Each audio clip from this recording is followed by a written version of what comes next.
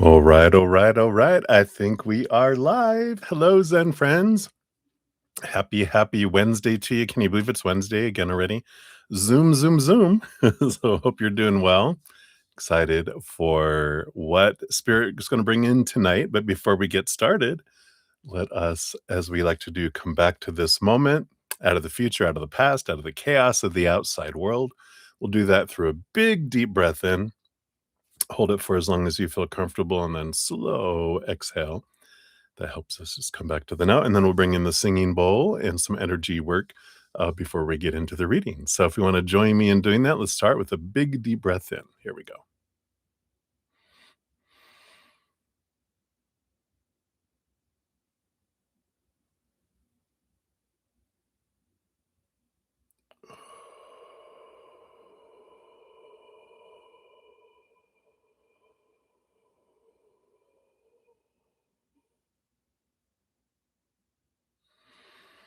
Beautiful. And I will hit the singing bowl 3 times.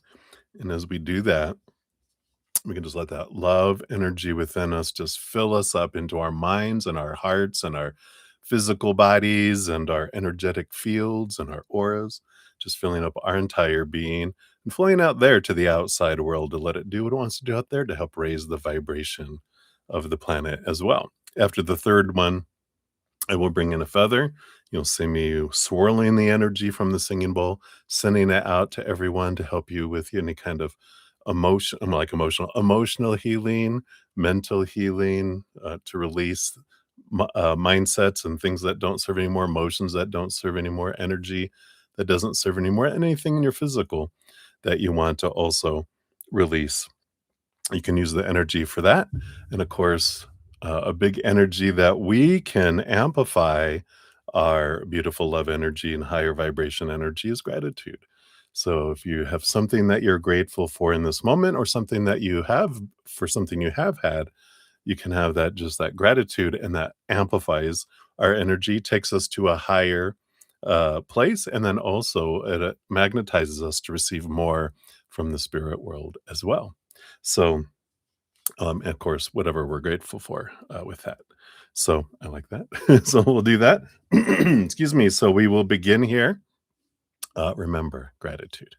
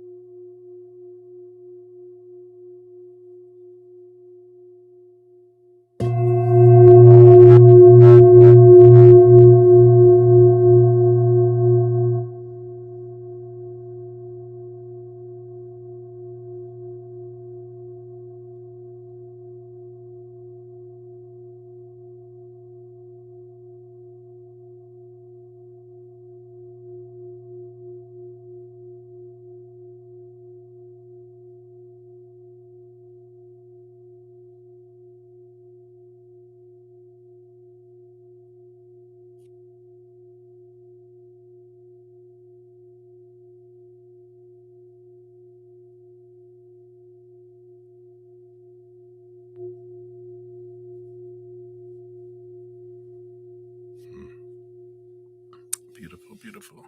Thank you so much for joining me and doing that. So it feels so good. All right. We'll put her back here and get these clear from my freshly cleared desk.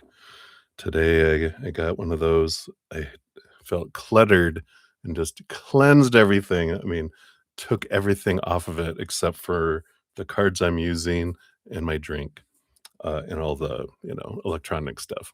But so I'm excited to feel the refreshment here. So, welcome, welcome, all my Zen friends. Happy Pride Month to everyone. I have my little shirt that says, "We the people" means everyone. Don't you love that? Such a beautiful design that it includes everyone, all of us, right? Everyone, all inclusive love energy. And so I love that kind of feel around it is that this includes everyone, right? So that's the little kind of thing for this month. So welcome. Um, yeah, if you're new to my channel or new to these readings, hello, I'm your brother Z. We are here to spill the tea. So welcome. We got a great group of Zen friends with huge, unconditionally loving hearts and amazing senses of humor. So welcome. We always have room for more Zen friends. We try to keep this a safe, positive space and of course supporting one another. So welcome, welcome, welcome. If you want to know how the whole process works, you can check out the description area of the video. It does tell all the skinny on everything. Donations do get first priority. We dive deeper into those as well, meaning we pull more cards for those. And then also, you get a little a fortune cookie. So everyone would get one of these. This is a little new one, a memento mori, which is great. It means remember you die, and then the purpose of it is to remember to live. Remember that life is short, or that life ends, and what are we waiting for? To live, right? And it's a great reminder. So great little deck. We'll use those if your donation uh, is $5 or more, or your donations add up to that. We'll continue to use this little animal apothecary, which has a little more of a deeper message than the others. So that's why we reserve those for that. And yeah, I think that is what we'll do. I get this tarot deck we're going to use today is the Whimsical Path. Cute little whimsicalness. It kind of like that energy for today. I just kind of feel a bit whimsical. So we're going to do that. Uh, yep. And then we do get to free readings every session as well at some point, and I do post a pinned comment after every session listing all the readings completed with a timestamp in there. So if you come back after the session and looking for your reading, you can just open that pinned comment, search for your name, and then the timestamp, click on it, takes you right to your reading. So easy breezy, and I like that. I like that they have it available that it does that. So uh, kind of fancy. I also have a free podcast. It's a new one's supposed to be out tomorrow. We'll see if we make that in time here. I got distracted today in cleaning and sorting. I got in a mood, and when that hits, you just got to honor it, right? And I must have been procrastinating, so there's a reason why. So it'll be out a new one here in a couple days at some point. But here's the last one, and if you want to catch up on the entire anything in the playlist link is down in the description area and also at the top of my main channel of my YouTube channel. The playlist is linked there. So that is the little opening. So thank you for having patience with me mentioning all that. I like to make sure everyone knows what's going on. A lot of you already do, so thank you for putting up with that. So I'll do make sure my list is all updated here and do all my shout outs, and we will get in to the reading. So we got Chelsea. Hey, Chelsea, good to see you. Hello, hello. Thank you so much. Happy Pride to you too. Thank you. It's a beautiful design. I was like, wow. So happy, happy, happy days. And we got Livier Vagara in the house. Happy June to you too. Great. I'm so glad you like the shirt too. Oh, is you that like the shirt? Yay. Sorry, I misread there. So Livier will get you on the free list here. Hey, Val, footwork. I'll give the list here right before I start. And I do have you on the list. So thank you for your donation for a general read. We got you on there. And let's see here. Boom, boom, boom. Let's take a look here. Make sure I didn't get anything else that came in here. Oh, there it is. just to make sure my emails are all activated here. All right, and then we have Sean G in the house as well. Hey, good to see you, Sean. And I do have your 2 donations via Zcash app, so thank you for that. And there is your both your questions. So I'll get you on the list here. We got Divine Timing in the house. Hey, Divine, good to see you. Don't see a question from you yet. So if you put one, YouTube might have snatched it away, but just in case, I'll let you know that. All right, and then we have Benita in the house too. Thank you, Benita. We got your little user ID there. So I got you on there as well. And we got Minu. So Minu, hello, hello. Good to see you. Got you on the free reading list here. And we also have Lauren Smith. So Lauren, thank you for your donation. I got you on the donation list here. We got Christina. Hey, Christina. Good to see you. Christina Lowe. And I got you on the free list, as well as Lotus of Serendipity from earlier. We got you on the list if you're here. We also have Mini Heal on the free list. I got you there. And Sudeshna, hello, hello. You might be asleep by now, but I got your 3 donations. So thank you for those. And we've got May. Hey, May, good to see you. And I got you on the donation list, and I got you on the free list too. So we got both of those. Boom, boom. So good to see you. And then Chelsea, of course, I got your free, not your free. Oh yeah, I get your free reading about the ring, and then also your donation. I have you on there as well. And we got Blueberry. I think I'm making sure I got Blueberry. Yep, I got Blueberry on the list here. So hey, from earlier, if you're here right now.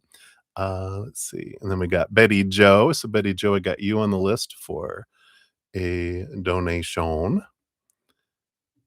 Yep, we sure do. And then I think that is it, except for Ashish and Swaroop from way earlier today. You guys might be asleep because I think you're on the other side of the world, but I got you up first for the free readings when we get there. So think I've got everyone on the list here.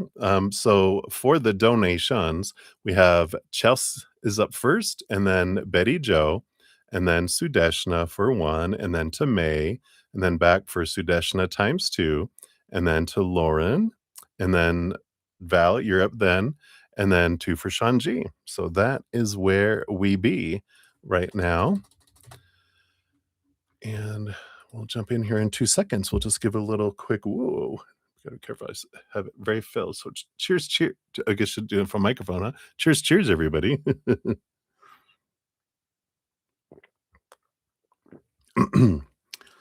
Better put that down before I spill it. But thank you guys so much for being here and for all the thumbs up. It does help spread the Zen love, and I'm so grateful.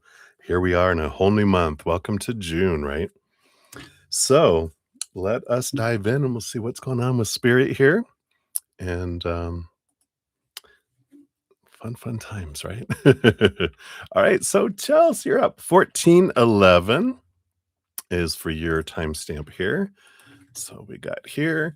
And you want to know, what did he think about your post? Did he feel called out? Did it make him reflect on his actions? Does it make him want to do anything about it? All right, let's take a look here.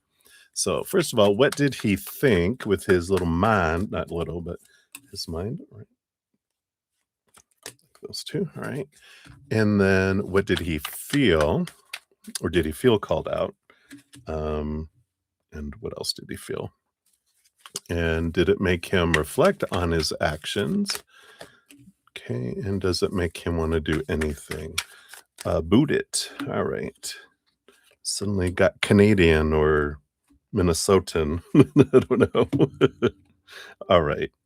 So let's see what we got here. So what did he think about your post? Yeah, Queen of Wands. I feel like with the Queen of Wands, there's an energy here of, I feel like that was more, going, there you go, with your fire, with your energy, because it's like the Queen of Wands is kinda comes across as a very powerful person, get out of her way. She has her sh she has her goal, and she's gonna go for it. So it kind of comes across as a strong personality in a way. So I feel like that was their immediate thinking was along those lines. Underneath that, we do have the Knight of Cups. So there was movement of emotion underneath there as well. So we'll find out what he felt there, but, it feels like it was more, you know, fiery kind of a mental trigger, and then emotions kind of flowed outside of the mind's reaction, if that makes sense. It's like their mind was, like, kind of reactive. It's like, "Uh-oh, this is a judgment kind of energy," right? And maybe that's the called out. We'll see if how he feels here in a sec. And then the emotional story started playing, as well. So how did he feel called out? Ooh, yeah, the death card. Yeah, it feels like that's a transformational kind of energy, but it does feel kind of like, "Oh," you know? Let's see what was underneath that too. Yeah, the 8 of Cups. Yeah, here's that and that makes sense, like I was saying, it's spark happened. We go into fight or flight mode rather than attacking, and I feel the withdrawal. When he first saw it, when he saw the post, whatever it was, there's this reaction, and then there's this, you know, pulling back kind of energy, which is what we do. None of us like to be called out or feel like, we're failing or not meeting expectations. Um, you know, and I feel like that's the kind of energy that maybe came in here a little bit. Did it make him reflect on his actions? Page of Pentacles. It did make him look at his self-esteem because the Page of Pentacles is a little bit of an energy of, looking at our worth in relationship to the outside world. So I feel it did have them reflect on their worth because it maybe felt like an attack on their worth. So let's say, does it make him want to do anything about it?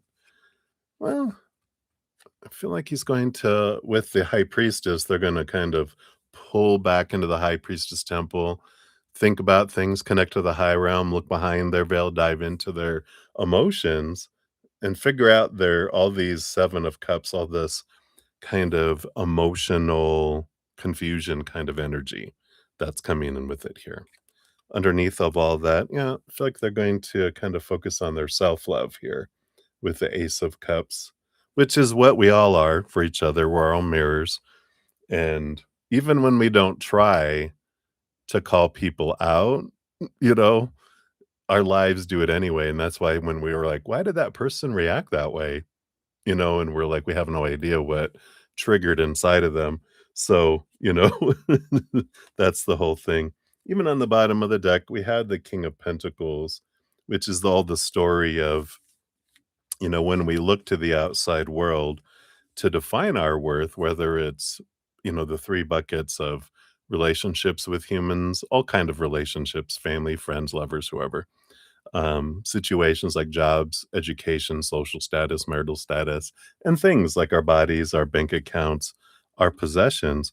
No matter which one we define ourselves by out there, we feel unstable because all those things they all point us back to that Ace of Cups inside of us, to our Ace of Pentacles inside of us, to our Ace of Wands. Yeah, this is so true. Our Ace of Swords, our higher thinking, our higher worth, our higher love. It all points us inward. And I feel like that's kind of what is going on with them right now in this moment. You posted something, it was a mirror, and now they're withdrawing to, because that it did feel like a poke in the eye, right? Um, a little bit for them. So I feel like they're reflecting on themselves, on their worth, but I don't feel like it's gonna bring, like, what you are wanting them to change or do whatever, but it is definitely a mirror for them to point out what they're ready to look at within themselves. sometimes, what our intentions are for people to grow and learn from doesn't happen to what's really going on there inside, right?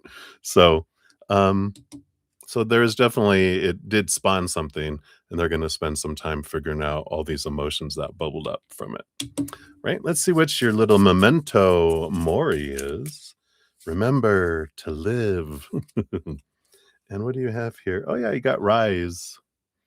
Yep, so it's like a phoenix kind of energy. I love these cards. Beautiful, beautiful energy of rise, which I do feel like this is like a phoenix rising from the ashes and kind of rising and from the dead of, it's coming to mind of the judgment card, which is like a resurrection. It's the tomb from which we are like put in as a human, growing up. It's almost like we're blocked in. It's escaping from this cage, expecting from this tomb and rising. And that's all of what we do. We're all freedom fighters for each other. That's what those mirrors do. They let us see what we are haven't where we still have some freedom to be gained within us. That's why we get irritated and activated from other people. It's, "Oh, thank you," there's one of the someone, I forget his name, I think he's English, guy from England, at least he has an accent that sounds English. Very wise person, and he says he loves when people piss him off because that reveals where he still has something to free himself from. And I'm like, "I like that." It's a good way to look at it instead of plotting revenge. It's a good flag for us to look within, right? Alright. So that's what they have for you, Chels. Thank you again for your donation. We'll circle back for your free reading here in a bit. So, let's see, we got Celestial Nebula in the house. Hello, hello, good to see you. We'll get you on the free reading list here. And we got Ruby in the house too. Hey, Ruby, good to see you. Hello, hello. We'll get you on the list as soon as you put your question out there too, but we'll continue on here. Oh, and Chelsea, I didn't grab your reel. Where's your, oops. There's your reel. Get your real screen name here for the post pinned comment there. There we go. That looks better. All right. So Betty, you are up. So Betty Joe, thank you so much for your donation. Here is your timestamp. And want to know, what did Phil think about the future that you said you wanted? Does he want the same thing and feel our futures align? All right, let's take a look here. So based on Phil's current state of energy, what did Phil think about the future that you said you wanted? Okay, we do have that. We do have these two. And then does he want the same thing? Okay. And does he feel that your futures align? All right, let's take a look here. Oh, at the bottom of the deck, we do have the Queen of Pentacles coming in here. So we do like this little beautiful, abundance, kind of fruitfulness, birthing energy. So let's see what this is about here. What did he think about the future that you wanted? Oh, wow. Well, you got the star card, which is like a dream come true energy that comes in with that. So we'll see what else he thinks about it. So he feels like you guys are in alignment here. Yeah. I like this because underneath the surface, there's this death card in the Five of Pentacles, which, I feel like what it kind of in a way, the energy I'm getting is like the Five of Pentacles is the fear of lack, the fear of not being enough, of not having enough, of being left behind, being, abandoned. And there's this, this fear that's below the surface. And it's like, wow, this sounds like a dream come true, but they're also kind of underneath the surface going, waiting for the other foot to drop. They're like, wow, so much, you know, this is like my dream come true, but where's the catch? Because we always hear if it seems like it's too good to be true, it is, right? And that's, the energy that I feel like they're like, "Wow, wow, this sounds, like, amazing, but what's the catch?" They're waiting for the fine print, right? Does he want the same thing? Yeah, we got the 7 of swords, and the 7 of swords, I feel like is, with all the star card and all that, I feel like they do want most of the same things. There might be a few things they haven't. This is kinda like keeping something to themselves yet. So I feel like they, you know, feel along the same lines. There might be some more things that have not been said yet, and that explains now why they're afraid for this other foot to drop, because they're like, "I like all that, but I wanna share some other things that I haven't said yet, so I'll wait and we'll talk about that when I feel safer to do so," kind of thing. But I feel like there is some stories of how he would like things to go that he hasn't mentioned, yet. Does he feel like your futures align here? Yeah, I feel like he's gonna wait to see here. I feel like so far so good kind of energy. Like they're like, "Yeah, I like all that, but what's not here," right?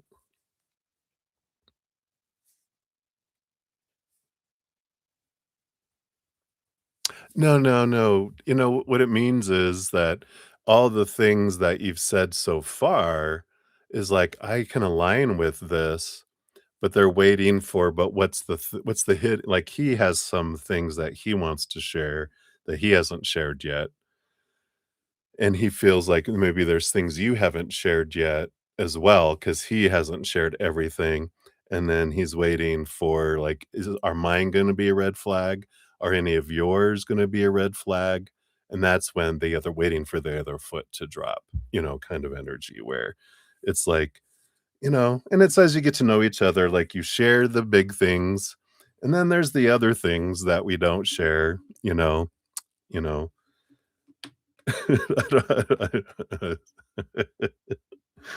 My mind was gonna go, my mouth stopped it. I was my brain was like, "Yeah, like," and my mouth went, "Oop, no, you don't share that on on YouTube," but it could be something unique and different, and not that I'm channeling anything from either of you, but it's like, the things that you're, like, afraid to go, "Is that a deal breaker for you?"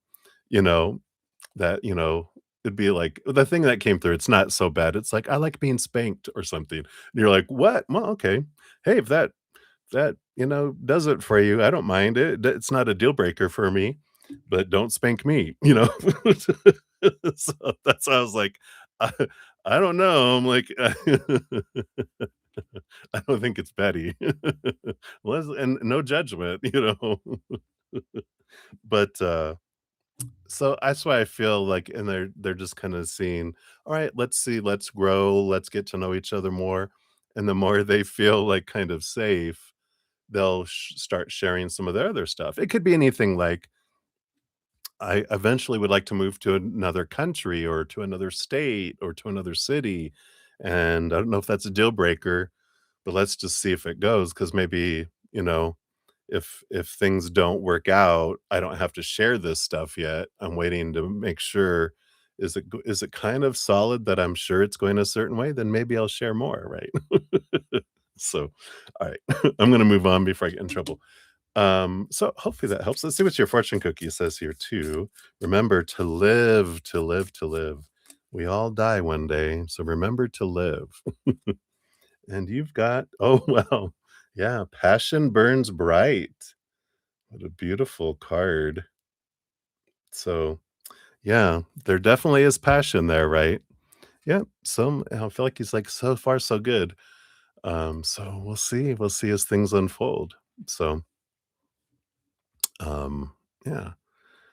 And the more, you know, trusting and reaffirming we are of one another, the more safer we feel to talk about the untalked about things, right? So, all right. And then I did get your free reading as well. Yeah, did I? I think I did. Didn't we? No. Yeah. Didn't you have a free one too? I don't think so. Maybe I was thinking of someone else. Oh, I think it was May. Yes, I don't see a free one for you there. I know, I love that for you, Betty. Not yet. I like it. All right. So, that is what they have, and we'll continue here in a moment. Let me just do some shout outs. We did get some more come in, so divine timing. Thank you for your 2 donations. Let me get you on the list here.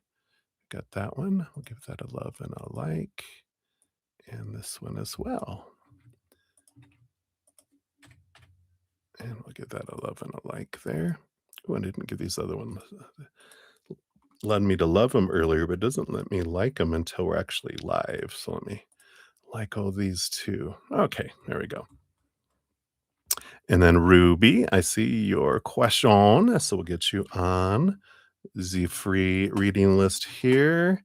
And we got Snow in the house. Hey, Snow, good to see you. We'll get you on the free list here too. Make some more space here. All right, there we go. So we got all those. And we got Prathy. Hey, Prathy, good to see you. We'll get you on the free reading list here as well. Hello, hello. All right.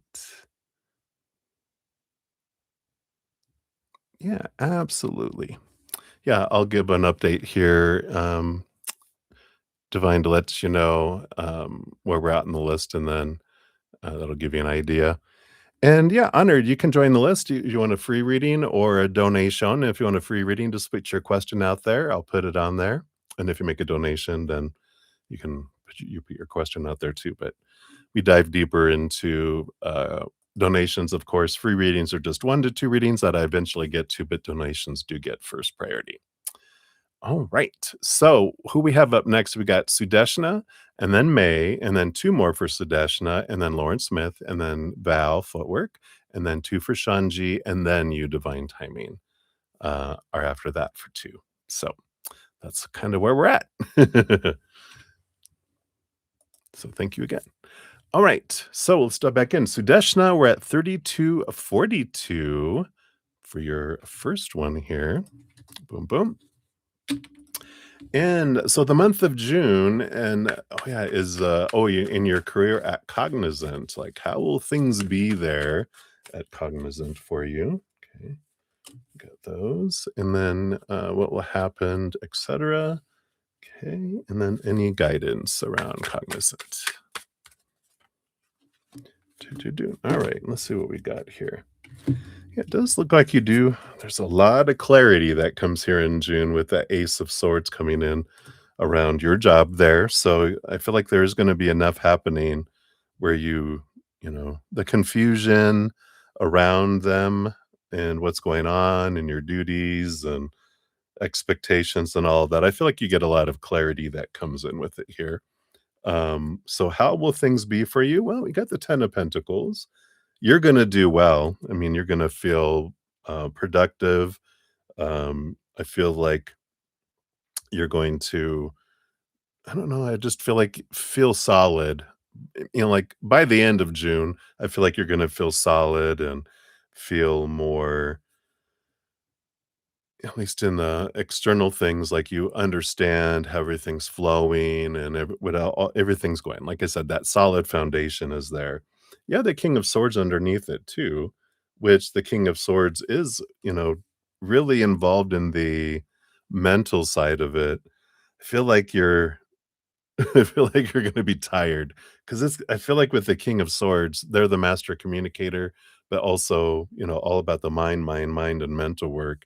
And I feel like this combo is, you know that whatever you put your mind to, you're gonna figure out, resources, you're gonna be able to do well. And it's okay to admit that. It's not arrogance. Arrogance is, "I can do it better than everybody else," but knowing what your ability is confidence, and you have that inside. I mean, you might not, let it out at times, right? But you have it when when it comes down to it. If someone ever said, "You can't do that," you'd be, "Watch me." And I know I can feel your rebel inside of you. So we do have that, you know, and when you get pushed, it's like, here I am, right? If and it's like you're very patient. Eventually, when people step over the line too far and too many times, you do remind them of the line and the boundary, which I like, for you. But I feel like this is good. I feel like, um, not to worry, you're gonna do well. Um, it's not about your abilities, it's about how you're treated more so, with everything. So, we'll look at that. What happens? Let's take a look here. Yeah, you do have the Page of Pentacles, the Three of Pentacles. So, there is a lot of this about you being true to your authentic self and showing who you are. The Page of Pentacles, it feels like you have a lot of opportunities that are allowing you to see your worth in relationship to the outside world in a different way.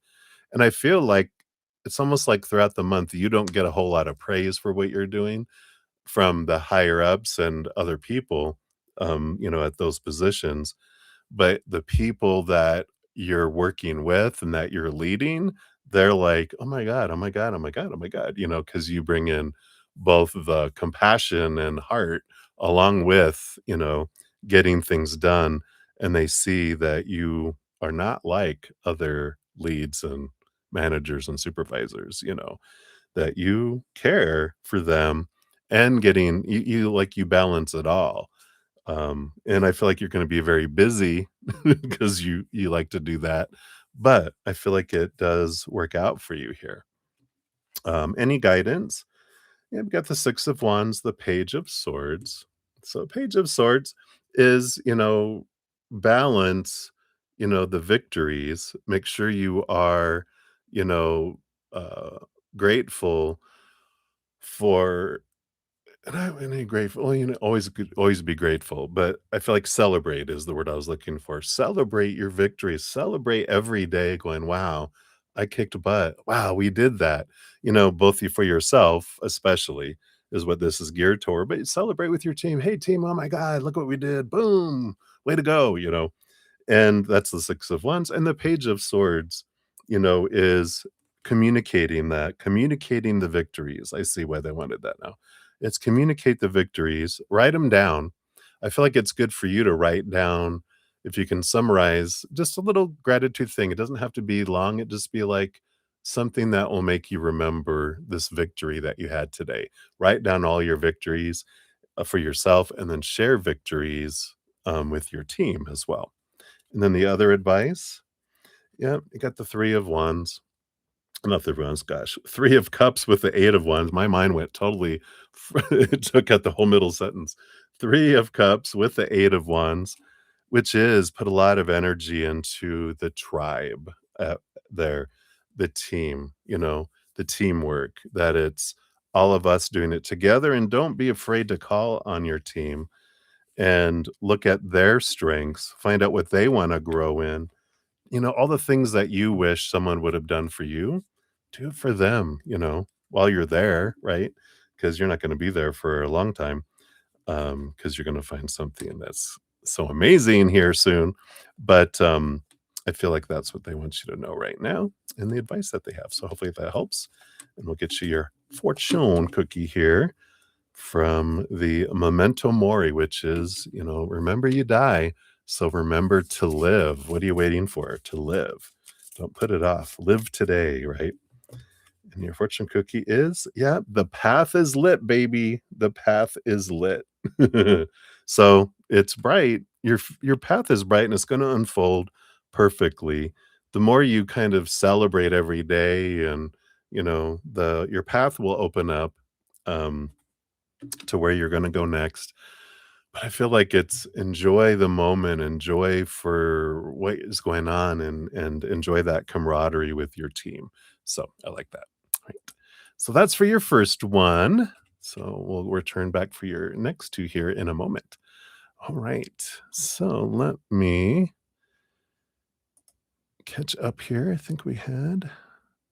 Hey, Ruby Grimm, put it in the house. All right. All right, good, good. Okay, so thank you, Honored, for your donation. I see. I just want to make sure that the question you put was the same one, or if you were wanting a free reading too, but it is the same one. So thank you for that. We'll give that a love and a like, and you are on the donation list. So thank you for that. All right. So let me take a quick sip here. Forgetting to drink. So cheers, cheers, everybody. Thank you again so much for all the thumbs up and being part of the love tsunami. So grateful for all of your love and support.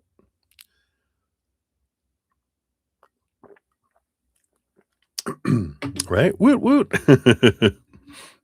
All right. We're honored to have you here. Honored. All right. So May, you're up 40, 48. So May, here is your timestamp. So you shared a hobby that you'd love to pass down to your kids someday. Ah, nice. And it happens to be a hobby that Max grew up doing and loves. Oh, how cool. So what were his thoughts? Let's take a look here. What were his thoughts on this hobby? Okay. And then did it make him feel like we're compatible or more compatible? Let's take a look here and see what comes in with that here. All right. So what did he think of all that here? All right. Wow. Kind of got this interesting energy because it's funny that the star here in the Hermit is actually this star in the star card that comes later here. And it's almost like there's mixed emotions here, you know, because the Hermit card I feel like is this desire for them. I don't know, I'm getting this energy from them that they're very protected. They're very kind of drawn to themselves here kind of energy. But the star card, them going, "Wow, that's what you wanted that." It kind of was like, "Oh, this is so cool that this is something that you would really love, to do as well." So I feel like he felt really good about it, but I also feel like he's kind of and this makes sense with the 9 of swords on the bottom, which is the energy of your overall reading. The 9 of swords is like our fears, our nightmare and insomnia energy, but it's like I'm not gonna meet expectations. Oh gosh, it makes us the more we care about something, the more we have some fears that we're gonna lose it as well, which is always so human of us, right? So I feel like that's kind of the energy. I'm feeling like, "Oh, that's so cool," and go, "Gosh, I hope this I hope this, I hope I don't mess things up. I hope things work out. I hope it's like that fear that comes in, right? The fear of failure. I don't want to screw this up. So I like that. I like it. Um, and those were his thoughts. Did it make him feel that you're more compatible? Yeah, I feel like it did here because you got the page of wands, which is a heightened energy, a heightened kind of energetic connection. The 6 of Cups energy too here, which is kind of my past life connection energy, and, but it also is the equal giving, 3 cups each. So I feel like, that's a positive energy. Let's see what else they had here. Yeah, 10 of Pentacles, which is a relationship, card and an abundance, positive relationship card, along with the Knight of Pentacles and the 8 of Swords. I feel like, yeah, the Knight of Pentacles is the slowest moving knight, so they're a bit of a eventually, slow moving because the 8 of Swords, whenever we get like a slow moving card and there's another card with it, it tells us why things are going to go slow. And it's to give them a chance to kind of let this stuff go, to let go of old beliefs and mindsets that don't serve anymore so that we can, um, not have the fears that are holding us back so that we can move forward, more so. But it feels good. I feel like I like that statement, not that I like, people to fear, but when someone is afraid, uh, to lose someone or something, it means they care about it. If they were like, I don't care, then that tells you, right? So I like it. I like that piece of it too. Let's see what your fortune cookie brings in here from the memento mori, which of course is, uh, you know, remember you die. And so we live for today and remember to live is a big piece of it there. Yeah, we are grains of sand. Look at you got one of the little couples. We're all grains of sand. It's like mirrors. So I like this. So I like that here. Is the Knight of Pentacles the most reliable knight? Well, in a way, because you can kind of look at it, something slowly built lasts. Something quickly built can also fizzle out, fast as well. So I would have to say, yeah. Thought I was gonna say more, but yeah, that's all they said. I thought I swear they were gonna say something else, but like, yeah. Oh, okay, that's it.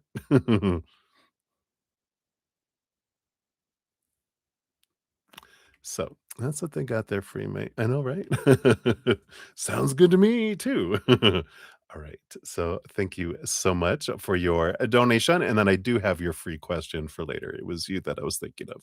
So, we do have yours there as well. All right. And then honored, I see your free reading request. We'll get you on there, that free reading list as well. And then Ruby.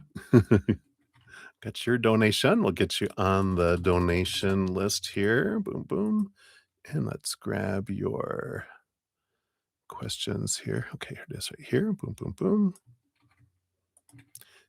And this one here as well. All right. And so thank you for that. Was this noob? I like the little little controller. Old-fashioned controller. All right. So I think I've got everyone. Let me check my emails again. Come on, come on, come on. All right. Oh, but hey, if it's in the cards, I like it, right? I will put that on there. Oh, did you say county? Okay, I'll add that on there too, because you never know. All right. So we'll continue on here. So we have up next, we have two for Sudeshna. So Sudeshna, here is for number two. Boom, boom. Thank you again for your multiple donations. You want to know your health for the month of June, please? I know the disclaimer. Thank you so much. For anyone that doesn't know the disclaimer, it's down in the description area. I am no licensed professional, nothing. This is tarot. It's for fun and entertainment. So let's take a look here, Sudeshna. Based on your current energies, what do they want you to know about your health? And anything there? Nope. What they do want top, bottom one, under the bottom. All right. Oh, ready. So let's see what this here. Yep. So the Four of Swords, it is important for you to rest. The Four of Swords is, excuse me, like see things from a higher perspective, kind of meditate, see from the higher realms. Let the expectations of the human realm kind of try to fall away as much as you can. And it's because stress is not good for your body. Okay, let's just, the bottom of the deck, you do have the Tower card. Now it's not a stranger danger energy. It is a be aware that um if you don't take care of your body, it will make you take care of it, meaning forced R&R. And we have that. I know because, we do have I think we kind of all have a tendency to overdo things and then like I'll recharge when I have time, and then our body goes, you have time now. Meaning you can get like not feel good, get sick, hurt your back. I'm trying to think of all the things that have happened to me in my life, where it's like I have a lot of my friends who they're go go go go go, and then they don't stop when it's like a cell phone when it gets to like what is it, like 15% or something, the little red bar goes on and it warns you, and we continue, go, "Nope, I'll charge. I'll do it in a minute, I'll do it in a minute," and then, "Oh, the phone's dead." You're like, "Uh-oh." Now I gotta go plug it in, and it has to, charge. And it's like, don't wait for that. Make sure you're resting, make sure you're taking breaks, make sure you're doing whatever you can to let go of stress as much as you can, right? You've got the 3 of Pentacles, the 3 of Swords. Yep, and here's this, being true to yourself. The 3 of Swords is what are hung on the wall here. This is what I was talking about with let the expectations go. These are the 3 swords. It's like be true to yourself. You're not good to anyone if you're um ill, right? So it's take care of yourself, make sure you're taking time and you know, putting time for yourself on your calendar, make sure you're taking lunches. I'll work through lunch. I'll do a working lunch. It's like even if it's going outside for 15 minutes, get away from everything and make sure you're not working too much and giving yourself at least one day where it's just you, not, even if you're working 6 days a week, you know, um, make sure you're taking and giving yourself time, I feel like is what is coming in here with that. All right. You have the 6 of Wands. Yep, you have the victories, you have the energy. Here's some balanced energy that can come in here for you. You've got the Moon and the King of Cups. Yes, there's a lot of emotional energy that's flowing below the surface here too. Don't you love these cards? They're just so good. The King of Cups is balancing your head and your heart. It's important, with all this, that victory, success is defined by you, not by anyone else. Everyone has an idea and opinion about what success, and that's what's below the surface is the fear of disappointing people, right? But when you realize you're the one that gets to write your story and you got to define that, it can help you kind of let some of this go. Yeah. Because you have the Sun card. Here's this beautiful, beautiful, bright energy of victory. Um, but even there's some energy of getting out into the sun, get outside and enjoy, the outside. Because it's important for you, for your health, is to relax and, start the morning with a meditation or, breathing exercise, something for you, and then get busy, with your work and do whatever you're gonna do. Make sure you're taking time in the middle of the day for you and the time in an evening for you too, right? So it feels like take care of your body or it will take care of you. Boom, boom, boom. All right. But other than that, it looks good, but they are emphasizing you need to manage your stress. You contain multitudes. Yeah, look at all this. It's the body. There's so much going on inside you here, with all of this energy. And I feel like that is telling you here that um, love your body and tell your body that you love it. It is a real.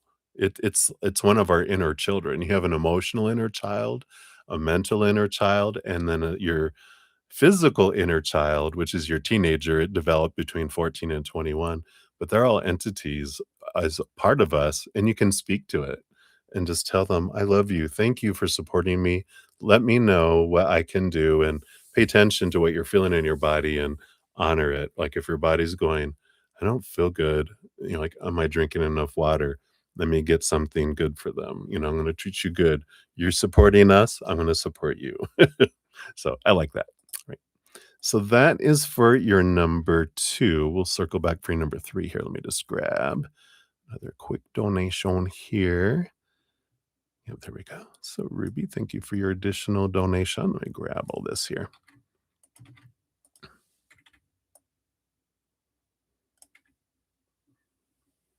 Oh, oh, you were just commenting. I see now. Right? That happened to you with the rest or else energy.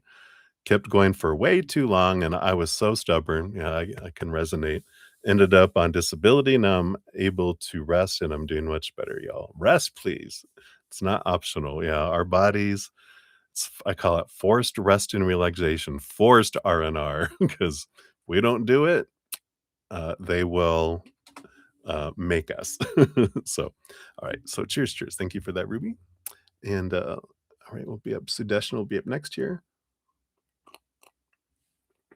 All right. So, Sudesh, now we got 55. Whoops.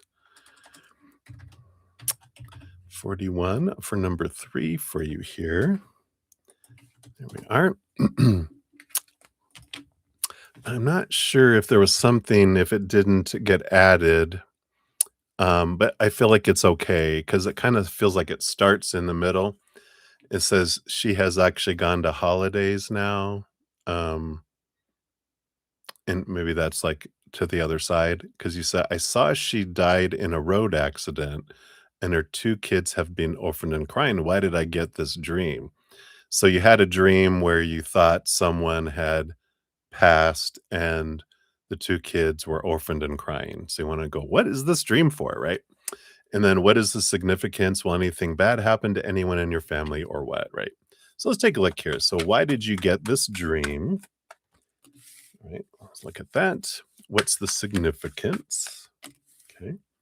And will anything bad happen to any of your family? I don't feel like it's about your family, energy there. So we'll look at here and see what we got. So why did you have this dream? You got the King of Pentacles. There is a little bit of, I feel like this is about you and about what's going on with you because the King of Pentacles is an energy. One of the big things they learn is about defining their worth, and when they feel any shaking going on in the outside world, I feel like this was you. You were the one that got in an accident, even though this character was, it was like a hand puppet as I'm doing this. It was like in the dream, this character was actually you playing this character because it's easier for you to kind of see it happening to someone else before you experience it. It's not you're getting in an accident and dying. Let me just make sure I say that before you're hyperventilating. What? I'm going to die? No, no, no. This is about you failing. This is what your fear is. The accident that you die in is you feel like you fail. Because to you, in your this deep fear is you fear that you're going to let down your parents and that you will end up being an orphan and crying because you also were the kids that were orphaned and crying because you feel like you're going to that I fear failing because of my parents. And um so there's other things tied to that too. 'Cause then they're like and then you feel if you fail your parents, you'll be ostracized, they'll disown you, and then you won't get married and you won't have children. And so the children it's funny how they're bringing it in that the orphan children are the children that you would have, but now can't be because you failed. And there's all this identity with this King of Pentacles that you have attached to these outcomes, and that's what's freaking you out. And that's why it's coming up in your dreams. That's why I don't feel like it's, your family. Because when the cards for your family, they actually made themselves known. They flipped over, and so I'm gonna go to those next because it's the 5 of Pentacles is the fear of abandonment, being left behind, being left out in the cold, not having enough, not being enough, and the 7 of Swords is your own fears that deceive you and betray you and um, steal things from you. These stories of, oh God, this is my how I'm defined. And it's not. It's not true. You get to define who you are. Other people will have opinions, yeah, but you get to define who you are and you get to choose how anything in the outside world is going to impact you. Because on the bottom of the deck, you do have the chariot, which is your power of choice, along with the ace of wands and the page of wands underneath that, which is all about you hold the power in your hands to decide what everything means, the emotions you feel around it, the actions you take, and the energy and what you attract to yourself. If you and you're not going to. You're gonna rock this position. You're gonna do well at it all. You always, if you ever don't know something, you figure it out. If you don't do something correctly, you discover it and you don't repeat it twice, hardly ever in your entire life. So it's not that you can't do it and all this, but the fear of what people are going to think and how it defines you is what's coming up in this dream. So what's the significance of the dream? Yep, and that there it is. Yeah. So the what I was talking about with the King of Pentacles, the big lesson they learn is the Four Pentacles, which is defining yourself by the outside world. That's the energy I was talking about. And the Three of Wands is the fear of going a different direction. There's a little bit of the fear of the unknown that's coming in here with it all too. If you can trust that everything that unfolds in your life, that this is for you, um, and that, you know, it's always going to bring forward what is for your highest. And when we can trust that, even when things are like, what is this? It's like, okay, take a moment, allow yourself to feel that fear of the unknown, and then breathe and go into it. And remember, you can trust the creator, you can trust your spiritual posse, and they're watching out for you. So there is a path that will open up for you, and you're like, okay. So it's like, I'm just going to enjoy the moment for today, like this memento mori. It's we all die one day, and so enjoy the victories of today. Enjoy, the future will take care of itself. What's going on today? What's the next step? Kind of energy. Yeah. And you have the Knight of Cups. So this is movement of your emotions. This is the quest for your self love. So that confirms it for me that this is emotions bubbling up within you. It's not a premonition of anything bad happening there. This is a way for your heart and your inner children to show you the fear that's down there, and so that you can be freed from it. So I like that for you. And let's see what your Memento Mori little card is here. All right, this one here.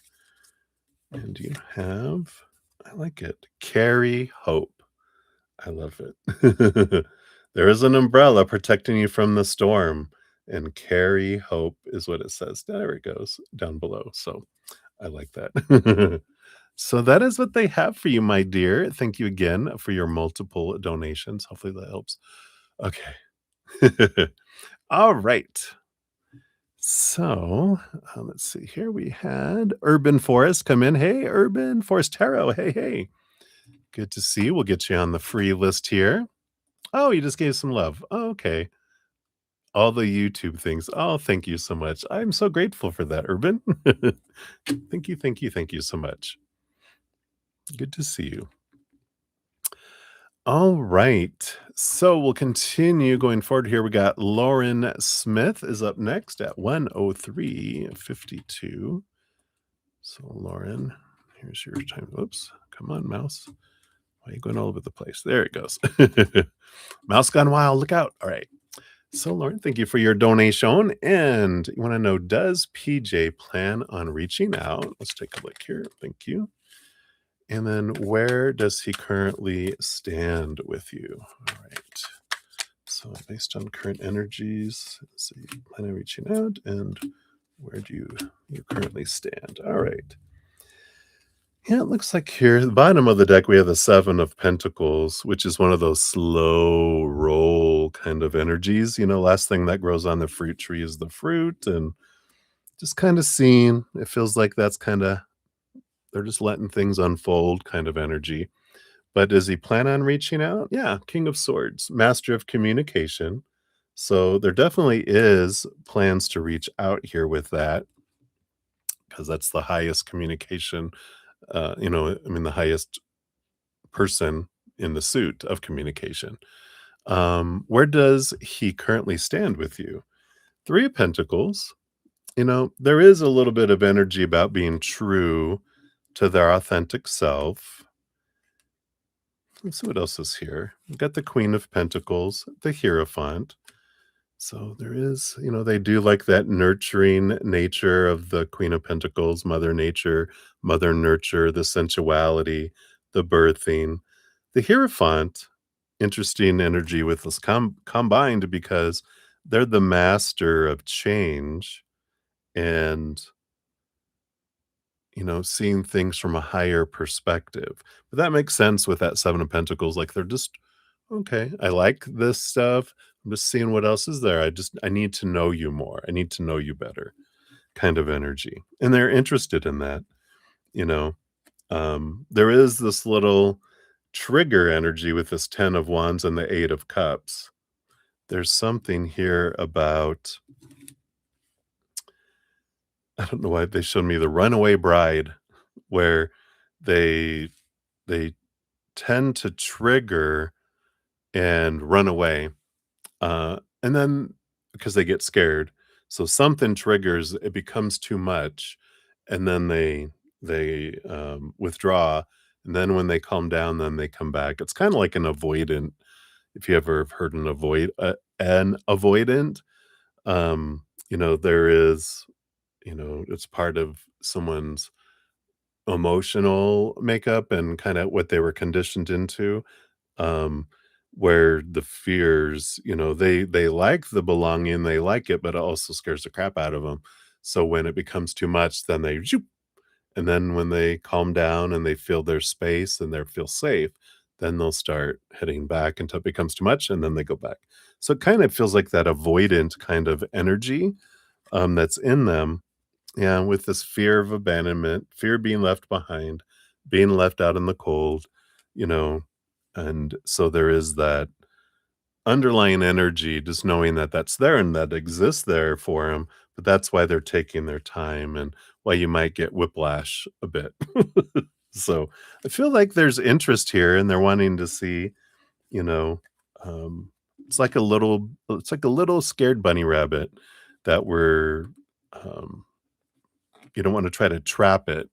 You just want it to hang around, give it a little carrot here and there, and you let it get used to you, and then it's not scared of you, kind of energy through, you know, steady, uh, you know, being consistent, on our side, you know.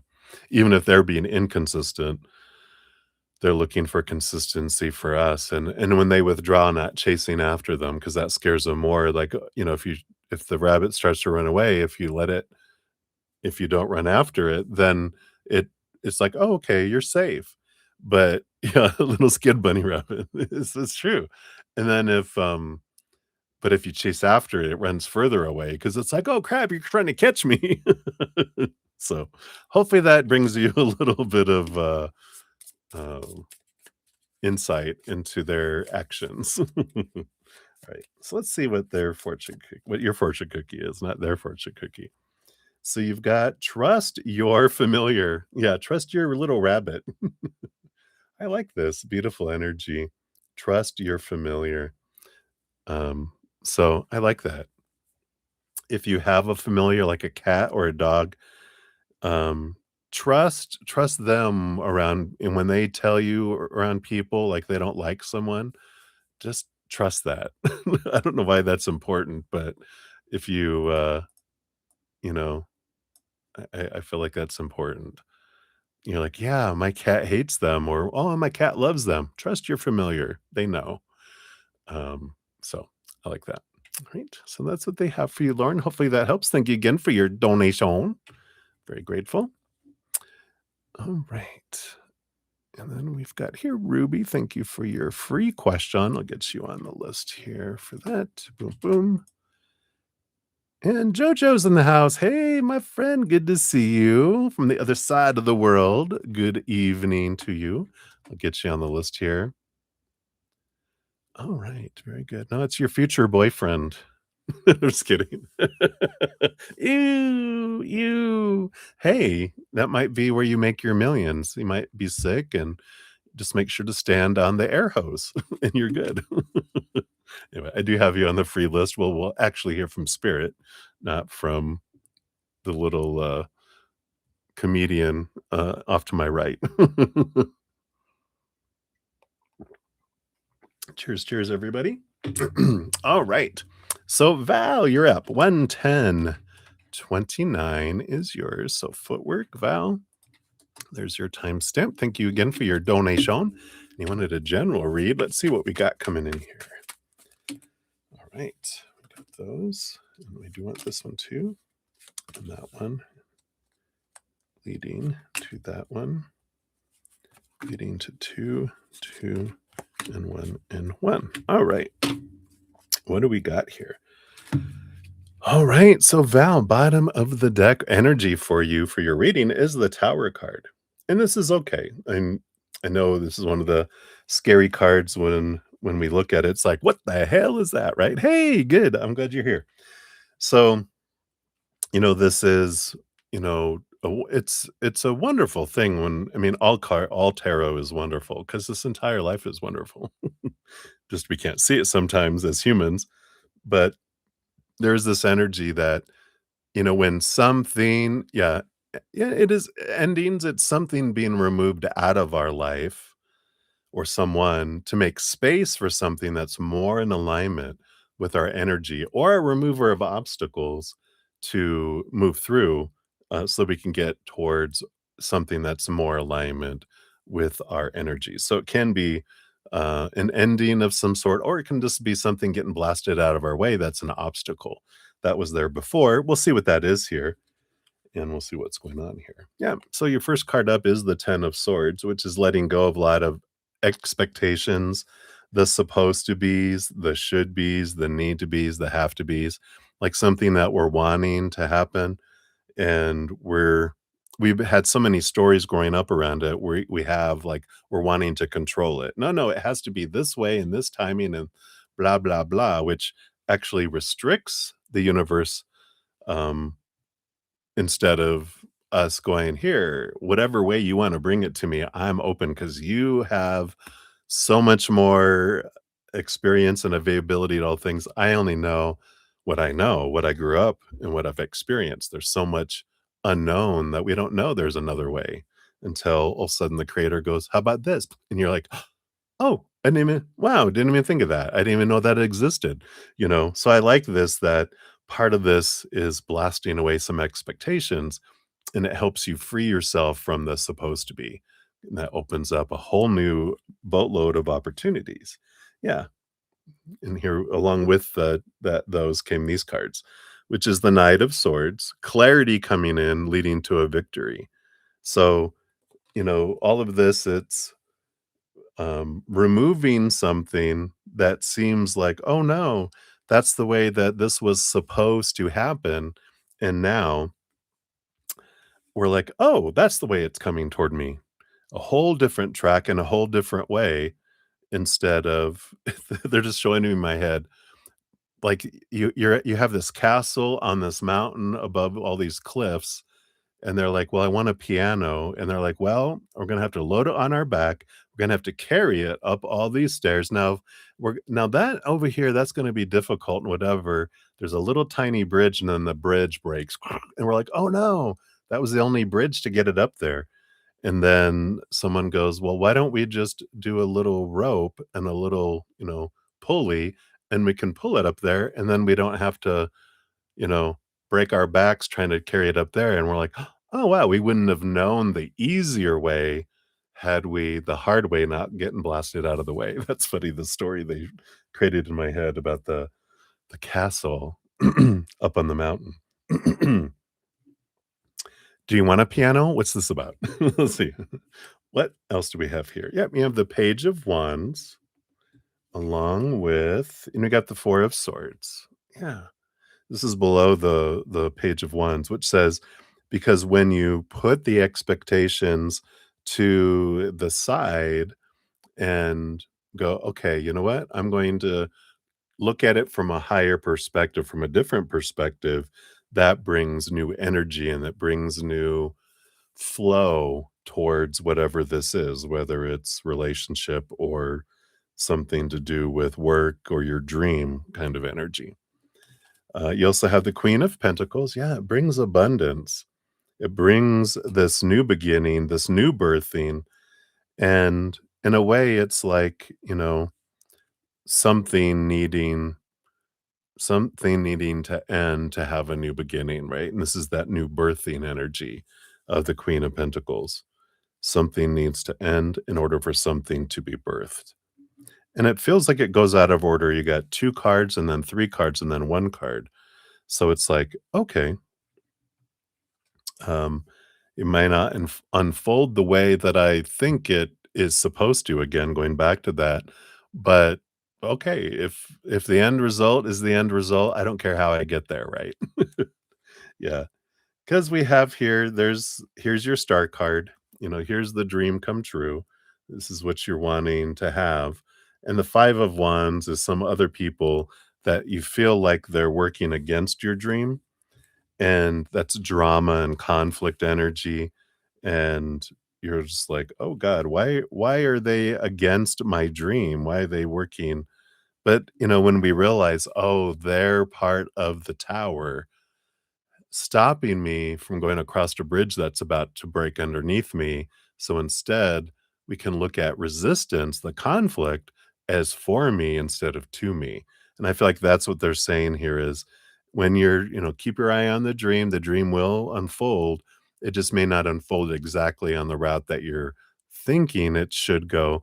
So when anyone, goes, no, no, no, we don't want to go on that bridge. You can't go on that bridge. That bridge isn't for you. You can be like, "Oh, they're keeping me from, danger." They don't realize it, but they are, and you're like, "Oh, okay, I'm taking that as a sign. There's another way that's gonna be smoother and even better." And then, you can do a little silent thank you to yourself to them. You don't have to thank them in person. You can just go, "Thank you, you evil you evil group for not allowing me to go that way because you saved me a lot of work and time and energy, and this is so much easier. Thank you." I like that. You got the 9 of Pentacles. Yep, you're able to do this on your own, whatever this is that's coming up here. Yeah, you have the 6 of Swords. Again, this is you leaving behind old ways of thinking, seeing things from a higher place, allows you smooth movement, going from choppy waters to calmer waters, which takes you on this new adventure that feels so free because it's an opportunity that doesn't have a lot of those restrictions and the 10 of Swords. This is I have it here somewhere, didn't we? Yeah. The 10 of Swords is when we feel so exhausted trying to live up to all these supposed to be's and should be's and need to be's and have to be's and must be's. The Fool card is the first card in the major arcana, which leaves an old cycle behind, free of all these rules and open to possibilities. So this is this energy of you're like, all right, I'm going to be able to do this on my own. I don't need all this stuff that I think I need because I'm looking at it differently. And now there's a different route and it's a much smoother route that you're going here. Yeah. So the 5 of Pentacles is leaving behind this, you know, feeling. And I feel like this is a transformation, the 5 of Pentacles, because it's like you're leaving behind a belief that, of that humans bring me what I need in each moment, and that they're the ones that withhold things or allow things. When you realize that no, it's the creator of the universe, are the mother and father of all things that brings us our sustenance, and we experience abandonment and being left behind and being left out in the cold and all that from humans. When humans freak out and go into fear, they go into survival mode, and so they will leave us, abandoned and that, but the creator never will. So when we start to kind of maybe freak out a little bit when we're looking for an opportunity or a job or something, and we think, "Oh god, they're not gonna give it to me." It's like, it has nothing to do with them, it's all about what is our energy? Are we in gratitude? Or are we in fear? Because 'Cause we're either working against the creator or helping them bring it towards us by if I'm focusing on gratitude for what I do have and have had, that's gonna draw things in. If I'm focusing in on lack, I'm gonna get lack. and I'm pushing against going, "No." The creator is like, "If you just put your hand down, I'll bring it to you." "No, I don't want it." That's what we're doing when we're focusing on lack or supposed to be or should be's. Because with expectations, all those tens of swords, we're looking at what's not happening instead of celebrating what is. So there's this beautiful awareness that comes through all this that, the creator is on your side. They bring you your sustenance. You know, Otherwise we wouldn't be here right now. We'd be dead. So we have always gotten everything that we've needed and more. They don't just bring us bread and water. They love us. They want to bring us abundance if we'll let them, right? So I like that. If you haven't checked out my podcast, I got abundance where it be.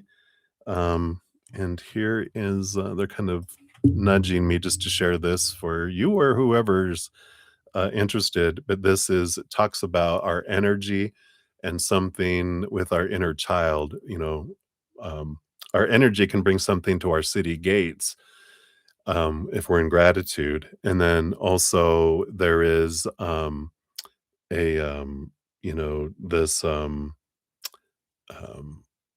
our inner child is the one that's responsible of opening up the gates to let things in or not, if it feels we deserve it or not. So there's a couple things that can help it with that too, right? Let's see what your fortune cookie brings in here. All right. So you've got Feed the Future. I like it. And this deck is called Memento Mori, which is remember, we all die. So remember to live the dream now. And this is Feed the Future. It's realizing whatever you're focusing on now is what draws things in tomorrow. So I like that here.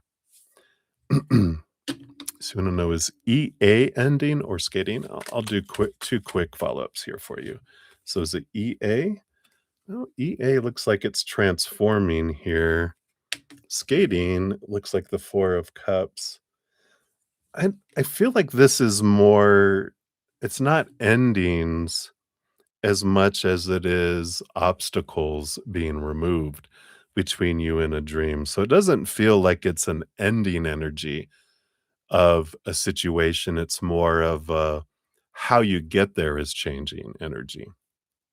So I don't feel like it impacts either one of those, though it does feel like both of those kind of feel a bit paused and stagnant because there is a block there. So um, I definitely would check out that video of the abundance where it be, because that can be abundance in relationship or abundance in um, you know, job and money and relationships or whatever. So hopefully that helps, Val.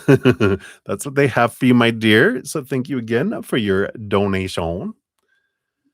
All right, let everyone know where we're at. So I have commit next 2 for Sean G, and then 2 for divine timing, and then we go to honored, and then two for Ruby Grimm. So that is where we're at. You're very welcome, Val. I'm excited. All right, let me take a quick sip here. Cheers, cheers, everybody.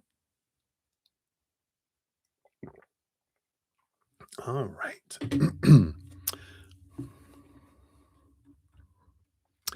All right. Hey, plate of spaghetti. Welcome, welcome. Good to see you. We'll get you on the free list here. Boom, boom.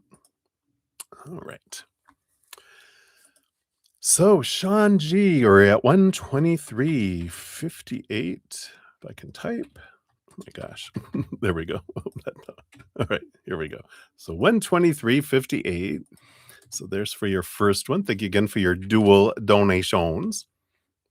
So you wanted to know, how will your IG post that you're going to work on tonight be received by your following? All right, let's take a look here. So based on current energies, right, and what else? This one too. Anything else? This one too. Come on, come on. There it goes. All right. Excuse me, burping up coffee. Pardon me. I just crack up because you usually get the Empress, all this beautiful creativity, and I mean, it's your energy. It just comes through the cards. Like, I think I'm surprised when it doesn't come through, right? Because it's almost like all the time. So allow your Empress to create and to flow is an important energy below the surface with all that, of course, right? It's like, be true to you. Be true to you. Express that. Let that emotion out. Let your emotional side come through in the creativity because that's such a part of your underworld, they say. So I like that. So we've got here so how will it be received first of all here, right? So yeah, you got the 10 of cups and the 7 of cups. So I like it. Emotion, emotion, emotion, right? Joy, joy, joy. They love it. They love the emotional side that you share.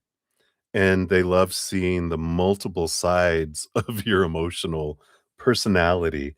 They like seeing different sides of who you are and the expression of who you are that comes in here too. And so I love that joy, joy, joy energy.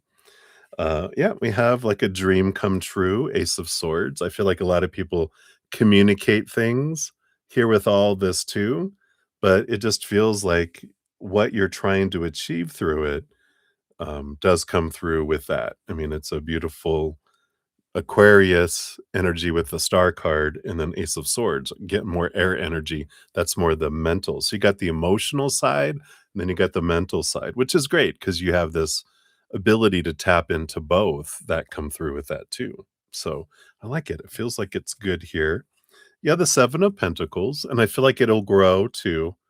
Some pentacles, last thing that grows on the fruit tree is the fruit. So don't get discouraged when you're like, you post it and it's like, well, I see people liking it and there's reactions from it, but it's gonna it's gonna like accelerate, but it takes time to kind of get started in the beginning, but don't let that get you down because yeah, the power of choice, the chariot, it's movement, movement, movement, and victory energy that comes in here. And part of all this, I was gonna say, has to do with your energy, which you got the Queen of Wands underneath.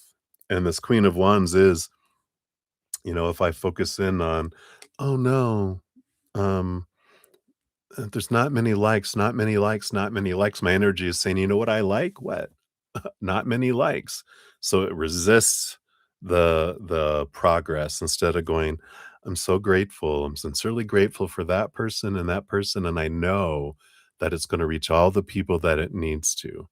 And I like this energy. I feel like it's, very positive, energy coming in, but even underneath, on the bottom of the deck with, under the Empress is the 6 of Wands, which is a victory, being seen. You got the 3 of Cups, another joy card underneath that, which is your tribe and your group and your community.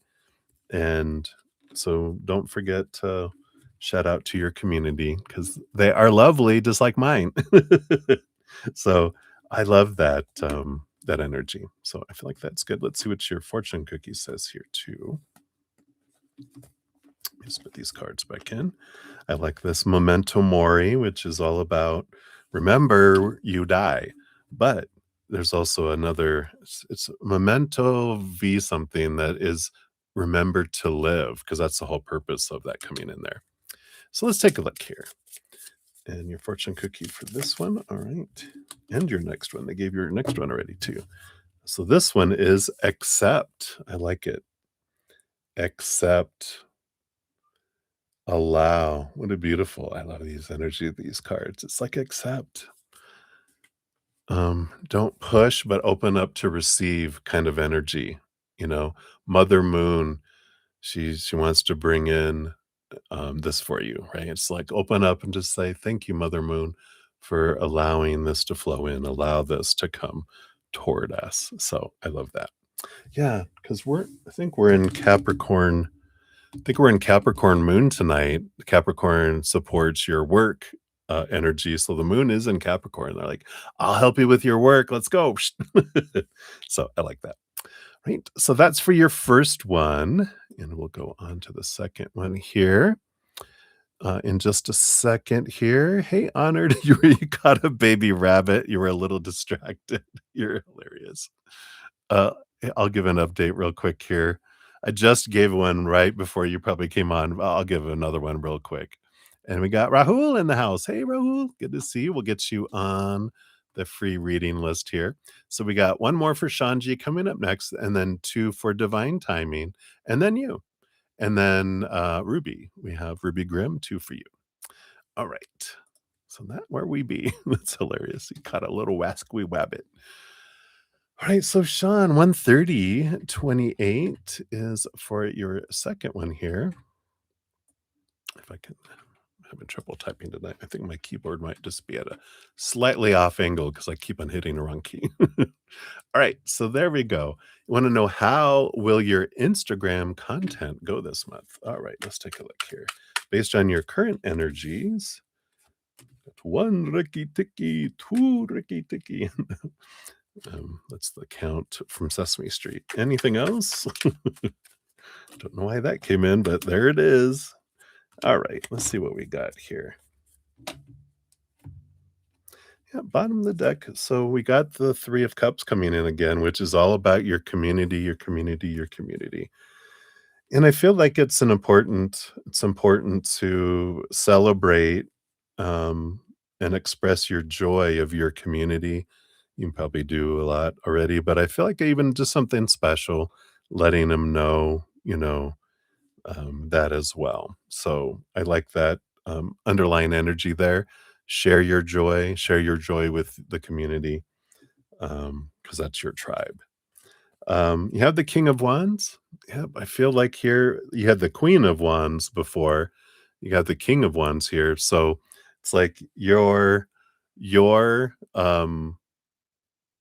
content will be as it'll go as your energy goes. Because wherever your energy goes, that's where everything flows, right? So I like that. What else? Yep, 10 of Cups again that came out here. So 10 of Cups energy, feels like this might just be something that just kind of culminates over this month, coming in as well.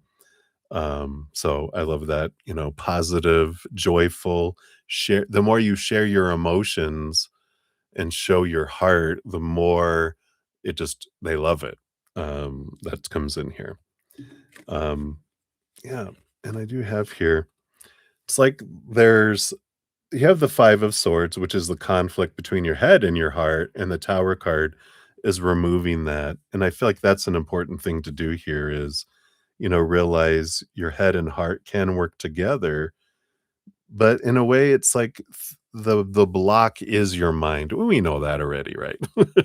Because as a creative, this is your troublemaker, the one that steals your creativity with the supposed to be the shoulds, any kind of fears, you know, what are people gonna think? What if this? What if that? What if this? And it's like, you know what? Psh, that's the block. Blast the block away, and then there's forward movement. So that's the thing to, be aware of. Yeah, you have the magician. It's you putting the energy in whatever you focus in. Look, he's even pointing over there. He's pointing over here. Just do the work, create your stuff, create. It's that put the blood, the sweat, the tears, you see the reward. Just go for it. But your magic, put your magic into what you're doing, right? Put your heart. That's your magic is your heart. Put your heart into the creativity, not the mind. Underneath all that, yeah, you got the full card, which is a brand new adventure free of expectations. We knew it, right? Expectations and supposed to be's and should be's. There's this freedom, this possibilities instead of restrictions and guardrails. It's openness that comes in with it there. So I like that. And it's leading you here to the Knight of Swords. Yeah. The quest of seeing things from a higher perspective, not the human mind place, but seeing things from the higher place, right? So getting out of our human mind and getting into our um, higher mind. And even got on the bottom the Six of Swords, leaving behind old ways of thinking, seeing things from a higher perspective allows you to move from choppy waters to calmer waters. But the obstacle to be removed is the head. The more you get out of your head, the more progress you have. The more you try to control it with your mind, the less progress you have because it gets in the way, right? I'm just trying to help. I know. You sit over here. Here's some crayons, brain, color, and while I do my creative work. I like that. All right. And then your fortune cookie is support. Yeah. Two heads are better than one. In this case, transform into butterflies. Look at those beautiful butterflies. But yeah, what is support? You are supported and know that you're supported by a great host of beings of unconditional love and light, as well as a lot of human characters that behind them are powerful, supernatural, eternal spirit beings made of unconditional love. So you get a lot of support through these beautiful, beautiful beings as well. So I love that for you, Sean. That's what they have for you. So many blessings to you. All right. You're very welcome, honored. Hey, Maria P is in the house. Hello, hello. Good to see you. I see your free croissant. We will get that on the list here as well. All right. So let me take another quick sip. I'm parched today. Cheers, cheers. Just love that word, parched. So southern or back in the old wild west. All right. So up next, we've got two for divine timing. So divine timing, look at this divine timing, 136:36. How perfect. So this is for your first one here. So you're sharing your story Friday. Ooh, how exciting. How will this go? I know you're scared. Nervous. I love it. Your story is going to help so many people. Let's see here. How will this go? All right. You got those, and then that, and then that, and then that, and then that. Leading to that. Nope, nope. And then that here. All right.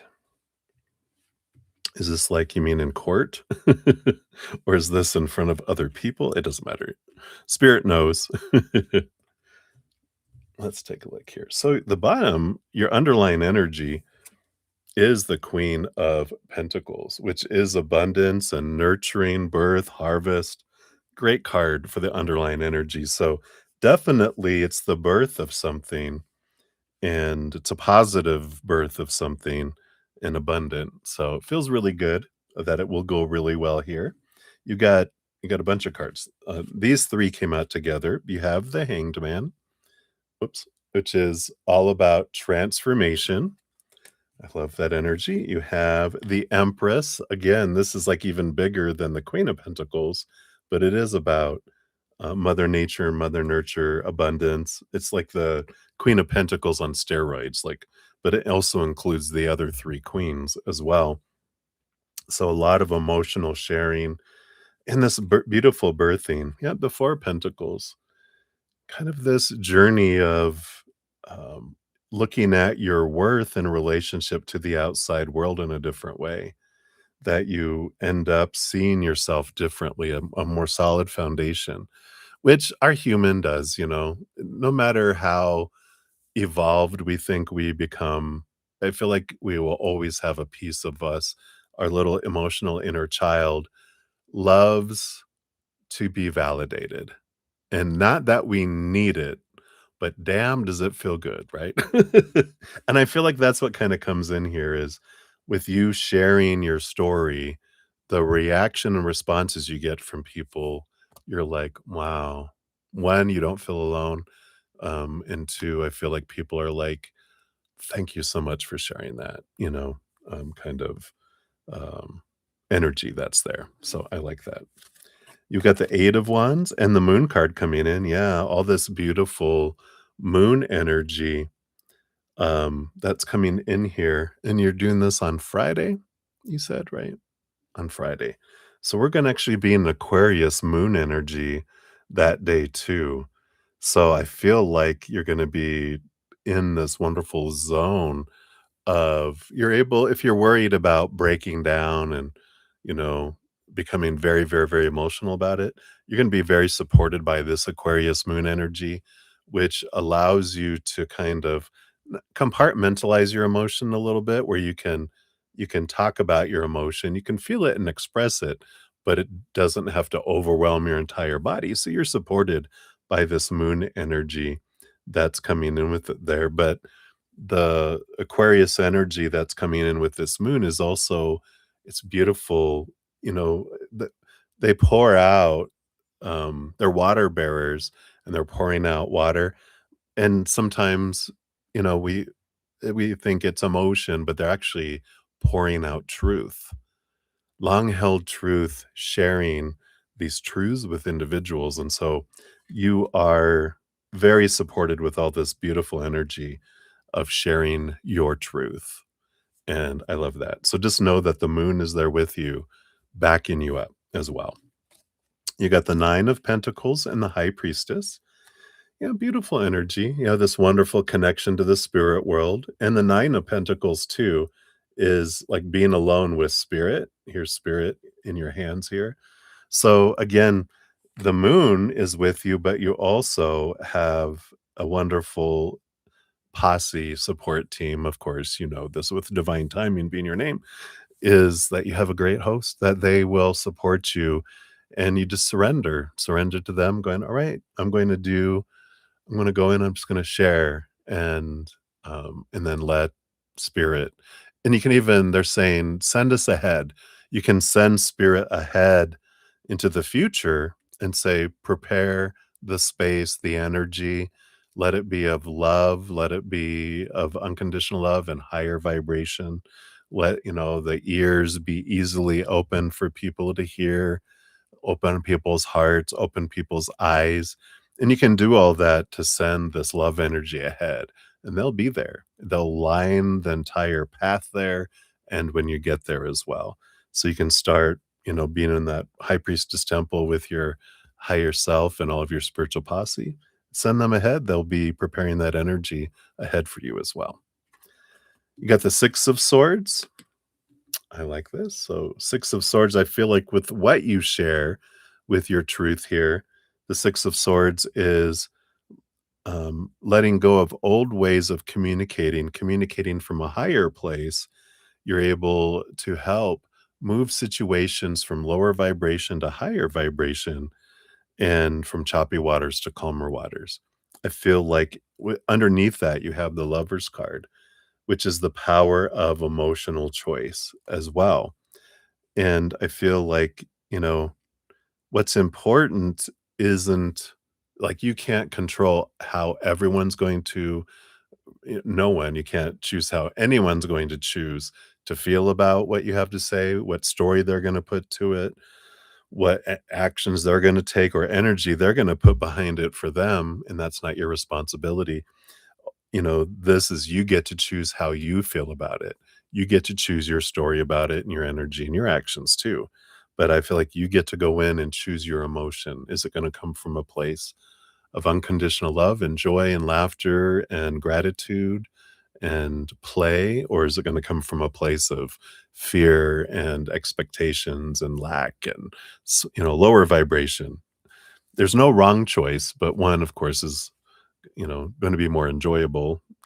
Higher vibrations always easier on us than but there's no wrong choice. We get to choose. Different choices, different outcomes, different experiences, but you get to choose ultimately how you feel, and you can't control anyone else, how they feel. So I feel like that's important to know going into with whatever we're sharing our story. I'm just gonna share it, and then I've done what I'm to do. Where it ends up and how it ends up is out of my hands, and I like that feeling of not responsible for everyone else, right? And then you have the Fool card. Yeah, this beautiful new adventure, free of expectations, full of possibilities, and you got the Hermit card and the Judgment card. Yeah, feel like there is a calling. I feel like as you step back after this, because you got 3 major arcana, the Fool card, the Hermit, and the Judgment card. What a combo, right? A brand new adventure, guided with spirit, going to it's like a new calling. They're calling you to a new level through this too. So in doing this, it helps take you to a new level as well. So I love this for you. Boom, boom, boom. I'm excited for you, whatever this is. Let's see what your fortune cookie is here because both of your donations are just right at $5. Um, you get an animal apothecary for each. So we'll see what animal wants to assist you, what animal spirit guide will be with you as you're sharing your story. Let me just put all these cards back in here. There was quite a few, evidently. All right, there we go. So let's take a look here and see. And this is the what we're using for these, in case anyone wants to know. For donations, $5 or more, but for $4.99, I'm not gonna worry about a penny. we round up. All right, let's take a look here. All right, I gave both of yours. So this one for this one? Okay, and that one's for your second one coming up here. I gave it to you already. All right, so for this one, yeah, you got focus on the big picture. Beautiful. Got the lighthouse and the queen bee. Is that what that queen and a bee with a crown? You got the falcon. I think it's a falcon and a focus on the big picture. So card number 19. Let's see what we got here. Yeah, it's the visionary hawk. So the visionary hawk card comes with a powerful message about a higher perspective. The image of the hawk coming out of the eye asks you to transcend your current perception and see the bigger picture. Hawk is aligned with the lighthouse that focuses its light on the bee, which represents your purpose and desire. Hawk says you must expand your perception to encompass a higher viewpoint and focus on the thing you want. Then victory, represented by the crown, is the only next logical step. Hawk is asking you to take control of your thoughts. Stop playing victim to external circumstances and own the truth that you create your own reality. I love that. That's that power of choice with the chariot. Declare that your life is going to be the most fulfilling, prosperous, and joyful you have ever experienced. Proclaim that you will overcome all obstacles, your self doubt, and your insecurities because you have a gift that you and only you were created to share. Your story, regardless of whether your current situation is less than desirable, this card comes as a confirmation that something beautiful is awaiting you. But the first step is to make that decision to get out of your ego's limited perception. Testify to the world and yourself that something big is awaiting you. Not even your disbelief in yourself will stop you from fulfilling your purpose. You were created for greatness. Hawk's medicine asks you to immediately snap out of whatever discouraging story may be playing in your mind and immediately focus on the power of all the achievements that await you. Wow. How perfect is that? Beautiful. All right. So that's for your first one. Looks like it's going to go really good, I think. All right. So that is for number one. And then for number two, we're at 148.51. So here's for your second one. Thank you again for your dual donations. I'm very grateful. All right. And then you want to know, how will the weekend workshops go on the 12th through the 14th? All right. Take a look here. I'm going to take a quick sip here. Cheers, cheers to you.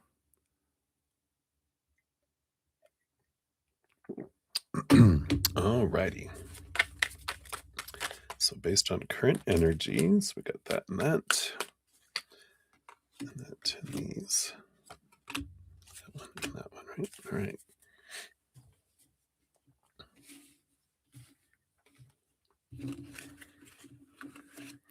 Just scooch these around. There we go. All right. Well, bottom of the deck, you do have the Four of Cups. I like this energy. It's interesting because usually there's three cups and someone's bored with them, and then there's Ace of Cups coming out of the clouds. And I like this because I feel like this is like the after effect. Like after the end of the workshop, everyone has like this emotional balance. They just kind of feel like, and that's a good result. I feel kind of energy that's coming in here. Um, let's see what else. Okay, yeah, and then you get the wheel of fortune. So it's going to be, of course, it's always perfect for us in the moment because that's the tune of for us, the for tune, right? But there, this when we get this, um, it is a message that everything that happens in life is for us, even when we can't see it in the moment. But when the wheel of fortune comes in, it says, even our human side agrees this was fortunate because, you know, sometimes our human go, how is that for me? But when the wheel of fortune comes in, it's like, wow, I see how this was for us. So it feels very abundant coming in here.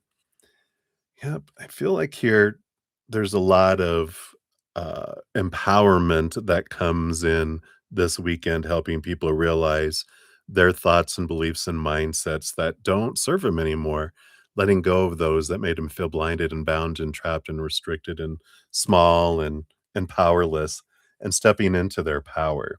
So I feel like a lot of people leave feeling that in control of their choices and that they're the ones that, I can get out of my head and into my heart, and a lot of planning on from my heart what I want to do and taking action on it. And I feel like people come away with it, having gotten out of these old mindsets and into their hearts and feel ready to move forward in things.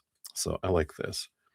Yeah, I feel like a lot of maybe what you guys are helping with or what this workshop is about is lack, the fear of lack, the fear of not being enough, being left behind, being left, you know, out in the cold, not having enough, not being enough, if I didn't say that already. And the Nine of Swords is our nightmare, is our fears, fear of not living up to expectations. Again, all this mindfulness, getting things out of our mind, freeing ourselves. The nine is like, I'm so ready just to stop trying to live up to everyone else's expectations. And the Ten of Swords is, I'm done, I'm at the door. The nine is, I'm so exhausted trying to control everyone else, trying to do all this. And there's this great freedom that comes in here, it feels like. Below the surface of those two cards, yeah, we have the Ace of Pentacles. Feel like people leave with looking at their worth in relationship to the outside world in a different way. Again, like the Emperor energy, we've got the King of Wands, which is feeling empowered. Again, it's like the Emperor energy, just in a represented like in a minor arcana. And the Justice card, very balanced, seeing things from a different perspective, having let go again of those things. So it feels like a lot of information, a lot of education, a lot of change of perceptions and perspectives, specifically around the feeling of lack and not being enough kind of energy, it feels like. We also have the Queen of Cups, very intuitive, helping people get in touch with their emotions. She's the ruler of emotions. So I feel like you do this workshop feels like it does. Um, if you're not involved in teaching it, I feel like all of this is applying to you, but it feels like everyone is learning to really connect in with their, empathic gifts, their spiritual gifts, through this change of mindset and getting in tune with their heart. They're able to turn down the fear noise and turn up their unconditional love and frequency to where you can hear more clearly from spirit. So it feels like whatever this is, what this workshop is about, it does open up and free ourselves as well.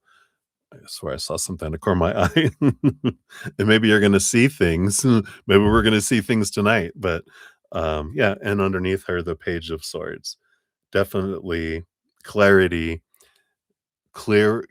hearing more clearly messages and, even more so, it's like it's turned down that fear noise, turning up the frequency where you're at the same frequency as spirit is, which is unconditional love and joy, laughter, peace, play, and because we're at, the noise is turned down and our frequency is turned up, we can just really zero in and hear so clearly from spirit as well. So I think it's going to be a good workshop based on current energy. We'll see what your fortune cookie brings in too.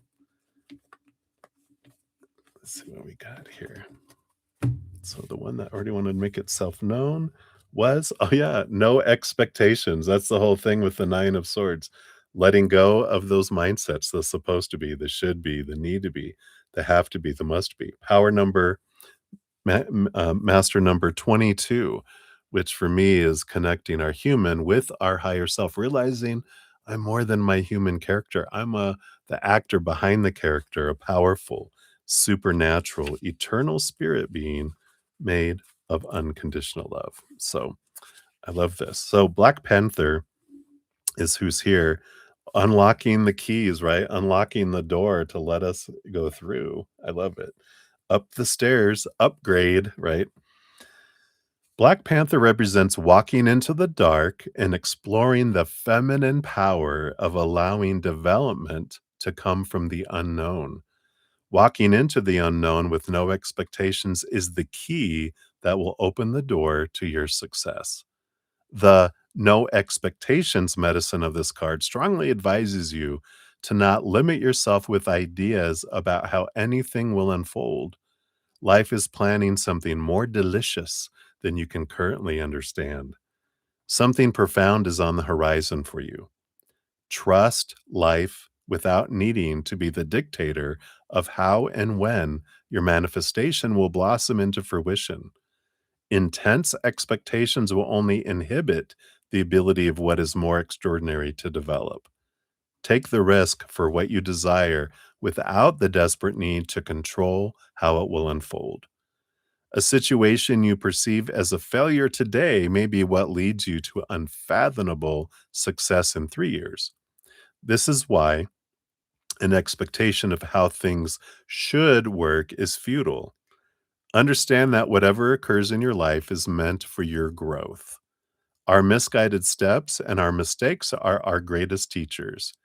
Taking risks allows divine opportunities to present themselves. Take note if you are met with continuous resistance and rigid expectation. This is a universal sign that another direction is more beneficial, so take a step back and allow the path of least resistance to be revealed. This is not to say you should give up immediately, but it does warn that you may be unaligned with the flow. It may also be a signal that you just need to wait a bit longer. Black Panther is the queen of facing fears and taking risks to achieve her heart's desires. If you are questioning whether to go forward with an idea that feels totally uncertain, Black Panther's medicine asks you to go for it. Do not seek immediate gratification. Remember, the result may take time to unravel, but taking the risk to do what is best for you will always yield positive results. Shazam. I love that. Boom, boom. Two amazing readings there, Divine Timing. You are in the zone, and I am so happy for you. So, thank you again for your donations, and I'm excited for your adventure. Cheers, cheers.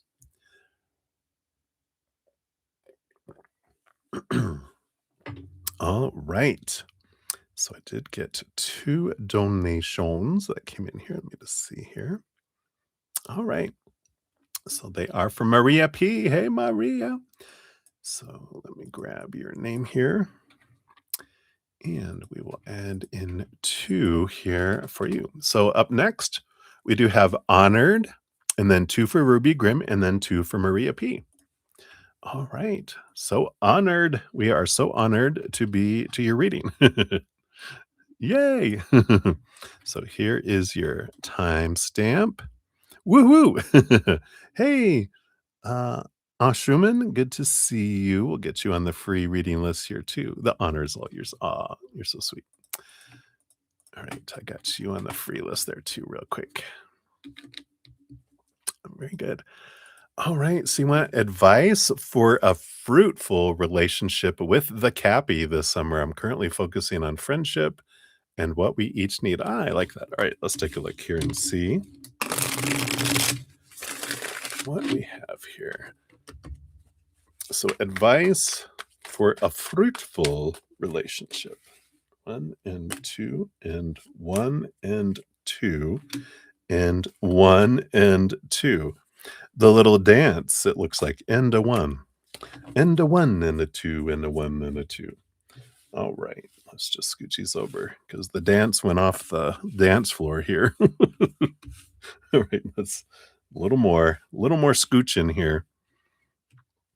So that's interesting. It's always sometimes when the cards come out, they have their own little story in themselves, and I don't. They're all face down, so I don't see them. But it is a dance of one, two, one, two, one, two, one. And at the bottom of the deck, though, you have the Chariot card, which is a great energy to be on the bottom of the deck here. It's a good reminder. It's a movement energy. It's a victory energy. They roll over all 4 of the horses of the knights of the minor arcana, the horse of fire, the horse of pentacles, horse of, swords, and horse of, cups, knight of cups, right? Movement of emotions. Um, so the the underlying energy, of course, is the moon energy. Cancer moon energy is what rules over the chariot card. And so there's emotional movement here, but the big energy that comes in is the power of choice. Like, um, and it's good to kind of know that, every moment we're making choices, right? For our lives. We are the only one that has the choice to create the story of what something means, the emotions about how we feel about it, our energy that we're putting out and drawing back in, and our physical actions. So we're the only one. No one can make us feel anything, make us whatever. They can Anything in the outside world is meaningless until it gets in here and we create all that. And that's why everyone can have a different perspective of what, you know, is out there and what's going on and, how they feel about it and their reaction or response to it or whatever, right? That's why 100 people can see an accident and have 100 different stories of what happened because we all experience it through our own eyes, through our own choices. So there's a good thing of like, when we're in a relationship with anyone, friends, family, lovers, workmates, schoolmates, whoever, right? We're creating a joint experience together, but our perception and experience of it is separate. They might be experiencing something in the relationship that we have no idea they are, and they don't have any idea of what we're experiencing. We might see, but because we're all mirrors and we're all just seeing our own reflection in the mirrors like most of the time. And we don't see the world as it is, right? We see the world as we are. So it's like the most fruitful relationship you can have is by focusing on your choice of story, your choice of emotions, your choice of energy and actions. The more higher vibrational they are, the more higher vibrational your experience of it. The more lower vibrational, the more lower vibrational it is. So I like it that they're saying your experience of your relationship this summer is going to be all about what you're choosing in each moment. And you have no idea what they're experiencing over there. Well, we have some idea by their actions and their words, but our perception of their actions and words are still so influenced by what we're seeing, we can misinterpret things too. That's why there's so much conflict between humans because we think we know what's going on over there. But the more we are curious and ask questions, then we can get a closer picture of it. But still, their answer we can still misinterpret and mishear, right? That's the whole thing. What? But the more clearer we get and the more higher vibrational, the more we get out of the noise of the human and we do see things more clearly, the more higher vibration we're in. We're not caught up in our reactions and our the noise of our lower vibration. It's like trying to hear someone in a loud restaurant. I think they said that they wanted to be they wanted to be a prostitute. No, the person who was sitting next to them go, they said they wanted to be a priest. They're like, no. Someone goes like, no, that's not what I said. You're just like, what? Interesting. Anyway, I don't know where these stories come from, but there they are.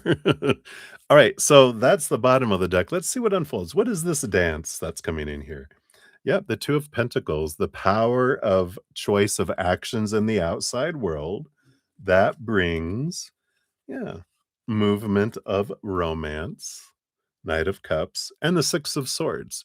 Movement in the outside world too, because the Six of Swords is about changing mindsets from lower to higher.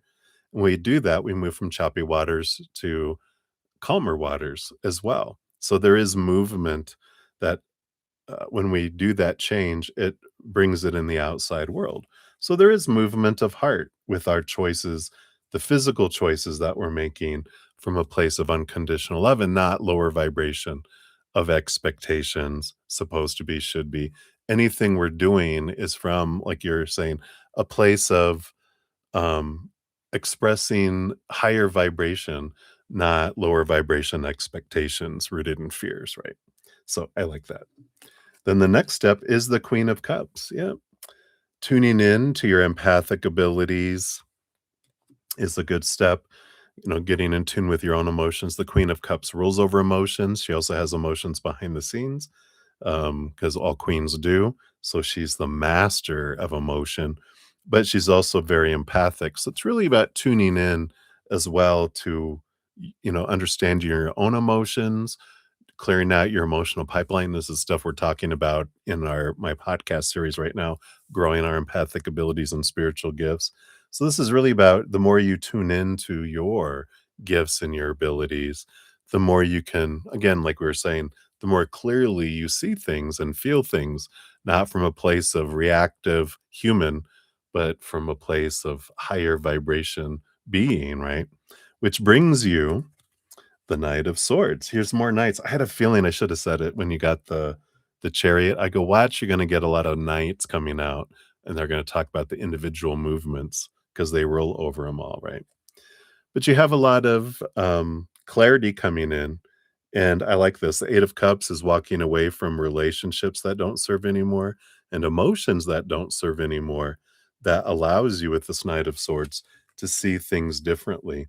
So I feel like you alone this summer will be, releasing emotions that don't serve, releasing, like I said, relationships that don't serve. And there's opening up this clarity of where you're not seeing things through those old emotions. So you're seeing things from a fresh perspective because that's not like interfering with it all, right? Oh, I love that. So perfect. So more of that will happen here, and that'll allow you to see things more and more clearly as well. I love that. That's your sun sign. And then you have the King of Pentacles. Yeah. And so, it's like your step, and I feel like the ones are the steps you're doing, and the two cards have been the things that are um, kind of the result of it, or that is helping.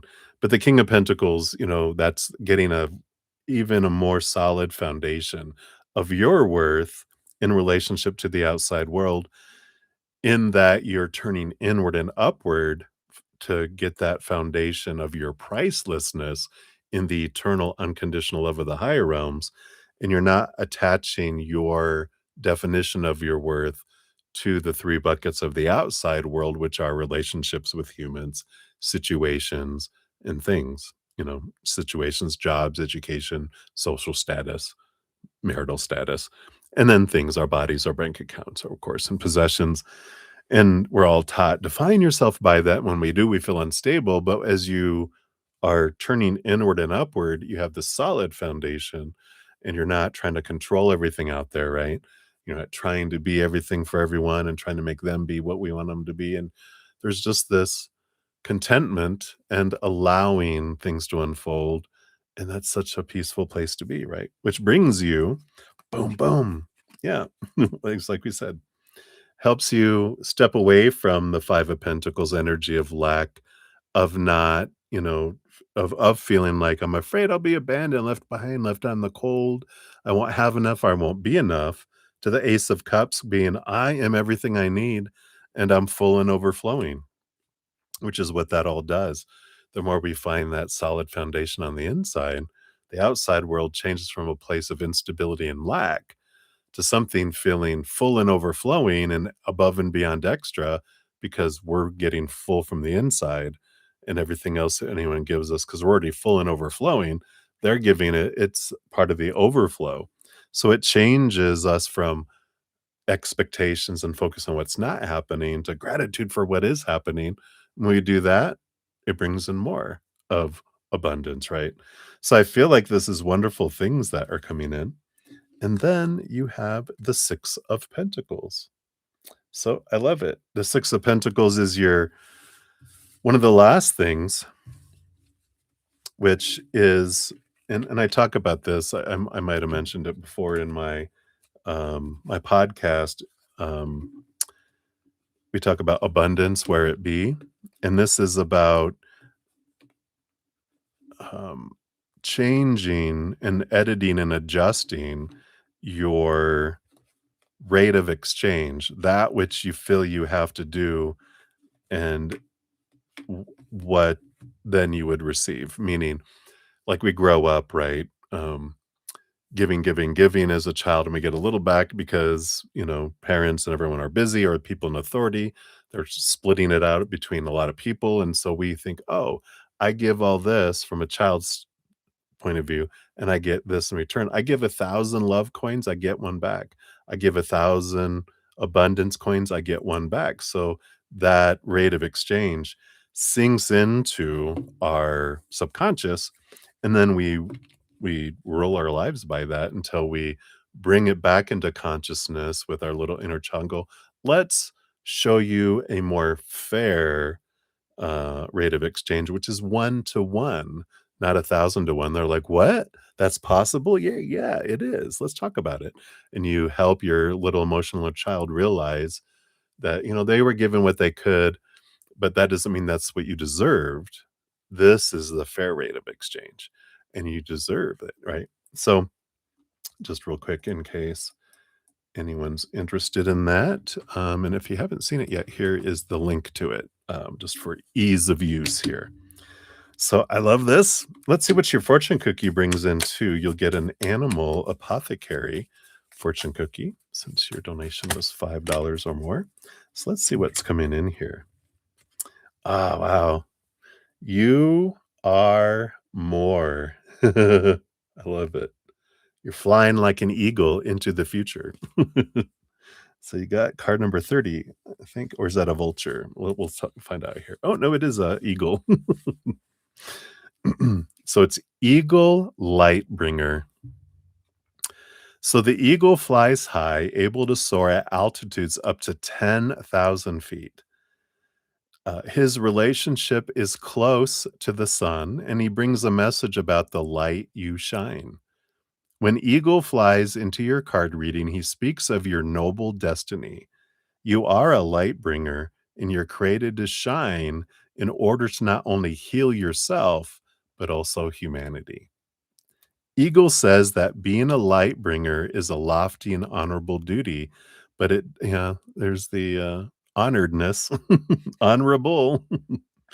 Anyway, it says that being a light bringer is a lofty and honorable duty, but it does not come without carrying the weight of the world. Often, as a light bringer, you have a deep relationship with pain, but this was necessary for you to be able to shine so within the darkness. You have the ability to feel on deep levels and cannot endure the suffering of the world and its creatures. That's your Cancer moon energy, too. I mean, your Cancer moon sun sign energy. Your cries for justice might often fall on deaf ears, but you're meant to endure your pain and transmute it into light so you can illuminate the world. Understand that you have a profound gift and your existence is a part of humanity's evolution to achieve its greatest potential, world peace.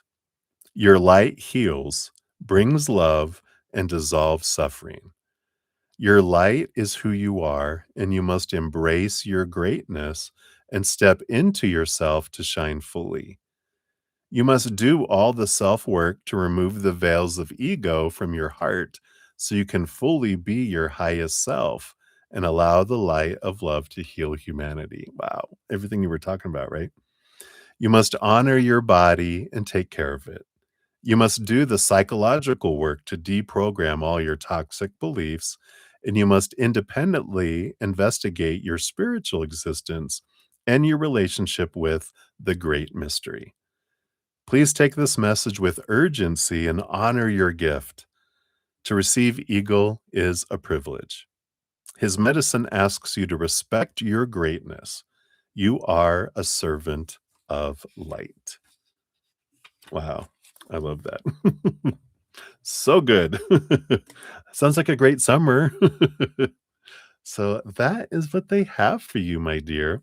Hopefully that helps and resonated for you. It seems like it did on a couple of things at least, right? So I love it. Thank you again for your donation. I greatly appreciate that. And cheers, cheers to you. I know. How fun. How exciting.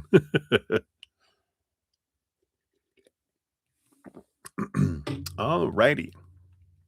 And then we have Ruby is up next to 1630. So Ruby, your first donation is here. And then we'll go, of course, have your second one next. Yep, you are very welcome. Thank you so much. I appreciate that. Honored. All right. So, can spirit give you some advice about your current legal situations? Right. So, your son came home with unexplained abdominal bruising again. I've been calling attorneys. No yucks. No yet. Luck yet. Trail is set for the end of the month. I'm so worried about my baby. I don't know. Would it be beneficial to move now to another country or county for a bigger house and stability, or would it be best if we waited to get it out of this state? All right, let's take a look here.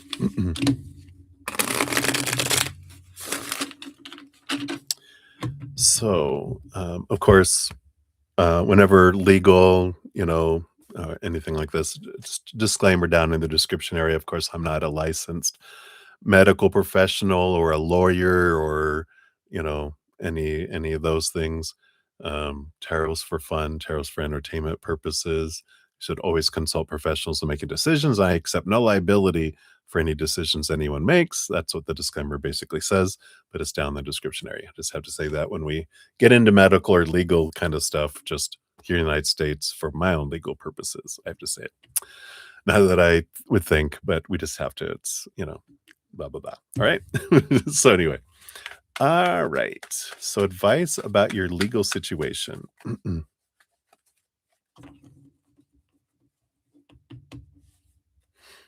All right. Let's take a look here.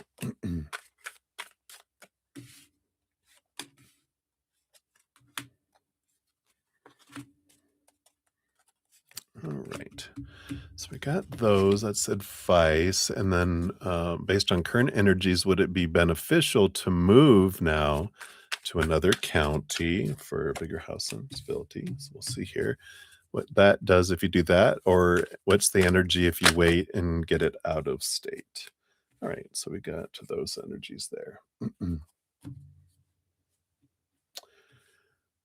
All right.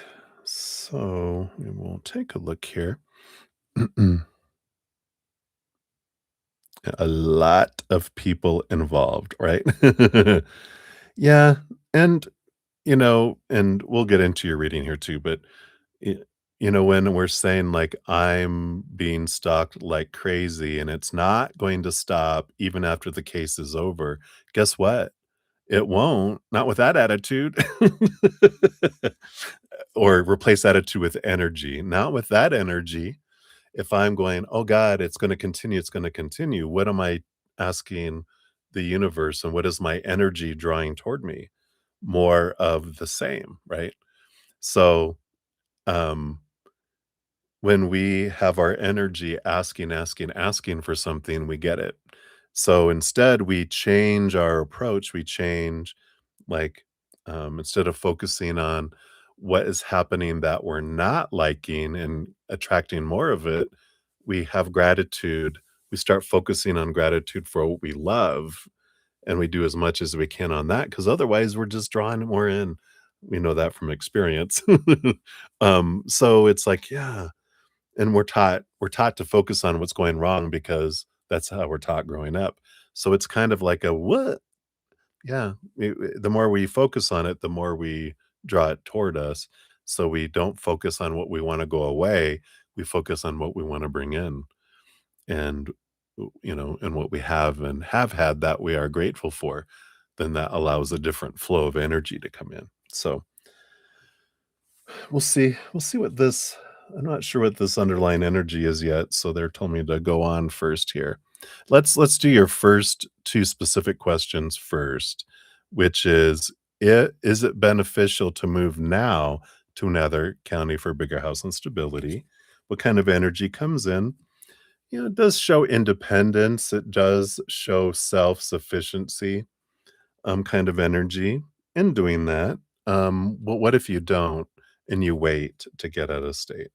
Yeah, it shows not balance, but consistency as well. You know, I don't feel like either would hurt the situation because I feel like waiting and then getting, moving completely out of state shows stability, and I think it brings emotional stability because it's like we're not having to move twice maybe, right? Um, so I feel like it brings emotional stability for you and maybe your child, your son, right? Um, where moving and the moving again might be, but, children are so resilient. I know we moved so much when I was a child, and it didn't. Well, I mean, I guess that's my personal one, and look at me now. People are like, "Oh god, don't do it." No. But I feel like either could be fine there, but I don't feel like one or the other makes a huge difference with these 2 cards coming in here. Because one's emotional, one's financial and brings stuff in the physical world. So, it depends on what you're really wanting, here. Do you need to show more financial and physical security and self-sufficiency and independence? Um, or is it the emotional stability of the child? You know, what are we what do we feel? So you get to choose your energy and go, "Yeah, you know what? Yeah." And whatever you're drawn to, because I don't feel like it doesn't, make a big difference in either case here. Right, we'll move those out of the way here. Alright, so what advice for your current legal situation? So what do we have here? You have the Queen of Swords. Um, so, we've got this Queen of Swords energy here, that, um, is a balance between head and heart, kind of energy. And so I feel like, the advice is not to do anything really emotional, not to do anything without emotion, kinda have this wonderful balance in between, right? Because, and when I say from the heart, I don't mean out of reactionary emotion. It's like from a place of love, unconditional love. We can get into the mind wants this, and then we make these unfeeling choices versus if we're too emotionally making decisions, we make I would say stupid, but it's not the word. It's um illogical choices that end up hurting us in the long run because the heart will be like, "Oh, let's just give everything away." And then we're like, "Oh, we're starving. Oops, guess I should have thought." a little more into that, you know? So it's like, okay, beautiful balance between the head and the heart kind of energy is important in going forward. You have the Queen of Cups, yeah, so mastering our emotions as well. So I like that. They're kind of saying, you know, realize that you have a huge heart and so you feel big. And so it's really important to, you know, rein both of those energies in so that we can have a balanced approach and not be out of balance and making rash, you know, quick decisions as well. And you got the full card and the Seven of Swords. Yeah, I feel like an important thing for this, and I know this is, you know, this is a, I feel like this is a, you know, I'm going to use the F word here, which is forgiveness. I know this is hard. This is why I'm like, but this is for you, not for anyone else. And it doesn't mean I'm going to, you know, let people continue to do things. But I feel like here the full card is about trying to let go of expectations, try to let go of old cycles, try to look at things from a place of, you know, um, it's from a place of love and compassion. Again, not saying that, you know, and this is toward, you know, the father of your son and all that, you know, that it's knowing that they're in fear, they have had a life that has caused them to be this person that's capable of doing these things and not knowing and doing everything, and that it's because the Seven of Swords is letting go of our stories, letting go of our, you know, the, you know, how we're deceiving ourselves and putting a story on them as a villain. And they are, you know, because then there's a victim and there needs to be a hero and all that, just looking at it from a place of, you know, I'm gonna let my wrath go. I know it's hard being mama bear. I'm gonna let my wrath go so that I can be in a place of balance and go, you know, I'm not gonna take their actions as intentional, that their actions are accidental from fear. That doesn't mean I'm gonna let someone who can't control their hands flying everywhere, I'm not gonna let them around things that matter to me, you know? I'm but I'm gonna understand that it's not intentional, and I'm gonna approach it in a way of they need help and assistance because 'cause they're a hurting person, and hurting people hurt people, and they can hurt themselves too, and it's like it's not, you know, um, not safe for something I care about to be near that. And that's a different approach than, "Ah," you know, because then we get into that reactionary. But again, I understand mama bear energy is real. It's real. It is. So, I get it, and but I feel like it's important here to, as much as you can, to pour out that because that's only impacting you. It's like you're poisoning yourself, not them. It's not impacting them to the extent that it is you, because they're in another world. They're in reactionary mode. They're in fear. All they can see is, I got to be safe. I've got to react. I've got to feel in control again. You know, and so you know, there's this, um, you know, doing it for yourself, because then you can whatever pain and you know, that painful poison that we have, when we pour it out, that leaves more room for us to be filled with love. And that's better for us and better for our relationships and our child and everyone else that we care about around us, because then we can be a source of love for ourselves and others and not, you know, a source of pain and suffering and bitterness and resentment and plotting, you know. So I like this, you know, this is the advice they have. Yeah, going into a legal situation, the more balanced we can go into it, the better we look, of course, too. And the more crazy the other people look when they're reacting and going off. And we're just like, wow, okay, you know. and people will see that, especially if there's a jury or, the judge, they'll look at people's demeanor. They'll look at the facts, of course, but they'll also look and go, I'm tending to side with the people that are balanced, not the people that are, yelling and going off. It's like, okay, well, this tracks with your story when you're balanced and coming from a place of kindness, um, and protection of your child versus they're this and they're that, rah, rah, rah, you're just like, and they will see that, right? So I feel like that's important, and that's why it feels. We got the Four of Swords. Yeah, resting your mind. Make sure to rest. Take time for you. Got the Four of Pentacles. Yeah, this balanced energy that comes in here, and the Ten of Wands. Yeah, be aware of your energy. Um, and it's important for you to rest your mind, your body, and the 10 of wands is moving your energy from burden to abundance and gratitude.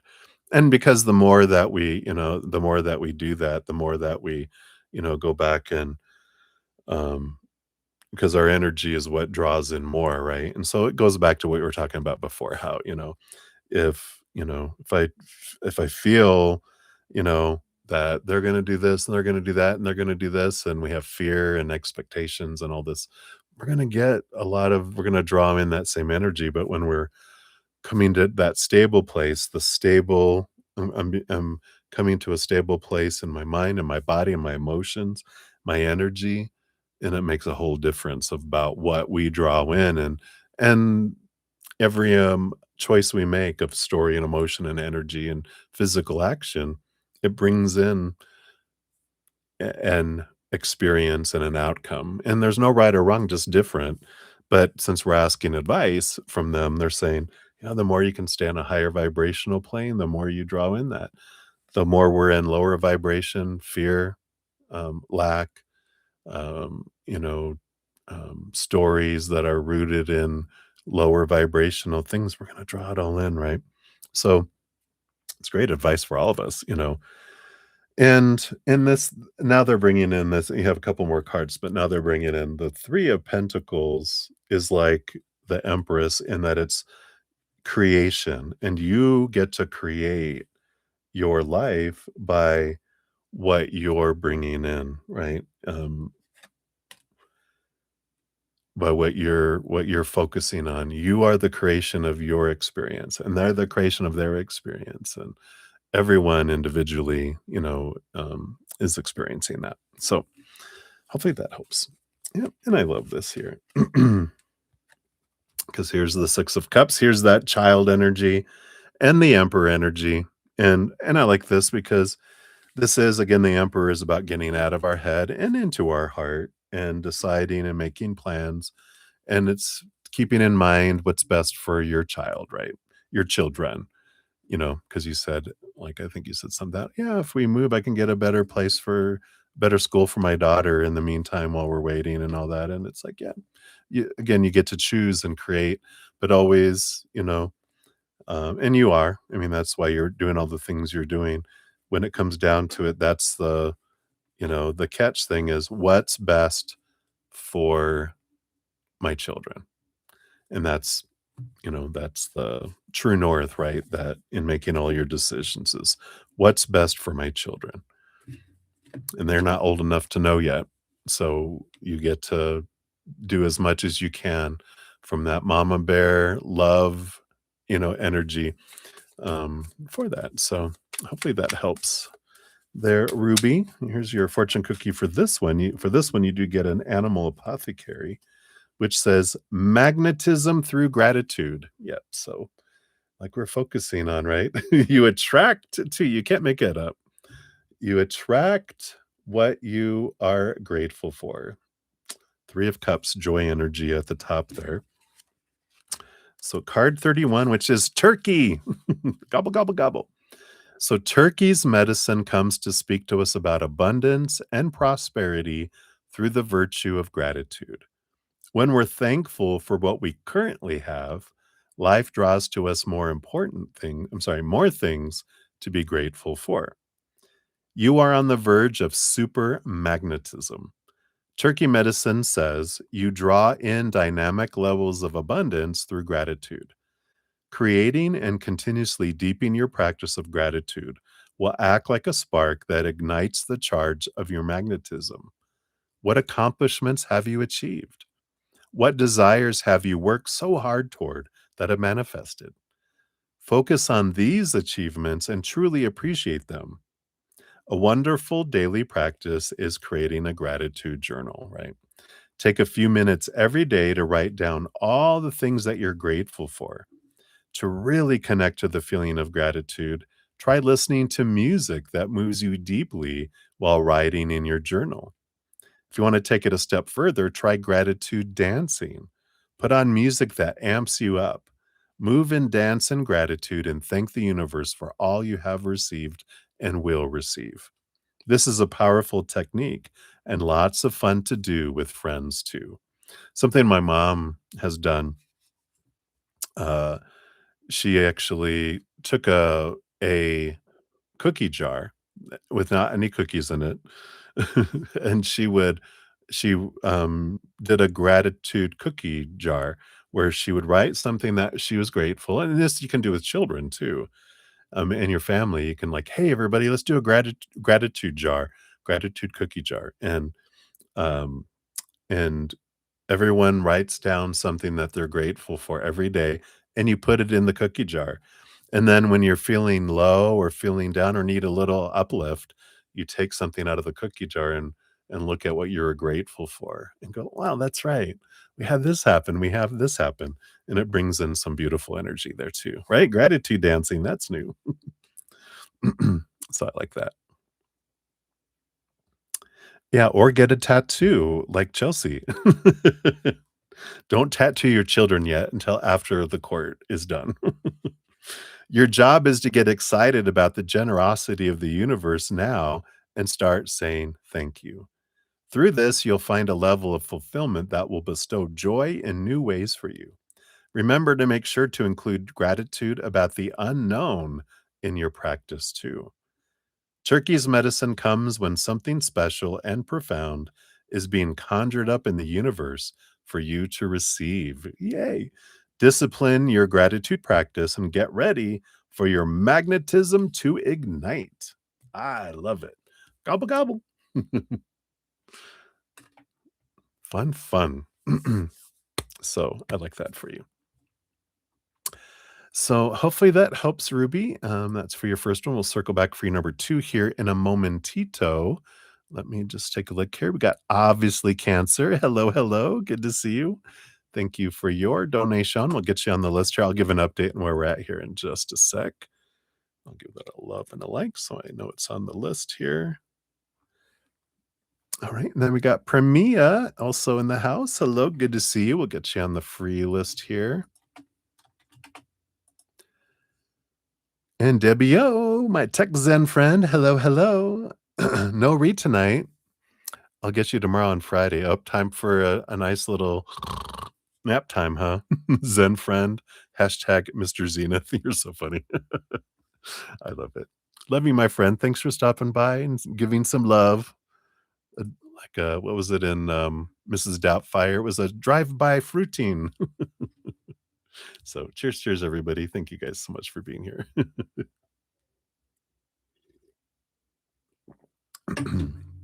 All right. So we have up next, we've got Ruby for number two, and then two for Maria P, and then obviously Cancer. You're up after that.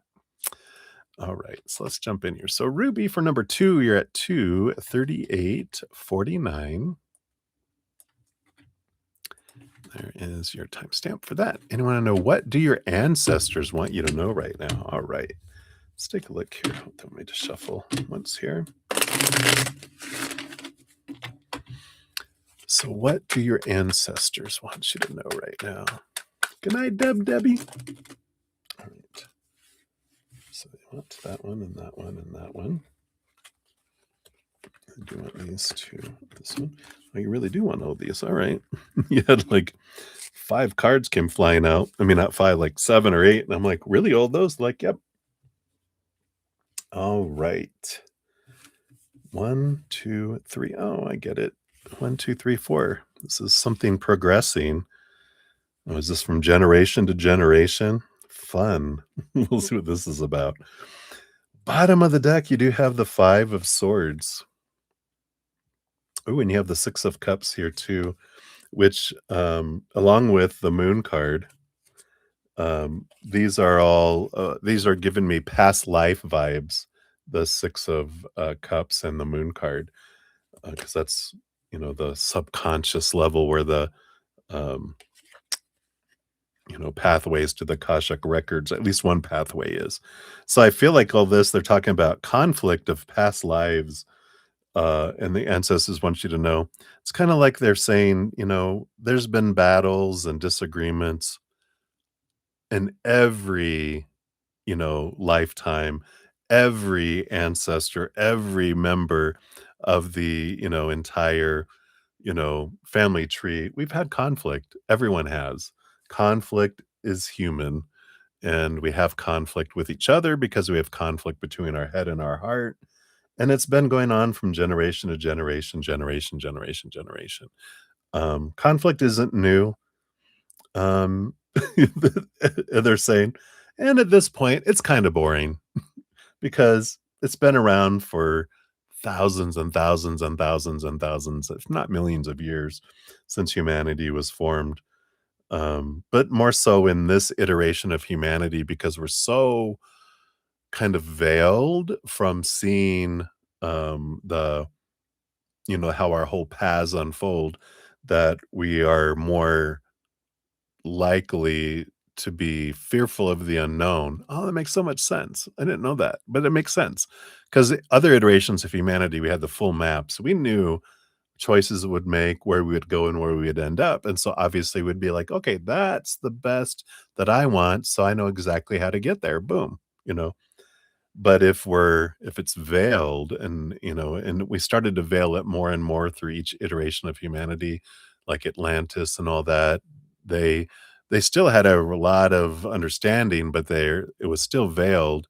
That's why such bad things happened with Atlantis because the time before that, the iteration before that, we knew what would happen. If I do this, oh, to blow things up, don't do that.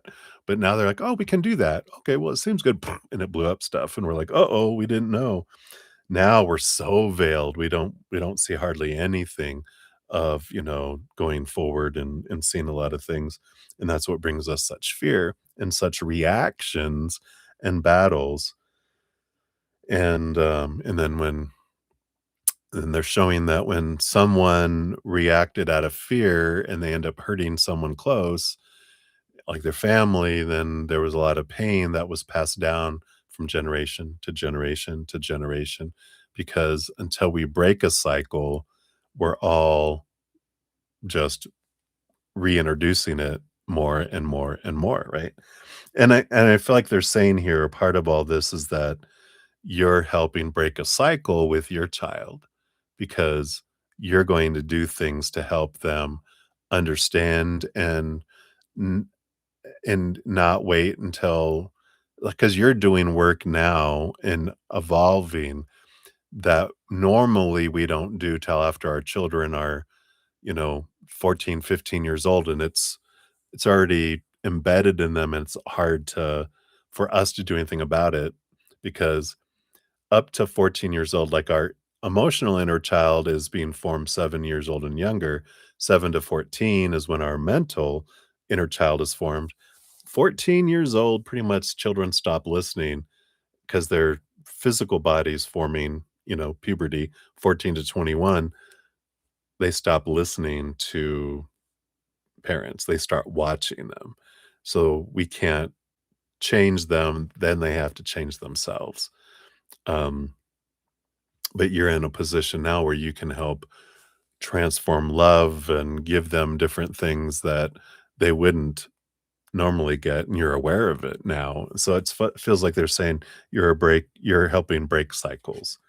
Yeah, you have the 10 of Pentacles. Yeah, here's the family tree energy. Usually the pentacles are in the form of the tree of life, and this is about family and family tree, and that you're a part of the family tree. In fact, with this past life energy, you've been part of this family tree back generations. You've had a few appearances. So some of your ancestors are you. I don't know if we talked about that before. It seems familiar, but you've been there before, and you're presented. You wanted to be in this family tree again in this lifetime to help break cycles, and I like that. The two that you're moving to, yeah, the nine of wands. Yeah, look. So some people have been trying to make change for a long time. The nine of wands. You can see the head, um, little wrapping they have is because head injury. They've been hitting their head up against a wall for a long time. But the chariot is victory and movement energy, and you came in as your, as yourself now. But just realize you're in your own ancestor. You're the ancestor of your family tree coming back in. And I don't feel like you might not be the only one either, but I feel like you're an important one because you're here to achieve, to move things, to change things, to bust through this barrier that no one's been able to get through from generation to generation, as some abuse has been passed down from generation to generation. In fact, it can also be your um, son's father's generation that abuse has been gone down. And if you don't have it in yours, then you wanted to come in to be able to cut it off at the, you know, you had to like come in a different direction because they might be so embedded in the abuse that's been handing from generation to generation that they can't break out of it. And you're like, here, I'll cut you off at the pass and bump you out of the way. So I like that. Let's see what else you have here. Moving into these three, you've got, yep, the Nine of Cups, the emotional dream come true. Yep, and the breaking, the Two of Wands is the change of energy. At the Five of Pentacles, breaking this energy of feeling abandoned, left out in the cold, left behind, not enough. And so this is part of the breaking of the cycle energy here. So that's what we were talking about. Leading to these four. Yep, Page of Swords. I like it. The clarity that's coming in, breaking free of the lies, the deceit, the stories that are conflicting, ready to go. Yep. And replacing those stories with this fullness, this abundance, this powering energy that's coming in here. So it's like the King of Pentacles, moving it from the 10 of Pentacles to the King of Pentacles. It's like taking the sense of worth to a whole new level amongst the family trees. And it's like this is the two family trees that are pollinating next to each other, but it's interacting, and you're helping impact both family trees, um, even if you can't see it sometimes. You're like, "I don't see anything changing," but there is change, and it's more for the future generations that you'll see the change. You won't see the old generation change, they're saying. You'll see the new generations be different. The ones like, because they say something like, "We impact 7 generations to come." So, I like that. Right, and let's see what your fortune cookie is. This one is from the Memento Mori, which is remember you die, which then gets followed up by Memento. I have to look it up. It's in the little book here, but it means remember to live. Because when we remember we die, it's remember to live today kind of energy. Yep. And you have love endures. Oh, I love that. So love endures.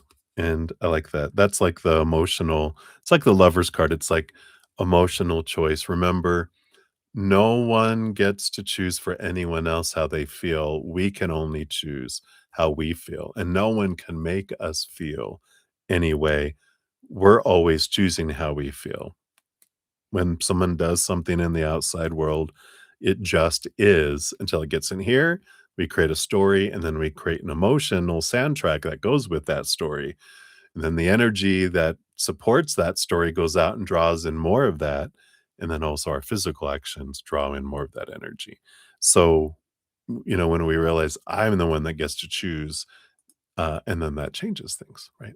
So, hopefully that helps, my dear. That is what they have for you. So many blessings to you. Thank you again for your dual donations. And I believe we have, yep, you're on the free list. So we'll eventually circle back around for that too. Right. All right, my dear. So that's what they have. So many blessings to you. We got Crystal Ray. Hey, everybody. Hello, Crystal. Good to see you. Welcome, welcome. All right, let me take a quick sip here. So up next, we do have two for Maria P. And then obviously Cancer will be up after that. And then I do believe, that that's it for donations right now.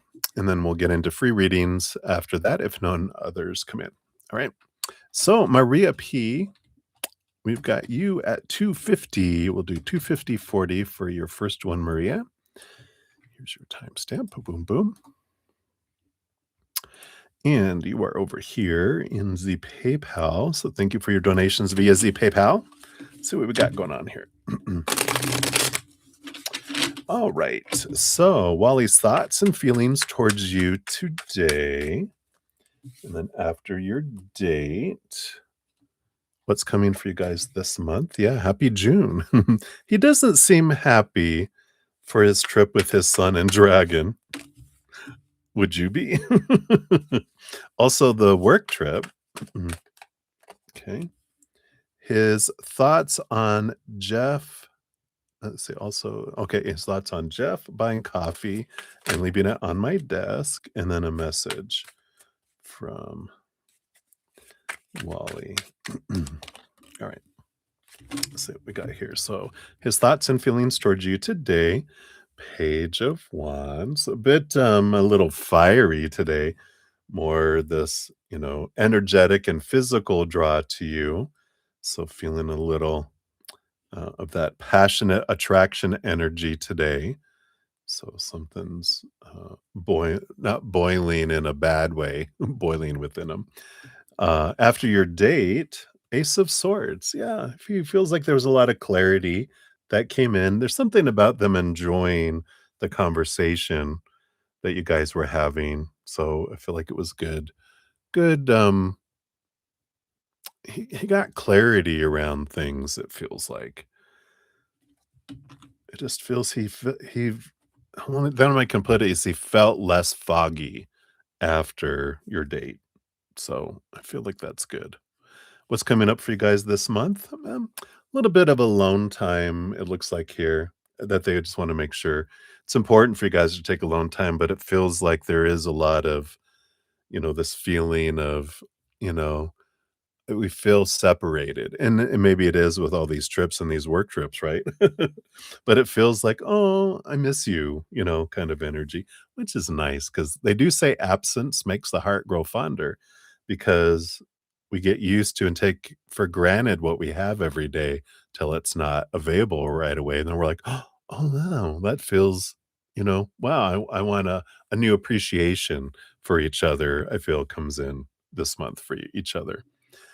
He doesn't seem happy to go his trip. Yeah. Six of Swords. Yeah, it's a bit choppy waters, the Six of Swords, because and I do feel like, there is like um I feel like someone else is driving the canoe, right? Driving the boat. And there's a lot of expectations. The Six of Swords is about trying to let go of old ways of thinking, see it from higher perspectives, allows us to go from choppy waters to calmer waters. But there's a lot of involved in here because this is about movement as well. And I feel like, because is this going to go visit college or something? Because it feels like this is part of them leaving and that they're gonna be gone out of like, I'm not gonna see them as much as I have before. They might even be looking at this is one of the last trips I'll be on with my son because after he goes to college, then there you go, their life goes, I'm not gonna see him like I saw him when they were living with me, kind of energy. Um, so I feel like that. What about, the work trip? We got the 4 of Swords.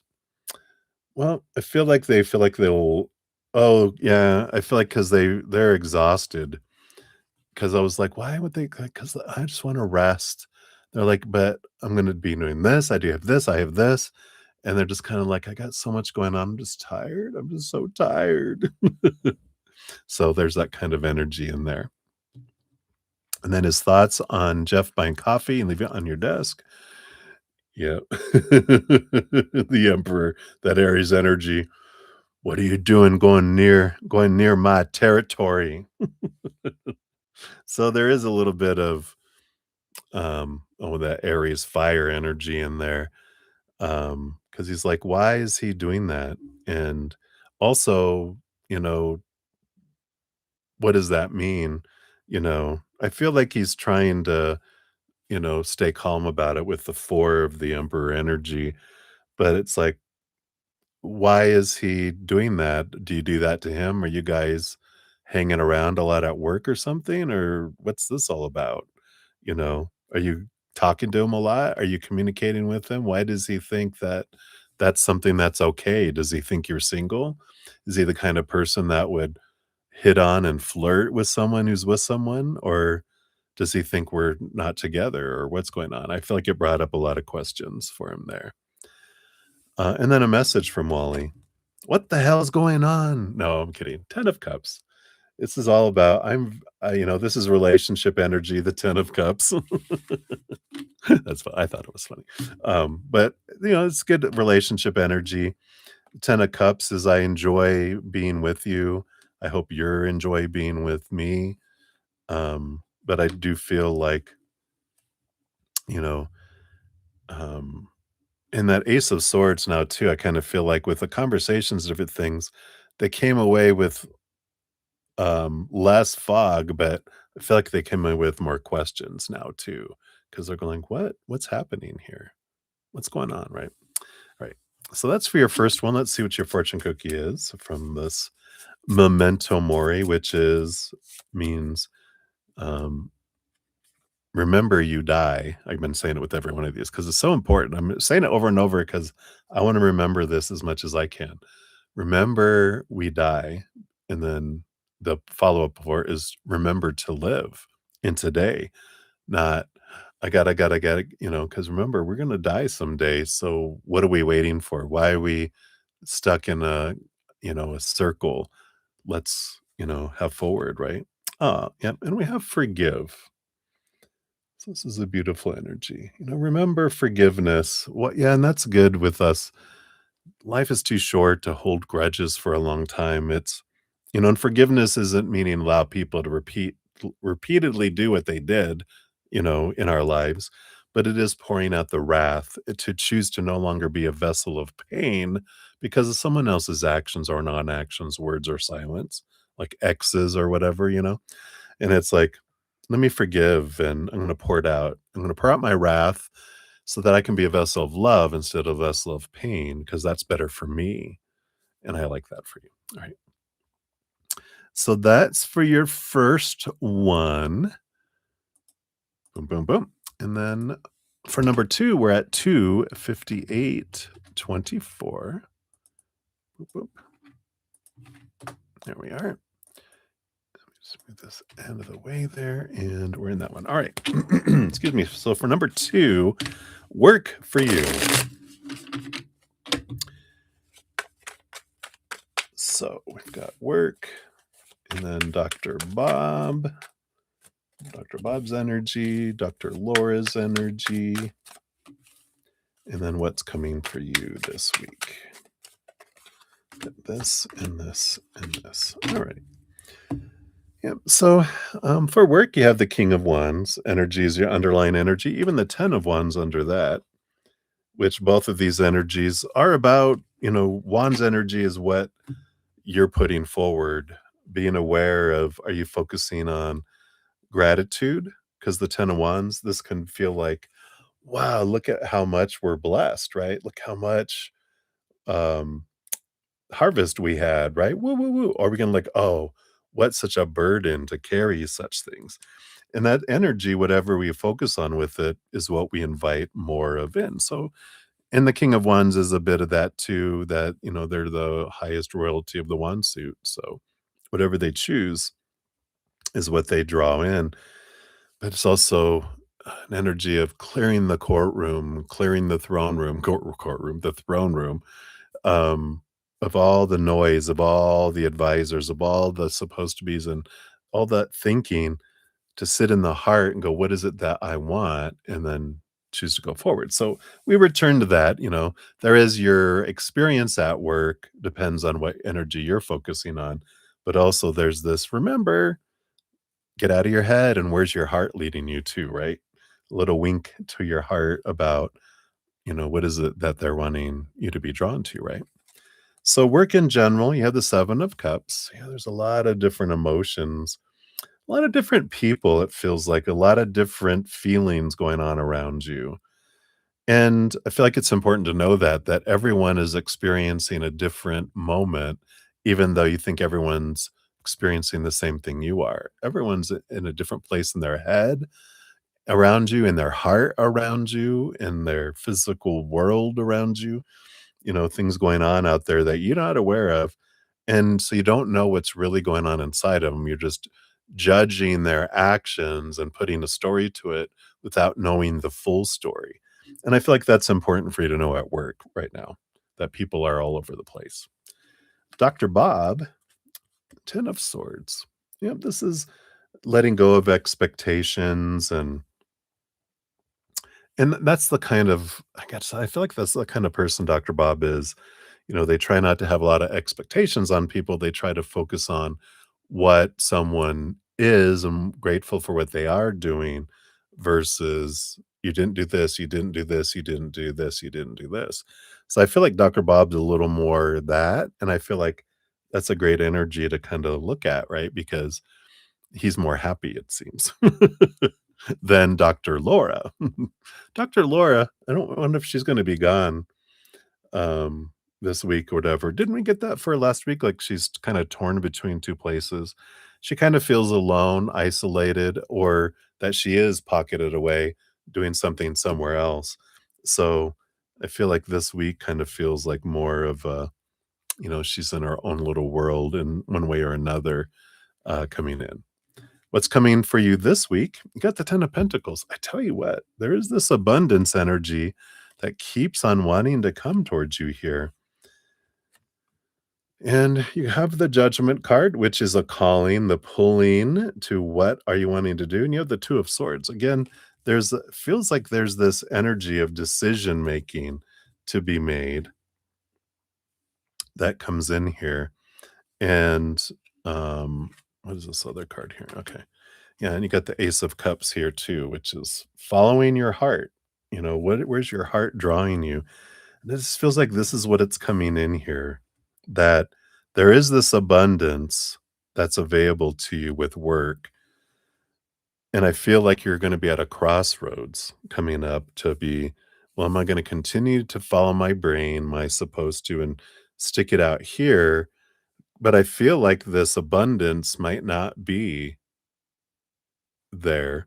I feel like you're going to get some abundance there, but the danger is that it keeps you, okay, that's enough to keep me trapped here, feeling like I'm trapped, versus if my heart is taking me somewhere else, I can go there and have true abundance over there. And so I feel like, this is what's coming up here for you. They keep on kind of nudging you, saying, what's keeping you where you're at versus have you looked around outside? Where's your heart pulling you in the outside world, right? Because there's something that brings you this sense of bigger abundance and fulfillment in following your heart in the outside world. So interesting. So what your fortune cookie brings in for this one. What's this one here? And you have, yeah, let it go. You want to be a dancer? Is that what you always wanted to be? A ballerina? What is the dream, right? Some people, it was a ballerina, right? So I like that. right. So that's what they have for you, my dear. Hopefully that helps. Thank you again for your donations. All right. And then obviously Cancer, you're up 30444. Look at all those fours. So again, thank you for your patience and getting to your reading. And thank you everybody who's waiting for your free readings too. Got those coming up here in a shortly. So obviously Cancer, thank you again for your donation. And when I go, can we tell you about your love interest? You'd like to know how she feels about you. Some advice for her comfort would be great. All right, let's take a look here. So, what can we tell you about your love interest? Got this, got those. Oh, that way below the surface. Below the surface and way below the surface. That's probably some stuff she doesn't even know. All right. And then how does she feel about you based on current? All right, we got that. Doing that. And then some advice for her comfort. Okay, got that. All right. All right. And all right. So bottom of the deck here, we do have the 10 of Wands. And just advice overall for your reading. This is what energy is flowing below the entire reading for you, which is, wherever we focus our energy is what we draw in and what expands in our life. And so, when I'm focusing on what I'm grateful for in my life and what I have and what I have had, I draw more of that in, right? That's how manifestation really works. It's not about asking a whole lot, because you start asking for something over and over again, it becomes lack. And that's the thing, is if we're focusing on want all the time, not all the time, but want, need, that's lack energy, or we fear something won't come in, or we have expectations of what something should be. We end up focusing on what's not happening, which again is lack energy. We end up pushing something away.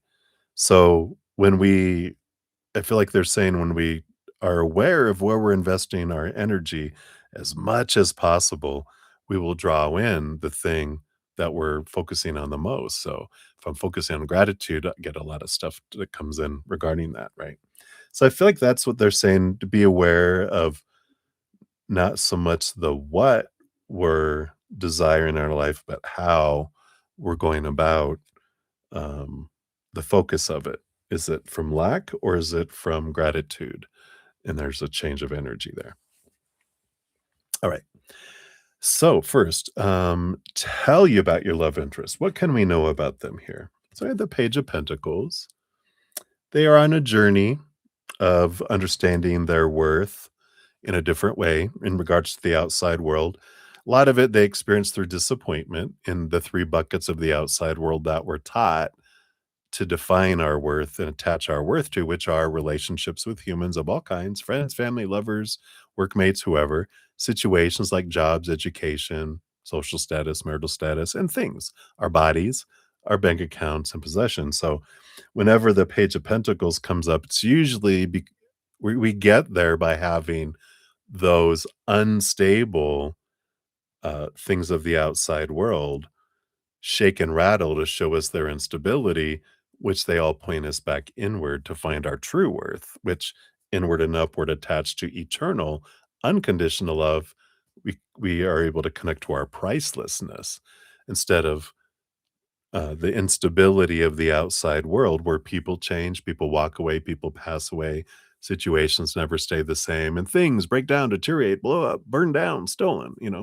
all of that instability of the outside world um, shakes up our sense of worth until we find the stableness. And that's what this is about, is they're on a journey of finding their worth in a different way.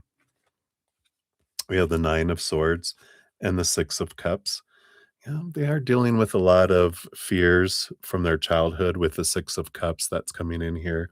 So, they do have this energy of dealing with some of these things. They might even be having some nightmares and insomnia just about the past, fears, failure, different things that are coming up because they're ready to be released, and they're going through a big release in their life with this, this energy that's coming in here. Below the surface, yep, they're on a huge transformation. They're being woken up with that judgment card. The hangman is like a caterpillar transforming into a butterfly. So they know they're going through this transformation. Um, but, you know, growing pains, um, you know, happen, in what did they say? It's Humble the poet. He says, there's no growth in the comfort zone, and there's little comfort in the growth zone. And that's where they're at. They're in a growth zone. So it's not a whole lot of comfort, but growth is worth it when we're on the other side of it, right? Way, way below the surface. Yeah. Again, the 4 of Pentacles is what I was talking about with, the 3 buckets of the outside world. There's a lot of energy being flooded into them around their worth right now from the upper realms, and this is part of what they wanted to happen here. So the little growth button has been pushed by their higher self, and it's growth time, baby. So they are definitely going through there, but it's for them and not happening to them. And when we realize that I don't have to fix this because they're a mad little scientist in their mad little scientific lab having their mad little scientific experiment, and I it's not my job to go in to make sure their experiment is going because I don't know what experiment they're doing. If I think they're doing the same one as me, I'm gonna end up blowing up something. So we can just offer love and support and as they're going through their journey, because we can't do that for them with all this, right? Um, so how does she feel about you? Yep, her head is conflicted with her heart. What else do we got here? Yeah, we have the Ace of Swords. She is seeking clarity, though, and temperance, which is it's a balancing energy. It's the going back and forth energy, and so I feel like there's slow movement, but it's allowing the time for her head to get past these fears of this 9 of Swords, right? This is what, she's going through. She's facing all this, and the 5 of Swords in the conflict between the head and the heart's like, it's attracted to you, but the mind is, "No, we can't do this. We've got to, I'm scared," kind of energy. I've got some stuff that are alarms are going off, but it's not because of you, it's because of the past, like we said, from the childhood with that 6 of Cups energy, right? So, there is heart energy there, but it's definitely feels limited by the mind, and the mind wants time to figure things out, to feel safe before they'll open up.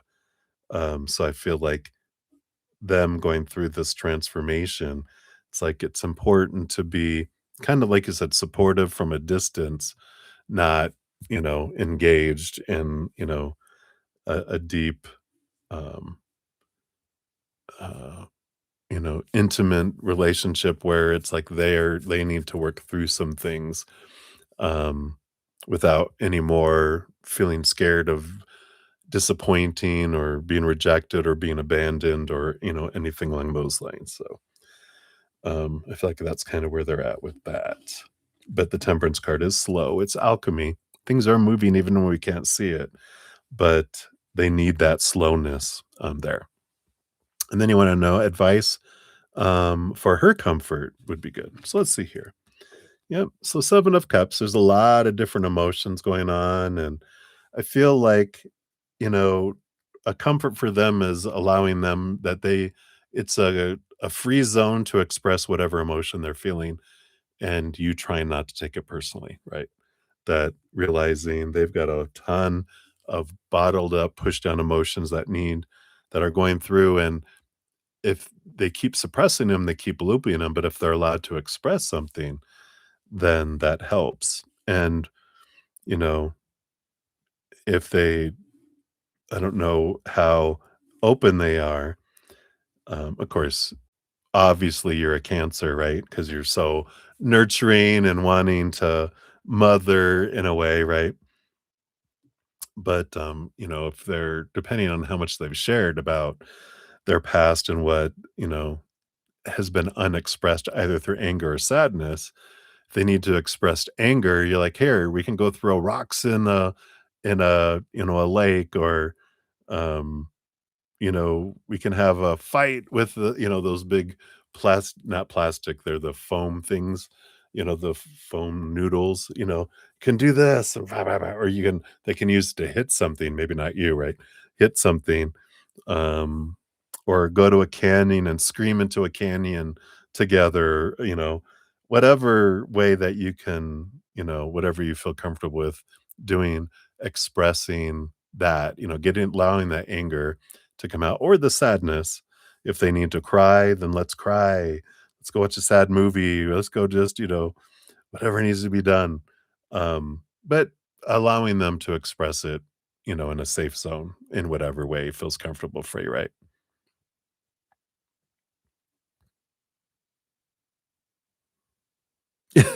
Yeah, right.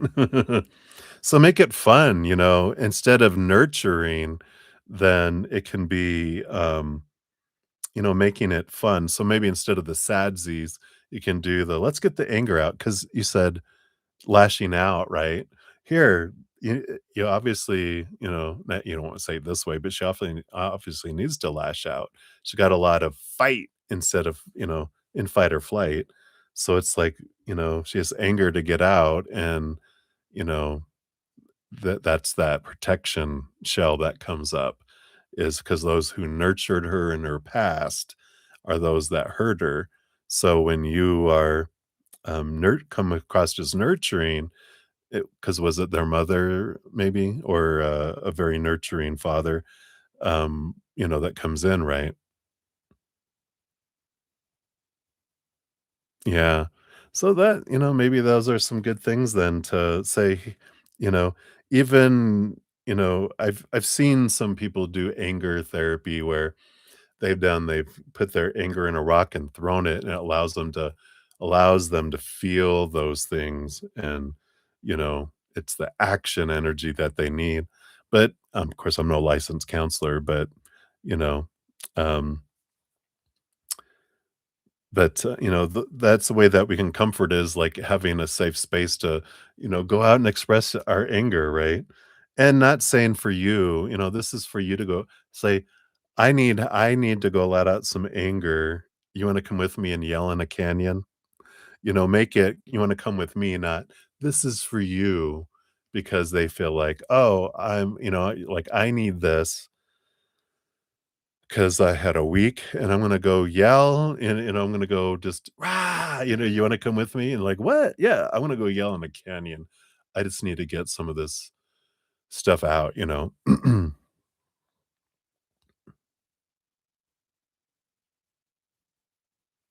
Yeah, isn't that great? She's like, "I don't wanna be." Yeah. So so that's something to think about there. Yeah, in the chariot, I feel like this is important, to know, because the chariot does talk about, you know, you can't control their choice of story, their choice of emotion, their choice of action, their choice of energy. And, this is the Cancer moon energy, so this is your energy too, right? Um, and, um, this is action energy, but it's realizing I can only choose my story, my emotions, my energy, and my actions. I can't control theirs. So I'm going to bring all my energy back to my choices. And the more I choose higher vibration energy rooted in unconditional love and gratitude, and that, like the 10 of Wands had in the beginning, right? It was that if I focus on what she's not doing and how she's acting, and what I don't like that she's doing, I get more of that. Instead, I'm gonna focus on what I love about them and what I'm grateful for about them, and even share it sincerely, and again, they're gonna see through any kind of blowing smoke up their butt, right? It's gonna be, what do you love about them? What do you appreciate about them? What are you grateful about them? And just mention it, you know? And I feel like that's something that we can do because we can make it an easier choice or a harder choice for someone to choose higher vibration or lower vibration by our energy, but we can't choose for them. You can give someone the world, they can still be pissed off, right? You're like, understood, noted, right? Uh, and experienced. And that's all right. This is like bringing the energy back. I don't have to solve them. I don't have to fix them. I can just let them be who they are, and I'm going to let my choices, my energy, and I can offer, like you have a heart, a huge heart. So your desire is to nurture and help, but you're like, you know what? The best thing I can do for them is let them be them. And, like you said, maybe not, and kind of maybe not as a guy friend, but just as a non-binary. You could treat him as a non-binary friend, not as a guy and not as a girl, but just as a friend, as another human that has a boatload of emotions, um, and that they are divine masculine, divine feminine, and you're like, "Hey, I wanna go do this." If you wanna go do this with me, but definitely I feel like this is about taking ownership of your own self and, where, everyone's a mirror for us. So is there any unexpressed anger or sadness within you that you wanna work on? And then you work on those things, right? Um, yeah, yeah, and that's scary for her. That's activating, that's where that fear comes in, right? The more love you give. But and then be patient, you have the 7 of Pentacles. It's the last thing that grows on the fruit tree is the fruit. And it's being patient, just and that's when you kinda release the need for an outcome and that they have to change and be someone else. When we start just appreciating who they are and not thinking that they need to be anyone else than they are right now, then we just let you get to enjoy who they are in the moment, and you're focusing on what you enjoy about them, you start experiencing more of that.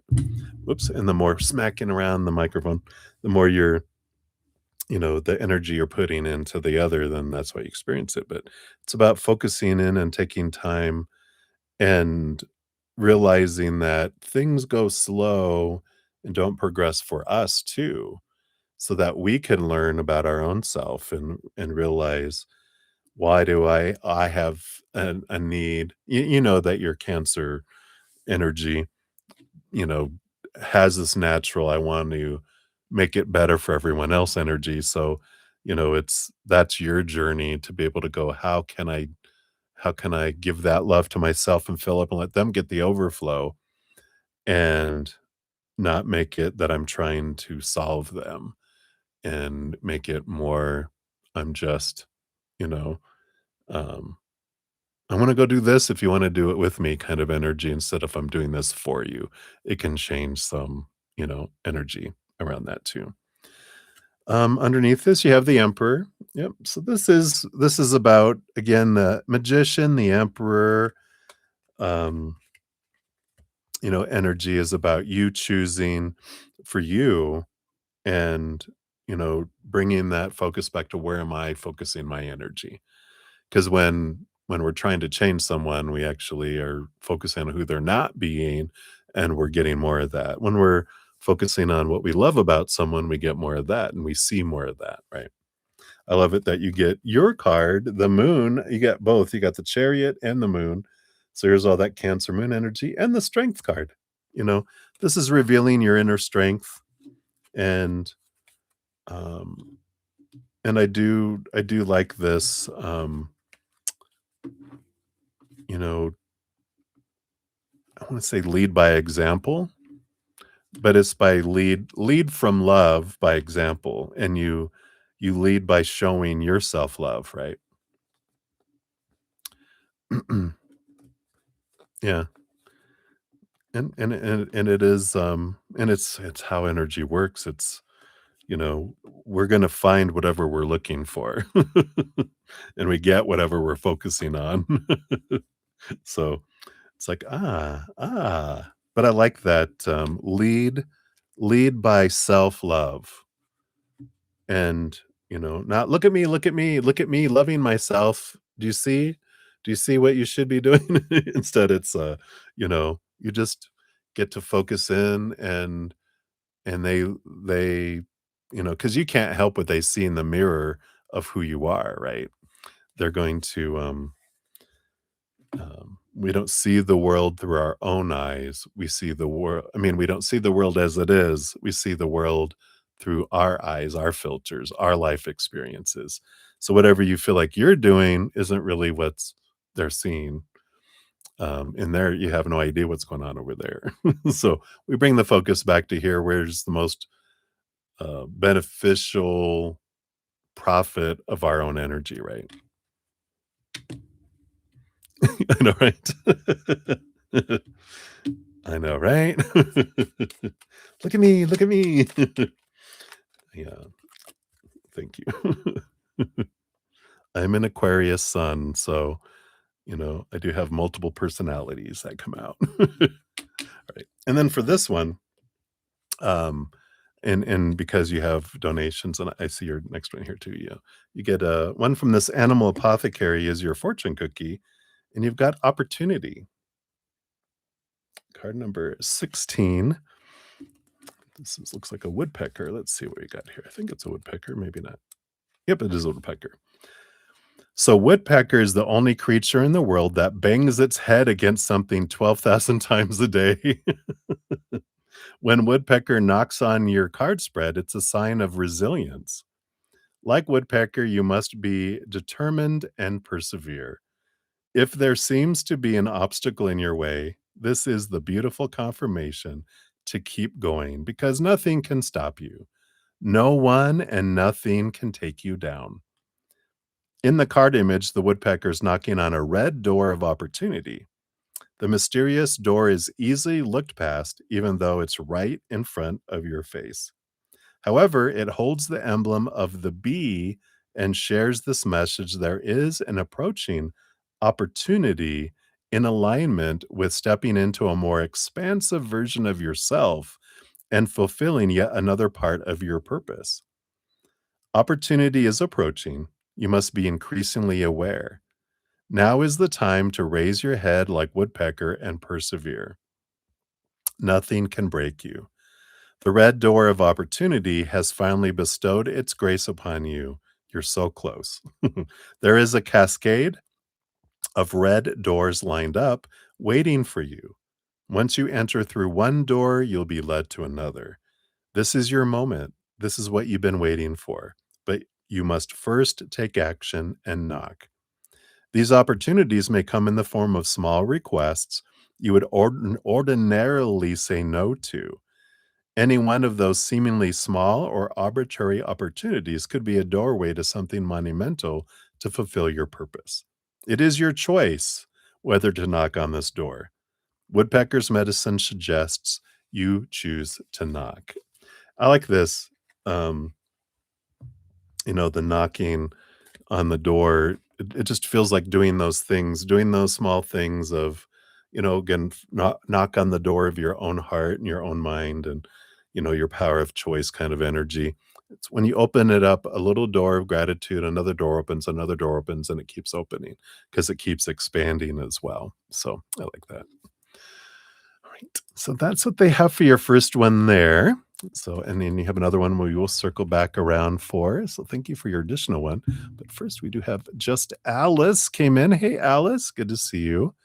Let's see here. Let me check some timestamps. So we've got that there.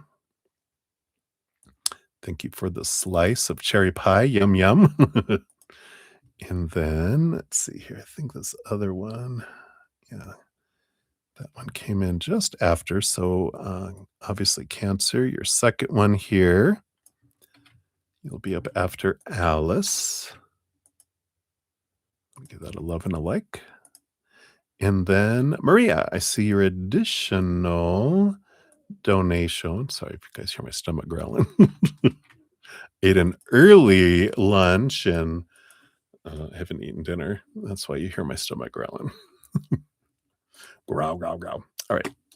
So we have Alice, and then back to you, obviously Cancer, and then to Maria P for donations, I think is where we're at. All right. Let me drink the last of this coffee here. Bring in the water. Oops. Evidently have a drinking problem. All right. All righty. So let us dive back in here. So we got Alice, 329.57 is for yours. So thank you again for the donation. And you want to know, why did Varun unfollow you on Instagram and won't add each other back? He both unfollowed you and removed you as a follower and won't do anything about it. All right. Let's take a look here. See what's going on here with Varun. So why did he unfollow you on the Instagram, the IG? Got that. And then why won't he add you back? All right, let's see what's going on here.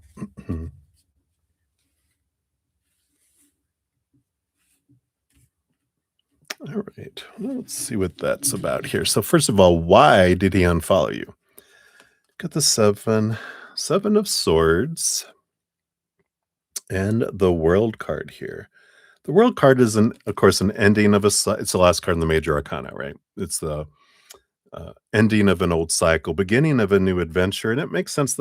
Now that I see that, the bottom energy is the Page of Pentacles. They've got like this new opportunity, or this new, I'm wanting to change things in my outside world. The Seven of Swords is, I'm getting real with myself. I'm seeing the truth of things for myself, at least from my viewpoint.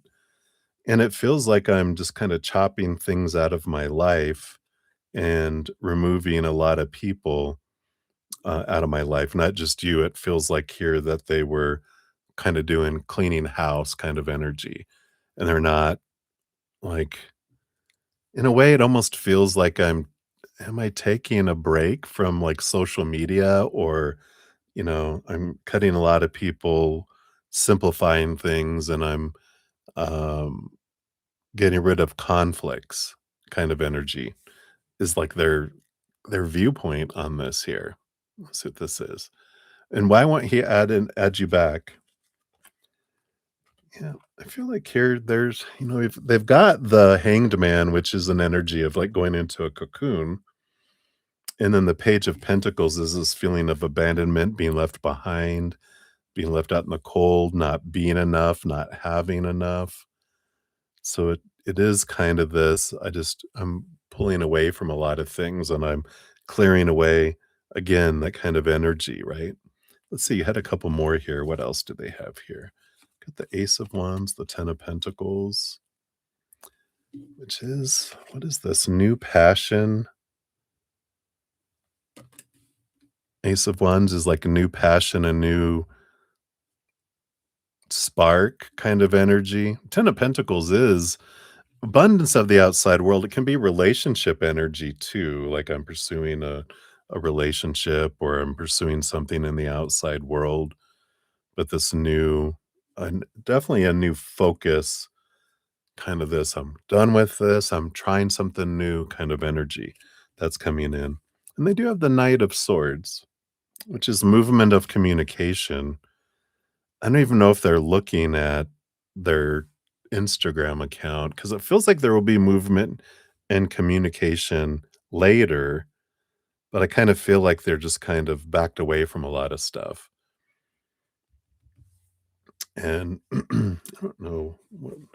Just going to ask one more quick question, which is, what spawned this? What is causing this new cycle, this new stuff?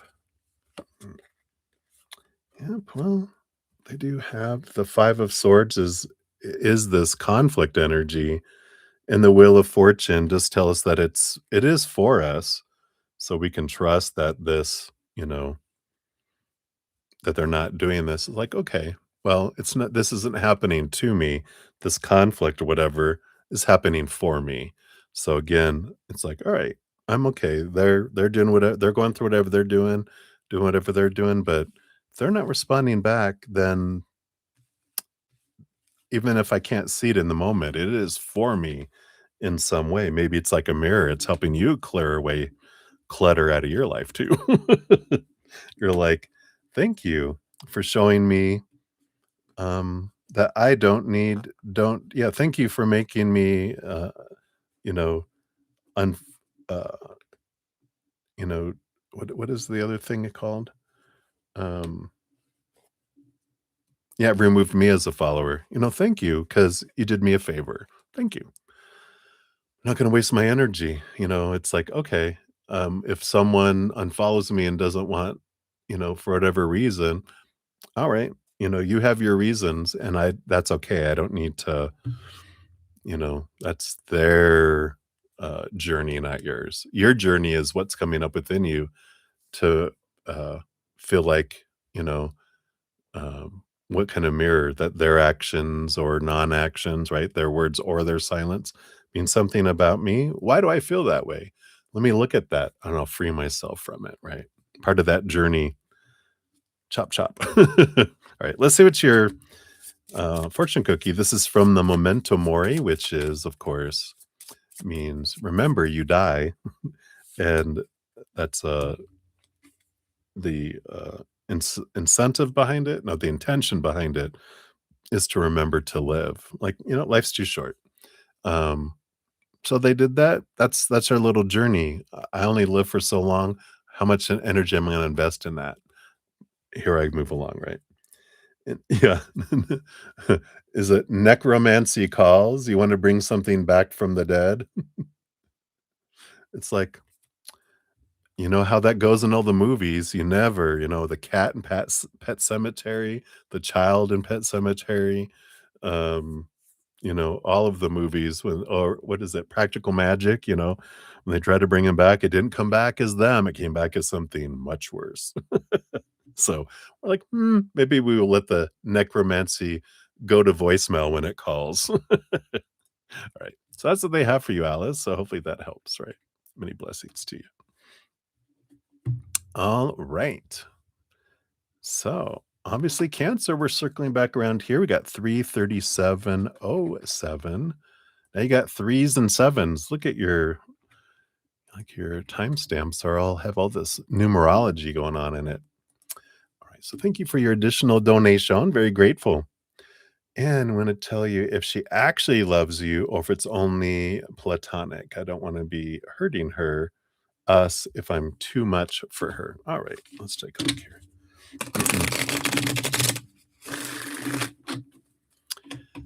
So can we dive into here to find out about love, love, love? Is it love, love, love, or is it just friends here? And then, are you too much? You're always the perfect amount, right? It's like a wizard is never late. They're always on time, right? From Lord of the Rings, right? Anything else around this here? All right. I love it. That the bottom energy is the moon. Here is your energy. Underlying energy is you. And can a Cancer moon be too much? Yeah. An actual Cancer full moon can be a lot for people because it's a reflective energy. But realize that anyone and everyone would be too much for us. When we're in pain, everyone is a mirror reflecting back to us what we want to see about ourselves until we see it. So no matter who is around them, they're all reflecting back. And the reflection in the mirror doesn't change until the person looking in the mirror changes. So they're going to see the same reflection wherever they go. So they probably do have a very conflicted uh, experience right now with all the conflict inside of them as being reflected back to them in a lot of different ways from a lot of different places and people, in dreams and everything else, right?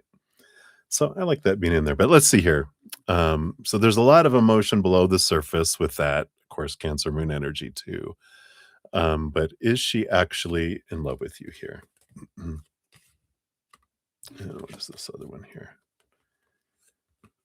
You know, and this makes sense. We've got the high priestess here. She's in her high priestess temple.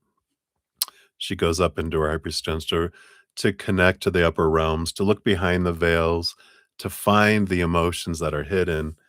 You have the Ace of Wands and the Ace of Pentacles here. And when I saw this, it it you know, it's such a great message that no one can love anyone else more than they love themselves, nor receive love from others more than they love themselves. So if I love myself this much, no matter how much love I have and I want to give out, drip, drip, and no matter how much love someone wants to give me, drip, drip, because every relationship I have is a reflection of my self-love. And friends, family, lovers, whatever, kind of energy that's here. And with this Ace of Wands, you know, there is an energetic attraction, energy and physical attraction. The Ace of Pentacles, is a kind of possibility energy, but she can't. I mean, the Moon card does say that there's emotion below the surface, but she can't really maybe even recognize it. Definitely can't express it yet because of her amount of self-love is this much. That's all she can give and receive, right? Yeah, she does. She hates herself. Well, she doesn't love herself, right? That's the thing. She might not hate, but she definitely is hurting, right? You're like, "No, she hates herself." Okay. You know. And then below the surface of that, let's see what we have here. Yeah. And so underneath that, you know, we've got the Queen of Cups and the Ace of Cups. So here's that she can only love people as she loves herself, and the Queen of Cups is a lot of emotion below the surface again. Like the High Priestess, I mean, there's a lot of emotion that's there, but I just don't she can't recognize it because she doesn't know what love is yet, because she's still, blinded by the experiences that she had, right? Yeah, highly critical. And then I was looking into about this being too much. Yeah, that's funny. Too much? No, 2 of cups, 2 of pentacles. You're not TOO much, you're TWO much. Yeah, because the 2 of cups and the 2 of pentacles, there is that energy there, but the 7 of swords is all her lies that she's telling herself, and the fears of being lied to and deceived, and you know all these stories she's telling herself up in her head, that's there. um and she needs to see it. And yeah, you definitely, this 8 of Wands energy with the 6 of Pentacles, there's a there is a lot of energy. It's like, am I too much? No, you're the perfect amount of whatever, she's, seeing there, right? High Priestess is like Pisces, water sign energy. Sagittarius is Temperance. Temperance is Sagittarius. Um, yeah, um, but a Sagittarius moon, yeah, that explains the fiery moon. The fire. But the 6 of Pentacles is that, um, you know, the um, the sense that uh, of the out of balance, the rate of exchange. Like, she grew up feeling she has to give 1,000 coins to get one back, And so when you give to her, she's like, "I can't afford that." Because if you give her 10,000 coins or 10,000, if you give her 10 coins, that means she has to give 10,000 coins. And she's like, "That's too expensive. No, stop that. Stop giving to me. I don't deserve that." That's what the 6 of Pentacles is all about is, that, codependency, the overgiver energy that she has, and so when a giver gives to an overgiver, it scares the crap out of them because they feel, like you said, I don't deserve that, but also, if I'm not needed, then that means I'm worthless, and so, that's the thing that she's, gonna be faced is a continual, codependent relationship energy, um, which, that's why it feels like too much because it does feel like too much to her because of her rate of exchange on the inside.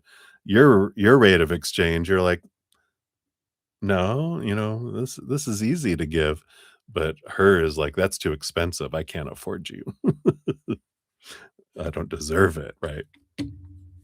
Let's see what the fortune cookie brings in here too. Let's see which one. We've got the Master Manifester,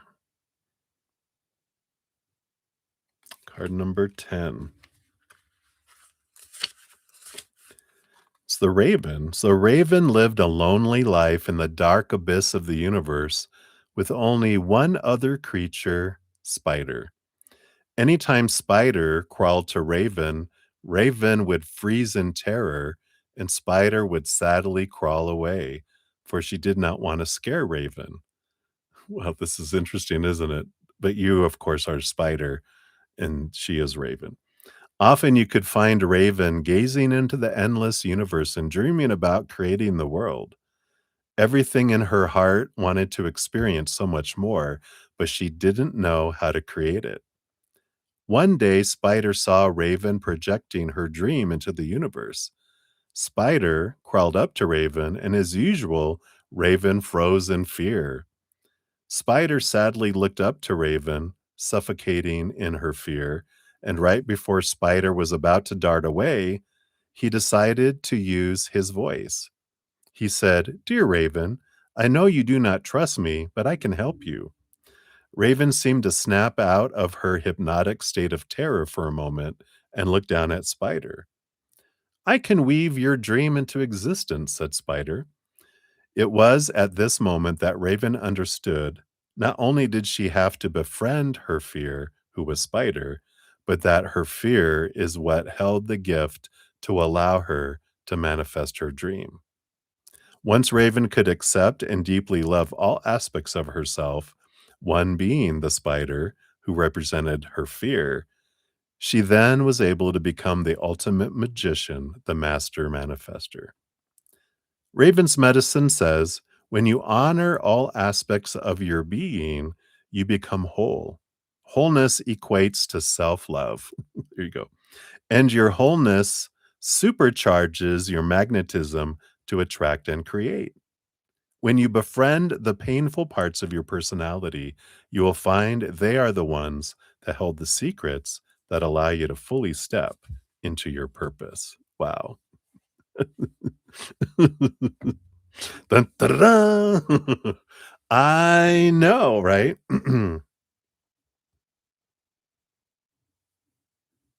Yeah, you are Spider. Isn't it crazy? It is. I love how the fortune cookies usually are so in alignment with the reading. But yeah, right. And we're like, what? But yeah, it's beautiful. I feel like just knowing, just knowing, what's going on within her and how she, you know, with you, if you allow her to give to you, at least for a while, and without you needing to give back to her, allowing her to, give. Like you're saying, "Hey, I'm gonna go to Like you said, "I wanna go to the canyon and scream. I need to get some of this energy out. Do you wanna come with me?" "Yeah." And then she's like, "Well, can I buy you lunch?" You kinda like, "Yeah, absolutely." You know, let and, so allow it to be not a giving kind of thing because that does scare the crap out of her, and she's not ready to love anybody because she doesn't love herself yet, so you're like, what she needs right now is just a spider friend. You get to be a Spider-Man. Spider friend. Da da da da. Alright. Thank you again so much for your dual donations, and hopefully that helps a little bit. Alright. Such an adventure, right? Alright, and then Sean G, hey, hey. I see your free question. I'll get you added on to the list here. And Ateshi Singh, hello, hello. Good to see you. We'll get you on. Oops. There we go. Get you on the free list here as well.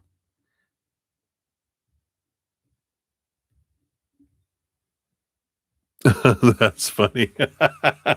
And so perfect. How did we know? That is hilarious. Just please don't kill her father. He's probably already dead. Well, I don't know. Maybe she does want you to kill her father, but don't do it.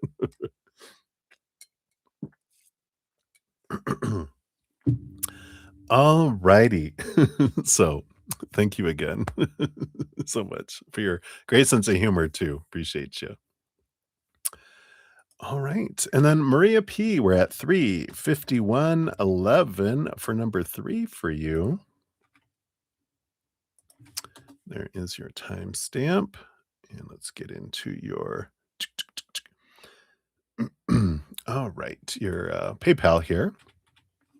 So let's dive back into to work. Dun, dun, dun, dun. So was Melinda happy or not when you went ahead and helped Brooke with the report? So what was Melinda's response there? Here we go. All right. She seemed stressed. All right, we'll take that. So does Dr. Laura see you being helped, being Melinda run the summer program? Okay, and then gossip is going that changes are coming. Gossip, gossip, gossip. All right, look at that. And then will I be moved good? So will it be a good move for you? All right, we'll take a look there.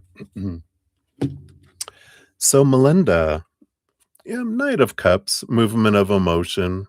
So I feel like, I mean, it it seems like she's happy. Um, I feel like she was in a mood with this Knight of Cups, so I don't feel like her energy was about you. I feel like there was other stuff going on. So it wasn't towards you and what you were doing, whatever. It just had to do what was going on within her. Like we got the Seven of Cups in your other reading, and I said there's a lot of people with emotions and stuff going on. So just be aware that a lot of people have a lot of stuff going on and you don't know the full story. So that's that thing. Just, realize, people are in it, right? Got Sagittarius full moon yesterday or day before yesterday. Wait, today's Wednesday. On Sunday was the Sagittarius full moon. So there's a lot of still full moon fire energy going on. So just, realize people have stuff going on. Does Dr. Laura see you helping Melinda? Da, da, da, da.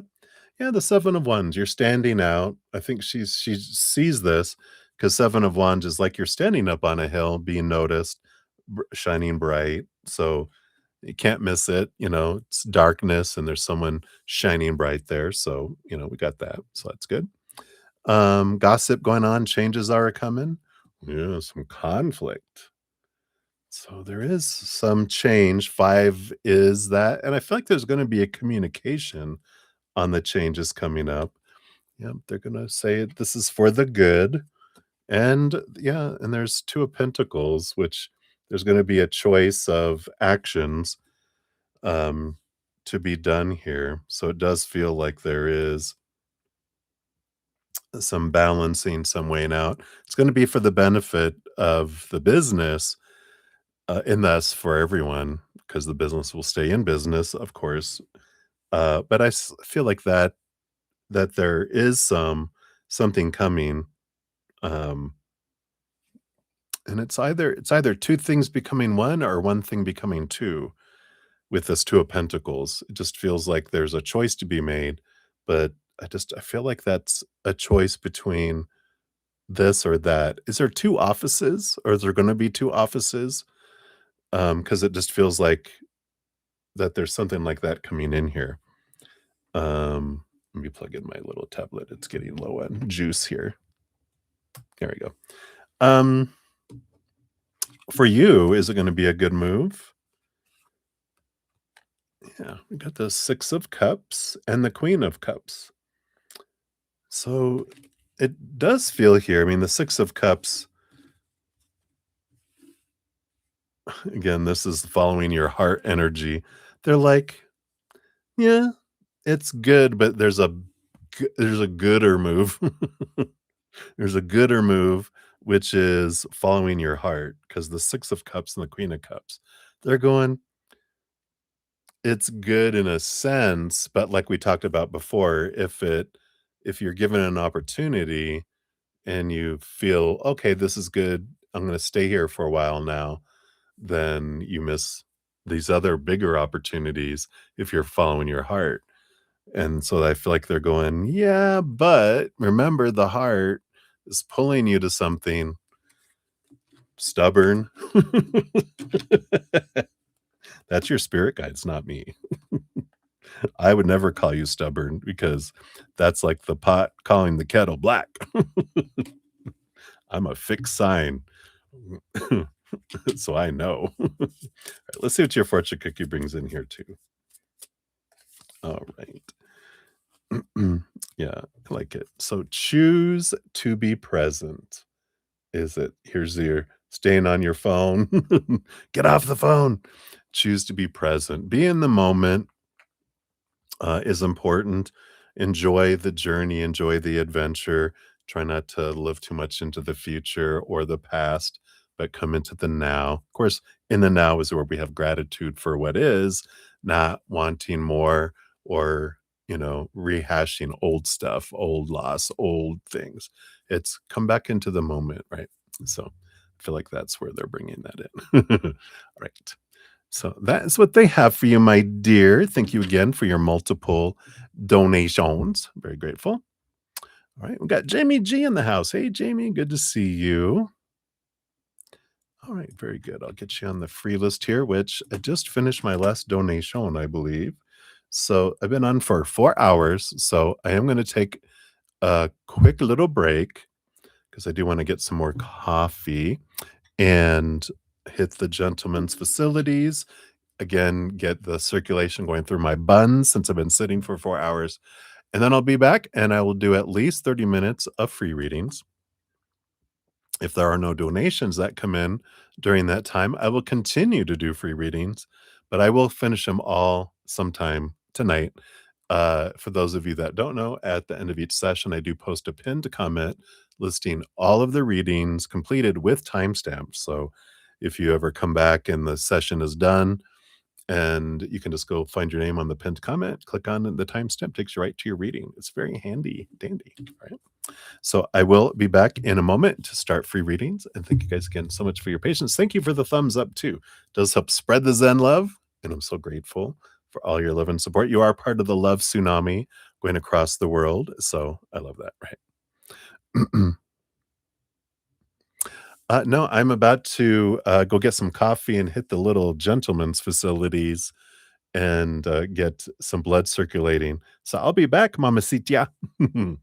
So you can still put a question out there. I'm about to start free readings. I just finished up donations for the moment. So I shall be back. So type out the guess what, but I have to run real quick and I'll be back in a moment. I was right. Shut up. No way. About what? Please do tell. I'll be back to read it here in a sec.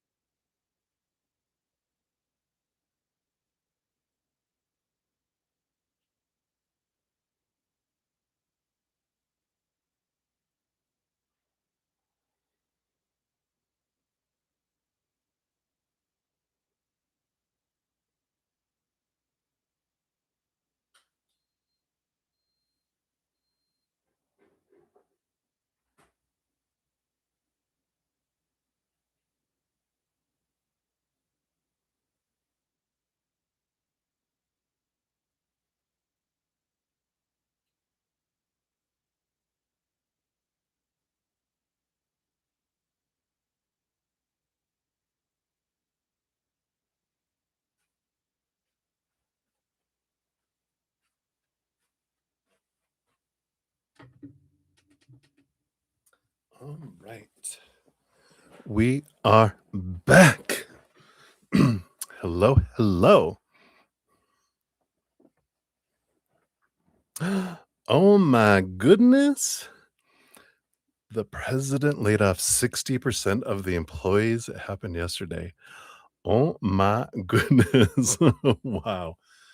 Wow, wow, wow. Oh my gosh. Thank you so much for your donation there. And the 10 questions. My goodness. So I'm starting my 30 minutes of free reading. So I will circle back around and finish those for sure. Wow. So 60%. Yeah, we knew it was coming, right? Holy moly, holy moly, holy moly. So thank you so much. I appreciate understanding here. Wow, wow, wow, wow, wow. All right. So of course you'll be up as soon as I finish up there. Let me just get to the questions you have up here now. I'll start free questions here. So I'll do 30 minutes of free questions, and then we will dive into the um, soon ending saga, right? At least of this book, right? It's a series, I'm sure. We will find out more. So thank you so much. I'm going to give that a love and a like while I see it here, and we'll do that. And I'll look for your other questions when you put them out there. So no pressure. We got plenty of time. So we'll dive in. Got Sarut Bobby at 4:04:38. Boom, boom, boom. So there is your timestamps. It's a horror story. I know, right? It's a never-ending saga. It's like Shogun. All right. So Swarupian on what's coming towards you the rest of this week. All right. Yeah, let's see what we got coming in here. You got the Chariot and the Eight of Cups. I feel like it's time for some choices to be made here. Of course, the Chariot is about movement. It is about, the power of choice that comes in with it. But the Eight of Cups is about walking away from emotions and relationships that don't serve anymore. It's a lot of emotional energy, is keeping some old anger and sadness suppressed. And also, there could be relationships where you're investing a lot of energy, whether it's a job, relationship with a job, or relationship with actual people, friends, family, lovers, exes, whoever. And you're the one that gives in 70, 80, 90% all the time. And they only give back 10, 20, 30. And you're like, you know what? It's time for me to kind of back off of how much I'm investing in all these places, because it's time for you to let that emotional energy return to you so you can focus that energy on something that is more in alignment with your energy and what you want to do, your passion, and and that helps do that. And then you can back off, and some of them might even just kind of cut out completely as well. So but I feel like this is the week of action, the rest of the week of like, where am I investing my emotional energy? And I'm making some choices on where I'm doing that. And I'm the one that gets to decide. Not me, but speaking as you. All right. So hopefully that helps. That's what they have for you, Swaroop. Very important to look into that for you. All right. And then Ashish, you're up 4:06:53. So Ashish, here's your timestamp. And do you need to move on from the connection between Lovisha and you? Last time you spoke to her was September 2024, but I still have a very strong connection. All right, let's take a look here. Based on current energies, see if you move on, what's the energy? And if you don't, what's the energy? If you move on, yeah, Empress, harvest, abundance, time for you, allowing your heart to flow. So letting them go is very beneficial for you here. Um, And if you don't, then the Nine of Cups in this case is not an emotional dream come true. Well, it's an eventual emotional dream come true, but the nine is hermit's energy. It'll be the more you continue on you know, I'm focused on that connection from what, almost 2 years ago, right? There's this energy of, I have this idea that they're a dream come true, but you are your dream come true. The emotions that you feel inside, there's something about the attachment, um, the reason why you feel such a strong connection is because of this vision of who you think they are, who you feel they are, the possibilities of who they could be, and you hadn't been ready to feel that loss of losing that dream of could be, but it's time. I feel with this energy coming in here, it's time for you to love yourself and realize I can let that go. If I haven't had connection or contact with them in all this time, and then I need to move forward. Because whatever's meant for you will never pass you by. So, but you releasing it allows it to come towards you, um, to whatever's meant for you to come towards you, instead of holding on to something from the past. You let that go, you come into the moment, you love yourself, you work on your self-love with that Empress, focusing letting go of mindsets and emotions and energy and things that no longer serve you to move forward. And if you guys are meant to be, it's like if you're holding on to the old, you guys are gonna meet up here, you're not moving forward to meet there because 'cause you're stuck in the past. So it's important for you to move forward, and if it's meant to be, you will come back. If not, you're gonna the more you focus in on the old, the more you are holding yourself back from meeting your true dream come true. And not that Levita is not, or I'm sorry, not Levita, thinking of, La Vida Loca from Ricky Martin. Lovisha, amazing person, right? But in comparison to who your dream come true is, they could be outshined by, you know, by this other person. So, hopefully that helps, Ashish. Hang in there, and many blessings to you. All right, thank you. I'll grab your number 6 question here. Put it up there. And then, excuse me, I got Blueberry at 41015. Blueberry, you won't believe it, but I just went and got blueberry coffee. I thought of you. So, general reading for you here. Let's take a look. Oh. All right. I thought I heard something, and it was the fan on the computer. Must be overheating it. um, so we've got the 10 of cups and the 3 of swords. I like this energy just because it's a power of choice kind of energy, and it's like when we focus in on, it's such a great reminder, when we focus in on expectations of things should be this or someone should be this, supposed to be, need to be, have to be, all those expectations. What we end up doing is focusing on what's not happening and the disappointment that we're feeling towards whatever this may be in the outside world, right?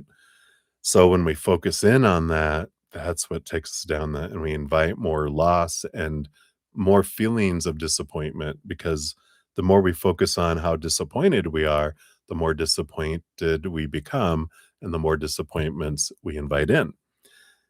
The 10 of cups is about joy, celebration, gratitude. The more we focus in on what we're so grateful for happening, we draw more of those in. So it's a good energy.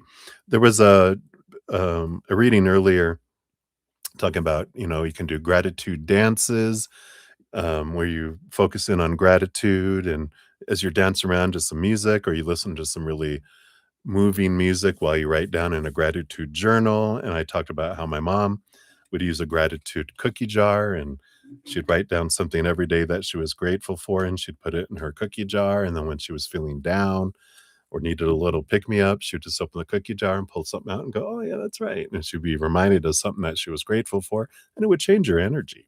So I feel like that is kind of what they're introducing here for you, some opportunities, some new, fresh ideas on gratitude. So that's what they got for you. So many blessings to you. Right. And then Chelsea, you're up. Thank you again for your donation earlier. Here's your timestamp. Thanks for hanging out too. So why did he think when I said, oh, what did he think when I said I wanted the ring? big one. Wow.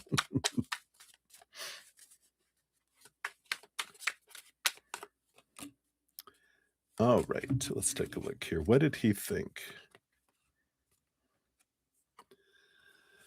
He thought maybe I'm not the one for you. No. I think that's what he thought. King of Cups is an energy of the perfect compatible partner, someone that just fits like a glove and, just in every way, right? But the Seven of Swords is lies, deceit. So I feel like that's how it came through here is like, but seriously, like maybe I'm not the one. Maybe I'm not the perfect match for you. If you want the ring, the big ring, I feel like it kind of scared him a little bit. Um, and there was because they reminded me of I was actually engaged to be engaged. I know to a woman when I was younger because I was trying to be a good Christian boy and deny all my uh trueness of who I am. And, but they were like, I was actually gonna become a missionary too. I know, what? And then she was like, "Yeah, well, we can become missionaries," and then we went to look at just started to look at rings, and I was looking at just gold bands because where I thought we were going to go, uh, a big ring would be chopped off her finger, because that ring could be used to feed the whole village for a year, and if she would fight to have that ring and not give it up, she'd lose a finger or her life, right?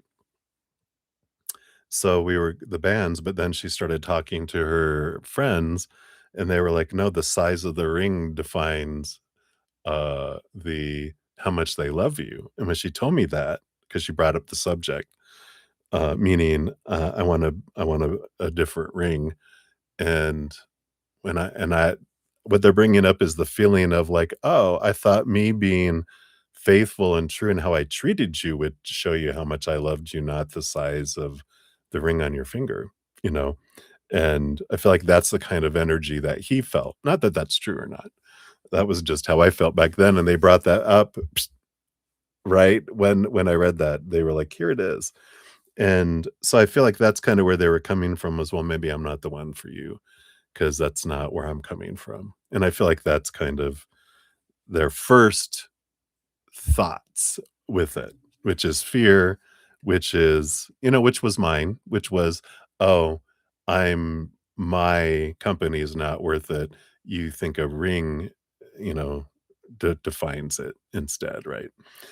Is how where she was coming from. That may not be where you're coming from at all, and that's quite, a mute point because we're talking about where their perceptions, where they're coming from, and then what story they have going on in their head, right? So, I feel like that's kinda where we're coming from, Chels. So, interesting, right?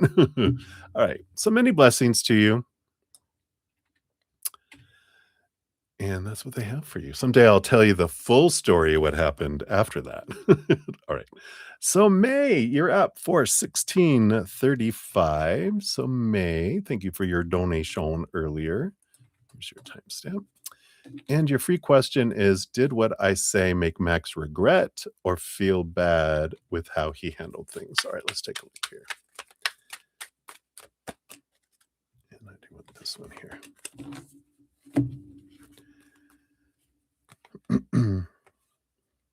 Hmm. I don't feel that they really necessarily felt really bad. Because the 10 of Pentacles is a feeling of abundance and fullness, and the Knight of Pentacles is like, um, is a slow, like, quest for self-worth kind of energy, but I feel like they in this energy, they're kinda just like, "Fine." I don't feel like they I don't feel like they thought they handled it in a bad way, and they were like, "Oh, well, that's an opinion." but I don't feel like they regret or feel bad with how they handled things. I feel Ten of Pentacles is pretty secure in the outside world, and the Knight of Pentacles is, they're everyone is on a journey. Sorry, I'm cracking my there we go. Um, of self-worth, a quest for self-worth. So I do feel like they might have this idea that I was fine, I'm fine, but I think deep inside there's something moving along in that. But no, when you said it, I don't feel like there's any regret or feeling bad now, but I feel like upon reflection later, it'll be part of their adventure of looking at their self-worth. But I feel like they're in a way in a boasting energy in the moment. Like I have to feel like I did well, otherwise I feel like a failure. So I feel like, no, I don't have any regrets. No, I don't feel bad about how I handled things because I have to feel good about it. Otherwise, I feel like a zero instead of a hero. Yeah, because that's what I feel like, a zero instead of a hero. So I want to feel like a hero right now. So I don't want to feel that. So I feel like they're kind of in the moment not feeling that way. So hopefully that helps. Right. So many blessings to you. All right. Ooh, number 7. Boom, boom, boom, boom, boom. All right. And then we have Mini Heal. You're up 41925. So Mini Heal. Here you are. Boom, boom, boom. And does your future spouse live with his family or does he live alone? All right. So let's see here. Based on your current energy, your future spouse.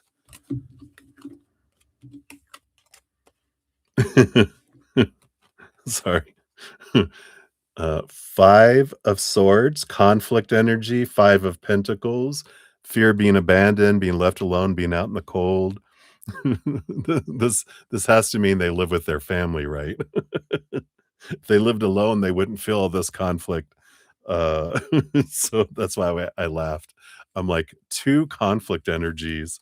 Um, yeah, I feel like they live with their family right now. So that's where they're at. I don't know for how long, but, I feel like they definitely, are, living there now. At least and when you meet them. I don't know, we can always ask later too if they, are they gonna continue to live with their family or, um, you know, um, do they wanna live alone? Actually, I can answer that for you already, that they do wanna move away and live somewhere separate from their family. Um, so that's what they have there for you. Right. So many blessings to you. All right. And then Lotus of Serendipity, we got 42106. So Lotus of Serendipity, here is your timestamp. And hi. I did get some good rest. Well, not really. I didn't rest a whole lot the last couple of days. It was a very busy couple of days, but I'm rested energetically for readings. That's the important thing. So, want a general read? Let's take a look here. All right. So we've got these here. You've got the Queen of Wands and the Two of Swords. Yeah, I do feel here you got a decision to make coming up here with the Two of Swords, like a crossroads. And the Queen of Wands is coming with this energy. She's got a great connection with the spirit world. She's got, the little black kitty. I love they have the little black kitty in here. They got the black cat, which is, all the queens have also a second um, element behind them, which is the Ace of Cups. So they got a Cups energy along with the Wands spirit connection. So they got both an emotional and energetic connection to the spirit world, which is when it comes down to making this decision, it's like you're indecisive with whatever that's coming up. And in that moment, there's 2 reasons why we aren't why we feel we can't make a decision. One is we don't have enough information. It's like, well, this, well, this, well, this. And that's when you can ask spirit. You can go, hey, my eye in the sky. I'm in this maze. I'm at a crossroads. I can't go forward. I have to go left or right. Which one is for my highest experience to get me where I'm wanting to go? And they're like, "Oh, take a right," and then you take a right, and then you get to then and what we do is we ask them, "Can you give me information that will make this a no brainer?" And then you'll get knowledge around. Oh, definitely not that. This is definitely the way, right? Um, so you can ask spirit that. The second reason why we may not feel like we can make a decision is we know what decision we want to make, but we're afraid to make it because we're afraid of making a wrong choice or those. And I feel like with the Two of Swords, it's the power of story that there is no wrong choice. There's just different choices with different outcomes and different experiences. And if you're fearing making a wrong choice, you can just realize there isn't one. But what is it that you want to experience? And then you head in that direction. Doesn't mean that you have to stay in that direction. If you decide you don't like it, guess what? There's always another switcheroo that we can make and go another direction as well. So I like it. Right. So that's what they have for you. Hopefully that helps, Lotus. Just when you get to that choice point, you can just decide, you can ask for help if you don't know what you want to do already there. So that is what they have for you. So many blessings to you. All right. And then Ashuman, I already have you on the list from earlier. So I won't put you at the bottom of the list. I'll keep you. You're like fifth from the last of the free readings, which I'll get to in a little bit. Let's see, where am I at? About 20 minutes, and I got about 10 more minutes of free readings, and then I'm going to bounce over here to complete Mamacitia's generous donation with her 10 questions, and then I'll return back to those. So you're on the list. If you need to go do stuff, I understand. At the end of each session, I do post a pinned comment listing all the readings completed with timestamps. So if you come back and I'm gone and finish the session, you can just find the little pinned comment under the session, see your name, click on the little timestamp, it'll take you right to your reading. So if you want to do that. Right. Blueberry coffee. I know. Oh, thank you. Good reminder. Let me just take a quick cheers. Cheers. Oh, so good. So good. All right. And then we have Christina Lowe, 42526. So, Christina, good to see you. Here's your timestamp. And what's the good news coming your way? All right. What news would you consider good news coming your way? Wow. Well, you definitely have. You got the Six of Wands, which is a victory energy, and the Six of Swords, which is movement energy too.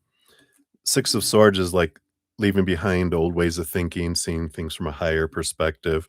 But it feels like someone's changing their mind around something, which is bringing action in the physical world that feels like a victory for you. Something, some choppy waters, moving to calmer waters. So it's something that feels kind of shaky and rattly and, like I said, rough, kind of watery, but it's like it simmers down. It's like someone has a pot on boil and they turn down the fire. So it feels like someone who has been maybe creating a lot of heat around you, around something, is changing their mind and there's a change of mindset. And so there's a different movement kind of towards something that's more peaceful and feels like a victory.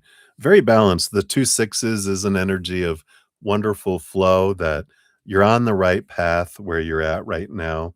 And I feel um, like you're coming out of the rough rapids into something smoother.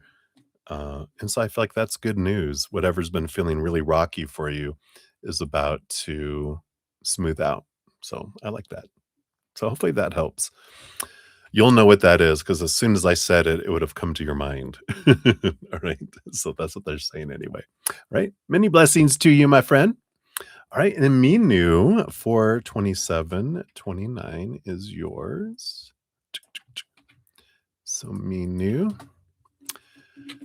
So Parveen's thoughts about you. All right, let's see here. What is going on with Parveen's thoughts on you? We got these two here. We got the King of Pentacles and the Eight of Wands. Ooh la la. Eight of Wands is, a lot of attractive, energetic attractiveness and a lot of physical attractiveness, right? Not emotion, but fire feeling, there. King of Pentacles is a sense of abundance and kind of fulfillment energy. But, of course, there's not cups energy here. So it's not from the heart, but it's from like, I think you would fill this position in my life. I think you would, be a good candidate for this position in my life of maybe, partner, spouse, whatever it is. Um, so they're like, you check a lot of the boxes there. So you have the requirements.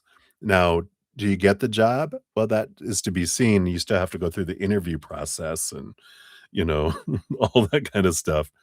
But it doesn't feel like, "Oh, wow, I love you and I wanna be with you forever." It's like you could be one of the applicants kind of energy.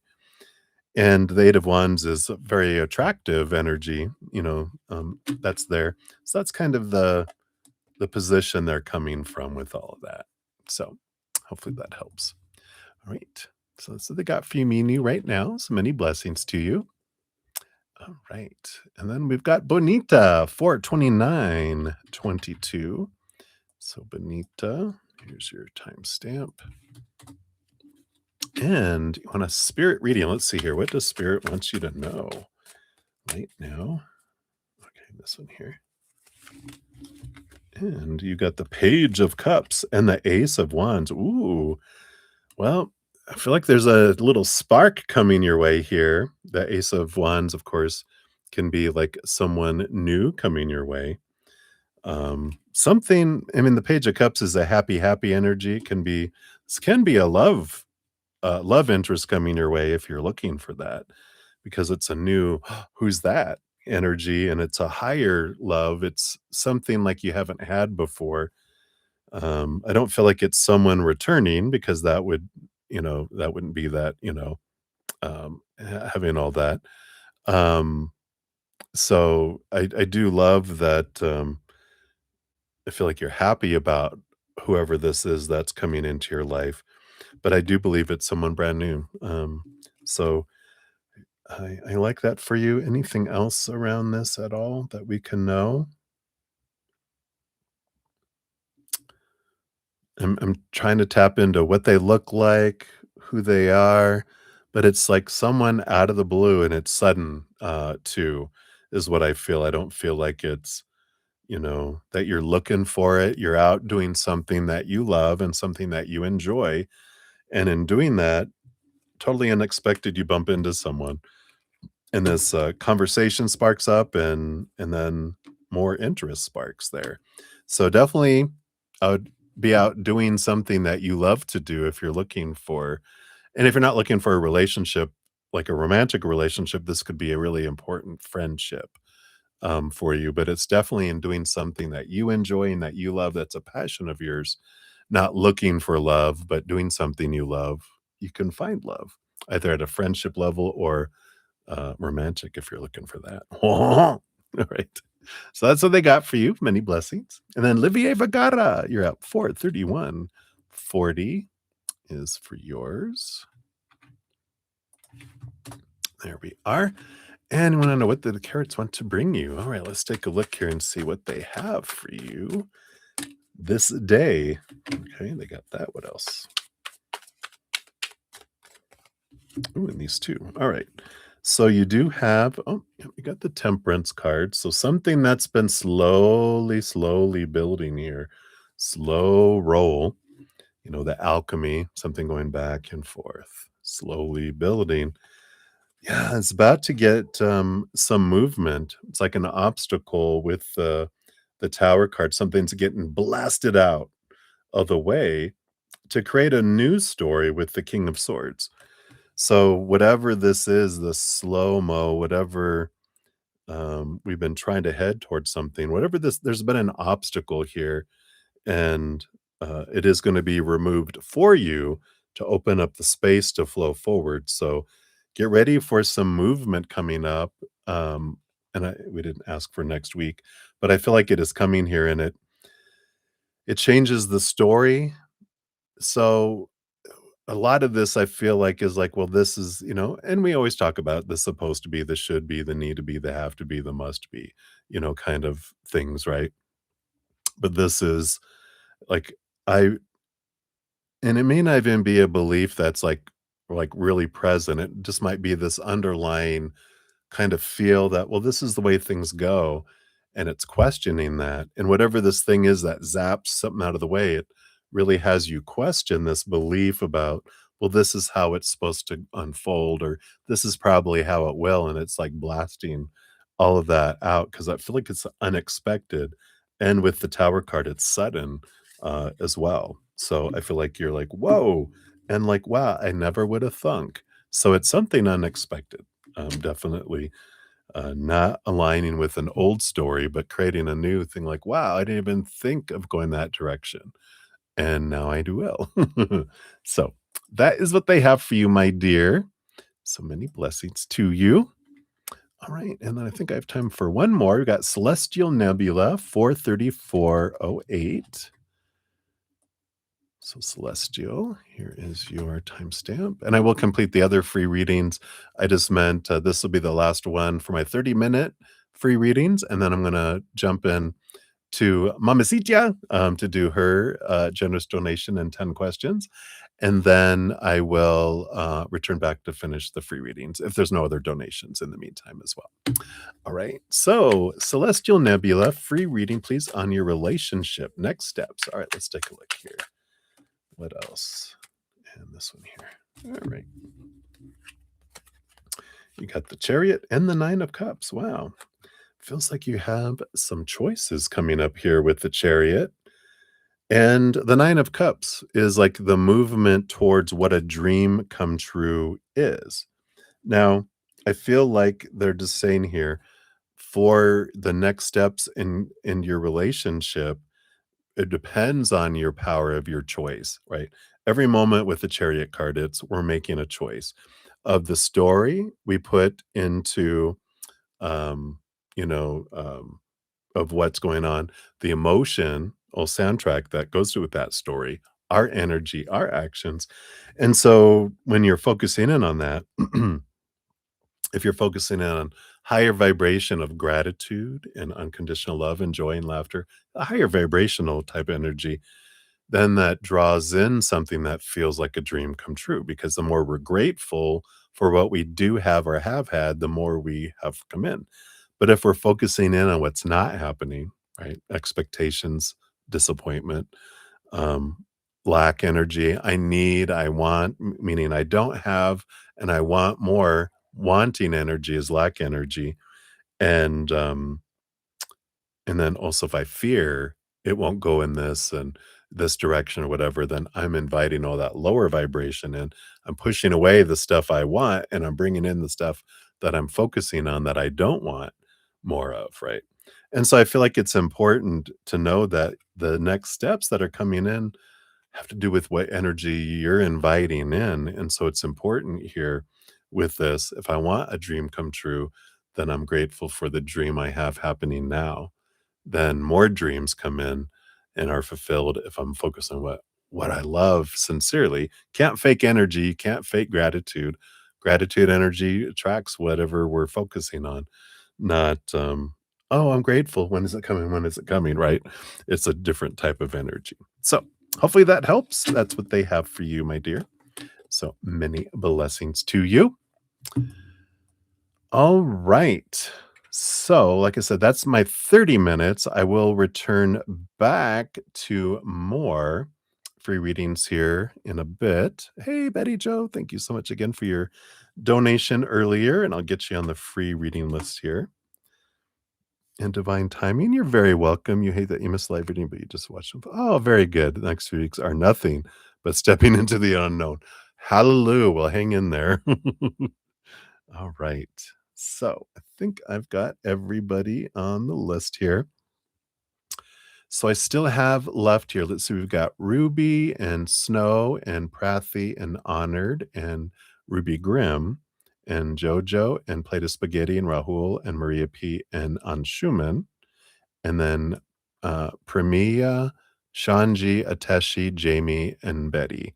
So I've got like 15 more free readings once we get there. But I'm going to jump to complete a donation reading first, and then we'll continue on. Unless other donations come in, and those do get priority. So if you do want yours moved to the head of the line after Mama Sita here, a donation of any kind will do that. And we'll dive deeper too. Free readings are just 1 to 2 cards usually. A little more shallow of a sticking our toe in, not diving in, right? All right, let me take a quick sip here and we will dive in here. So cheers, cheers, everybody.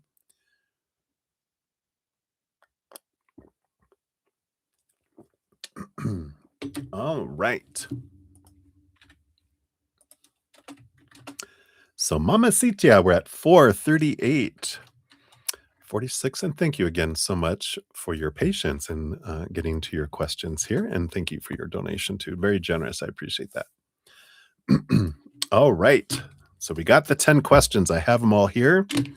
We'll dive in and see what's going on. But wow, 60% of the workforce. We knew big changes were coming. Crazy, right? All right. Get some cold cuts. Get some cold cuts. You mean go get something to eat? That's right. We'll eat later. So you want to know here. So number one, will President Angelo finally let you free and pay your settlement request? All right. So based on current energies, will they finally? Okay, we'll get those. These two here too. All right. Ooh, all right. Well, we like progression here. We've got the Knight of Swords on the bottom of the deck, which that's underlying energy, right? Your scientist. Whoa, yep. Did and that's what we said, right? That they were gonna let him go? Oh my gosh. From radiation? Oh my gosh. What were they making? Oh, no, I don't wanna know, know, because then we'll disappear too. Shh, shh, shh, shh, shh, shh. No. But there is movement here of communication with the Knight of Swords on the bottom here. And then you have 1 card, and then 2 card, and then 3 cards, which is progression. So let's see what's going on here. Yeah, so this has been going on for a while. We know that temperance, even though things have been going slow, that alchemy going back and forth and back and forth. I do feel like there has been progression happening there. Ooh, wow. Yep, I feel like they do. You got the 10 of Pentacles. Let me do it this way instead of that way, right? 10 of Pentacles, which is abundance, endings, and beginnings energy. The Full card, the 0 card, which is also the ending of a cycle, the beginning of a new adventure energy. And let's see here. What's this final one here? Yeah, we've got here. Wow. Yep, we've got the Strength card coming in. Yeah, there's strength card is definitely a great energy of what is this lead? What's lead?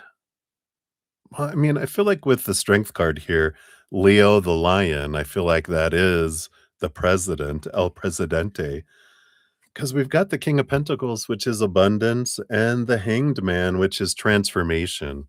With everything going on, I feel like they do try to pay a settlement request. There might be, well, the King of Pentacles, I mean, King of Pentacles and 10 of Pentacles feel like a big, uh, you know, like you're getting what you're asking for kind of energy that's in here, right? Yeah, punch him at this point, yeah. But I feel like with all the movement and all the change, I feel like there's a lot of movement forward here. Yeah, because even under the Knight of Swords, you have the Six of Wands, and we have the Tower card too, which is sudden, a sudden removal of the situation, that comes in here.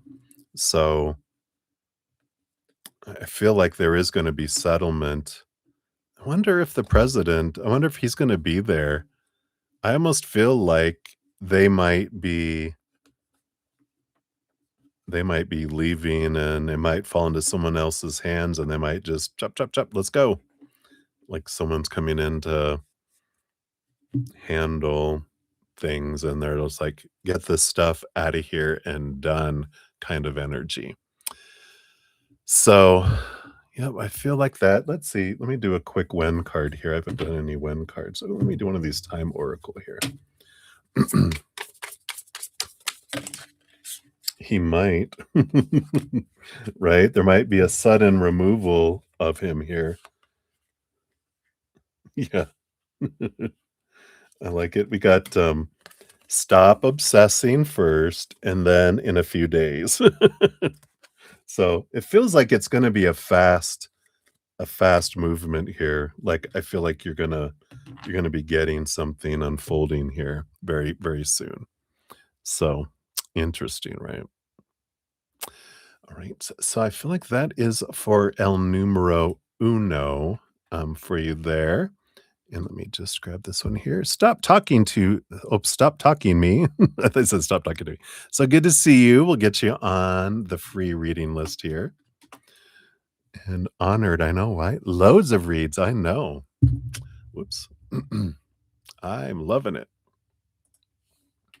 Actually, my record I set was it Sunday?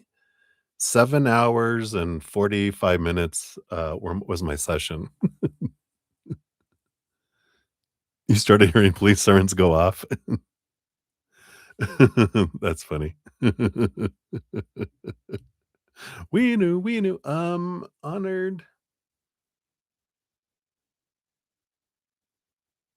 Oh, way up here.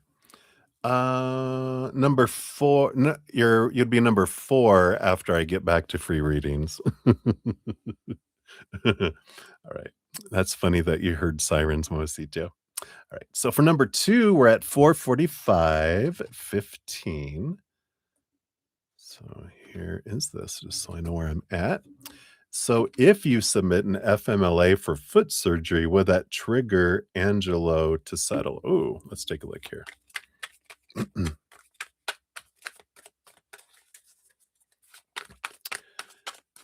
So based on current energies.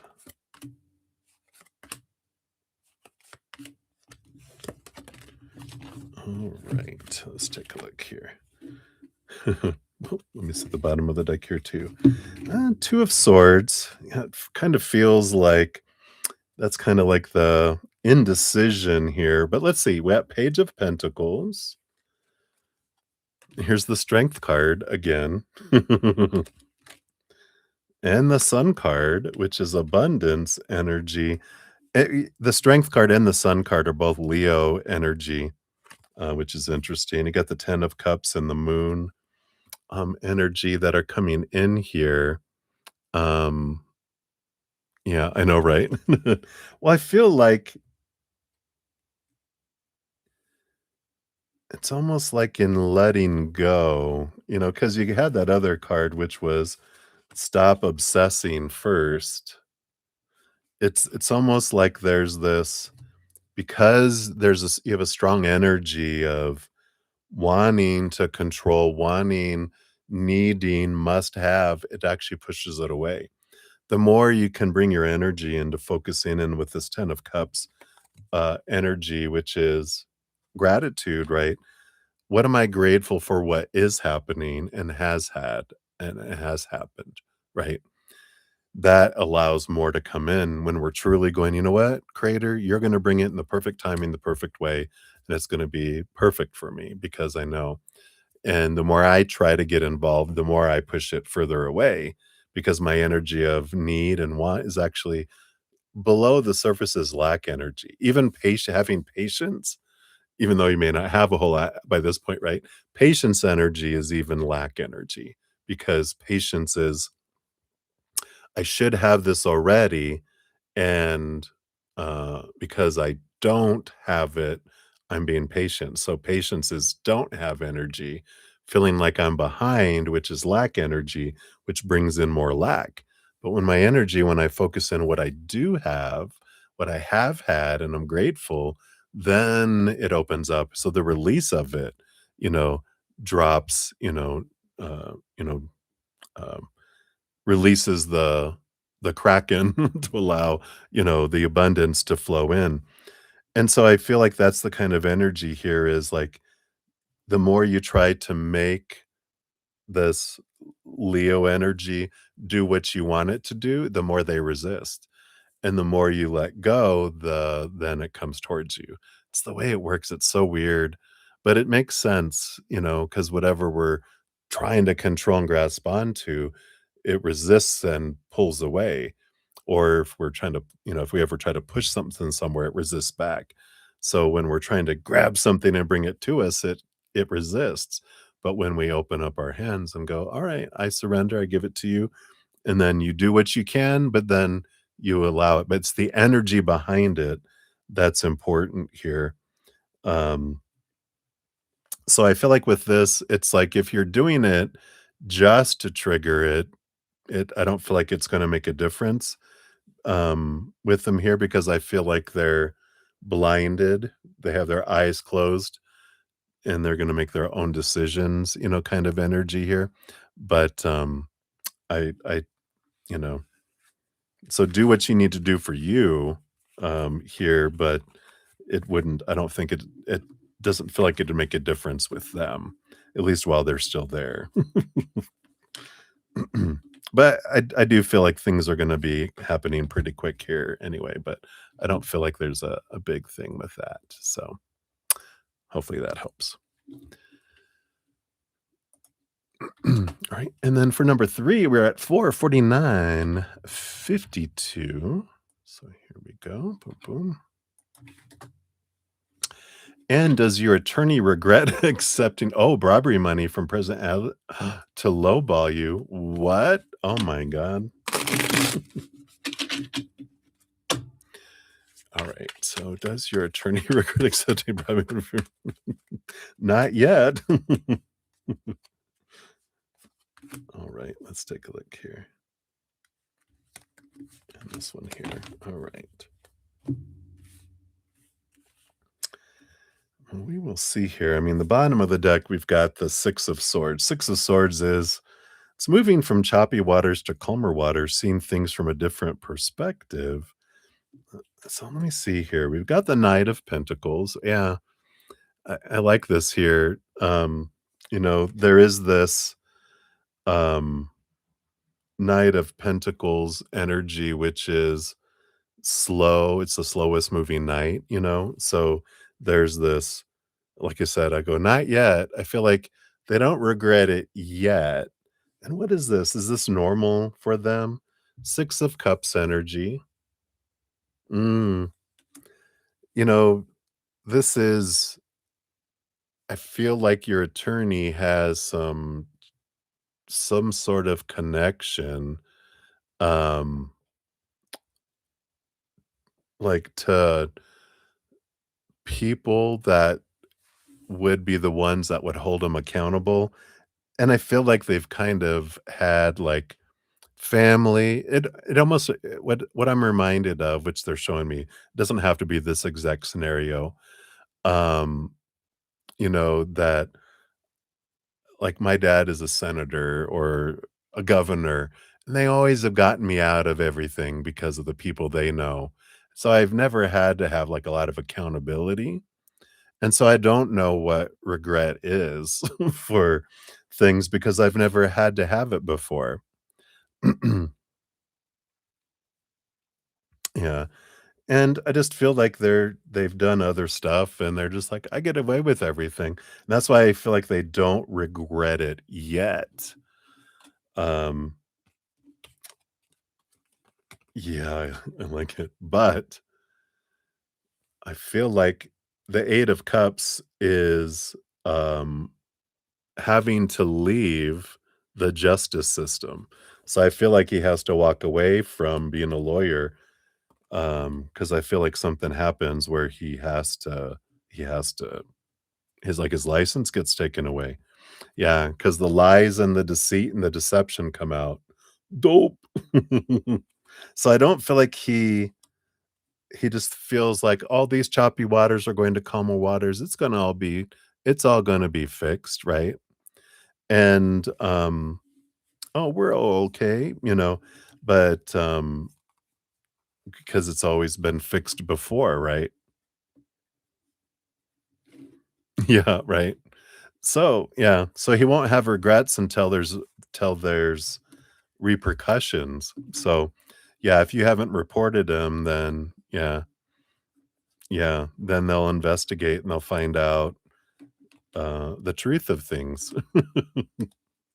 Oh my gosh. You're right. Would you say this is a situation has so many plot twists? Like, I'm like, "Oh my god, what in the Nightmare on Elm Street is this?" Yeah. Yeah, so you've got all the stuff that's there, my goodness, yeah. So that's it for that one. My goodness, and then number 4, 453, 58 for this one. Oops, that's not right. Try that again, there we go. So here is for number 4. And is the CEO, Carlo, going to move to the United States to get away from the mafia? Oh my gosh. Alright, let's take a look here. I don't know if they would let him in. Well, maybe never know. It's like, maybe they'll just bring him in, bring him into a position in the government here. Alright. Shh, I'm gonna get in trouble. Um,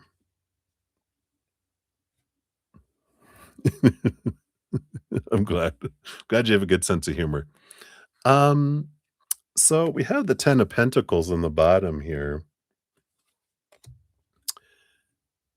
So, let me take a look here because this feels like abundance.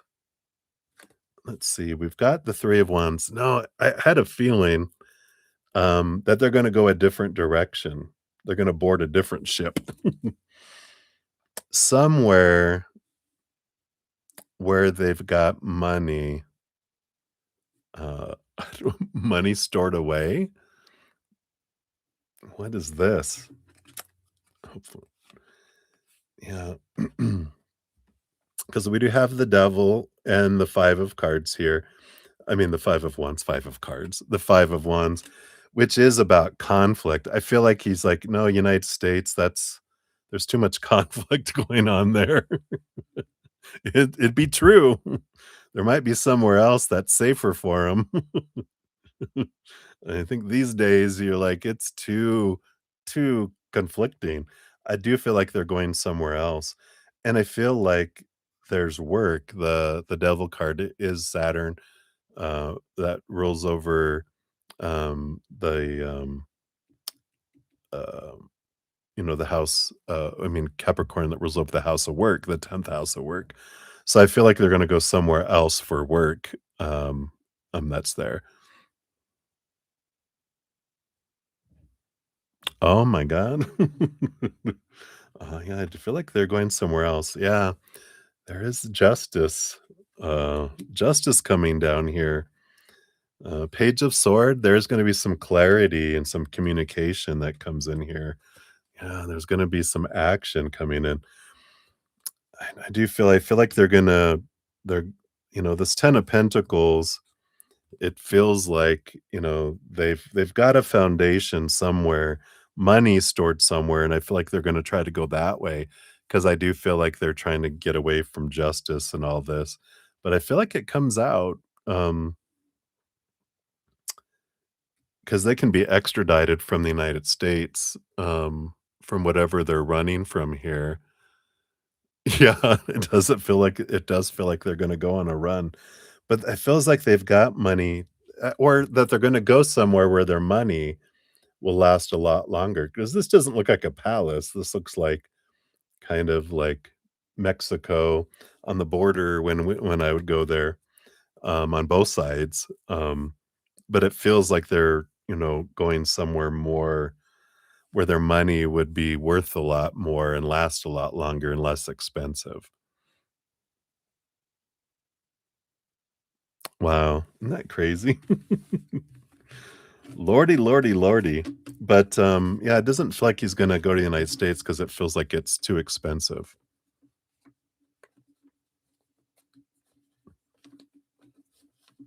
Ah, yeah.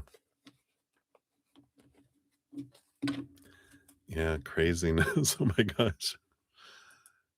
What a story, what a story. I tell you, someday you're gonna write a book and it's gonna be made into a movie. And then for number 5, we're at 458.24.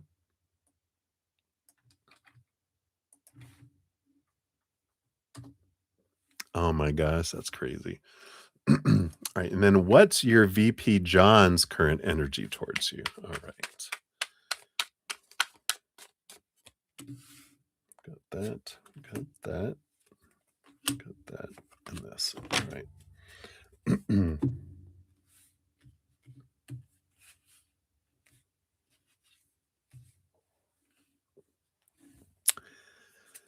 On my deck, we have the 4 of Pentacles. We haven't got the King of Pentacles under there, and the 7 of Pentacles, and the 3 of Pentacles. There's um, all this energy of the outside world. I'm wondering where home is for them. I feel like they're going home because it feels like this is something that they've been planning to do. But I feel like they're wanting to get out of this company and go somewhere else. So I feel like they're kind of on their way out themselves, it feels like, with this, because the 4 Pentacles is bringing me oh, North Dakota, going home, home. I can't say it with a North Dakotan accent. I don't it ends up being something else. I'm not good at with those, right? So yeah, I feel like he's going home. And something that he's been kind of wanting to do for a while, and now that he has the money, I feel like he's gonna go back to try to do something on his own, it feels like here. That's interesting. Let's see here, how does he feel about you, though? The energy I feel like that's important to know, that he's kind of, heading in a different direction here. Yeah, he's got mixed emotions around you, the 7 of Cups, but he's really focused on his own Ace of Cups, his own self right now. So, he understands where you're coming from, he understands where the company's coming from, but he understands where he wants to go. And I feel like he's just trying to get through to a certain place. I don't know if they have mid-year bonuses or there's something that he's waiting to finish up before he heads out, right? Yeah, because he's just kind of like, "Mm, mm, mm." Yeah, and here it is, the calling card, I'm being called to go somewhere else, 10 of Pentacles, and I feel like he feels the same for you, that you're called to go somewhere else, and I feel like he feels like you deserve the settlement, um, and, um, and he, I feel like that's why he kinda wanna goes, right? Yeah, he has to finish burying the stuff, right? He's gonna take it to the North Dakota or maybe the South Dakota plains to bury it. Yeah, but I feel like he's happy for you, because I feel like he did like you. The star card is like a dream come true energy, and the 5 of Wands, which is an energy here of, celebration. You get to go live your dream, um, and it's good to be gone because I feel like there's more. I feel like that's just the beginning, laying off 60% of the staff and all the scientists and everything. I feel like they're dismantling the company and trying to get out of it what they can before it, ends. And I feel like they all know it. and that's why I'm gonna at least gather as much of my salary as I can so I can go and, um, go back home and invest in the I feel like he wanted to start a company of his own in a way. Yeah, I feel like they're gonna try to do something here.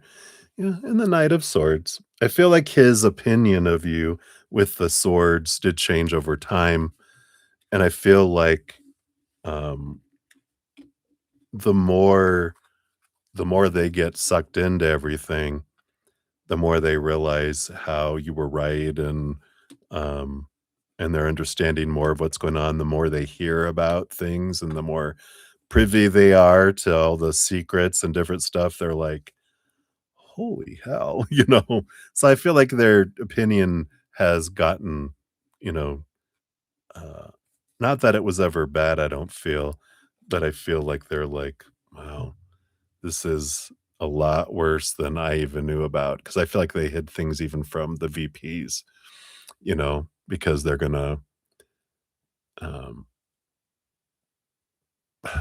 for many reasons, like, to protect them from some things, but to also, have them not report them in other ways. So they were like, we gave them just enough to implicate him, but not everything so that they would have some deniability, but also so that we could screw him over if um, we could blackmail them if they tried to, if they're going to speak against us, we're going to say, well, you guys knew about it because who they're going to believe? Because you knew about this other stuff. Why wouldn't you know about this other stuff? It just feels like such a Game of Thrones in the modern world, right? Oh, my lordy. All right. So those are the first five. What I'm going to do here, I'm going to start a second one here just so it's not so overwhelming. I'm going to say batch number 2. We'll do it like this. Oh my gosh. Yeah, it is like Game of Thrones. Holy crap. So cheers, cheers. Halfway through.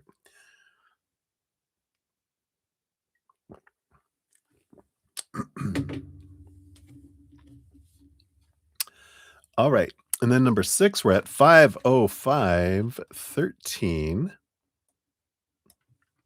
So here's your next batch, batch 2. So what's the stakeholders' current energy towards you? All right, let's take a look here. So that's like more than one person, I'm assuming, right? So we're getting like an overall energy because everyone is going to have individual, energies towards you um, themselves based on their own perceptions and different things like that. So we'll see what kind of the general consensus is here.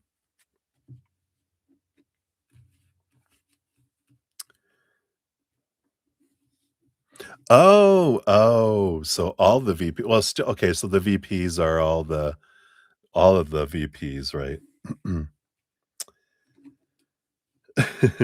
Yeah. So, they kind of feel like you've been knocking your head up against this wall over and over and over, and it's funny because this is the perseverance card. She's not gonna give up. She's not gonna give up, and underneath that, we of course, we have the 3 of cups, which is this energy of, the club. Yeah.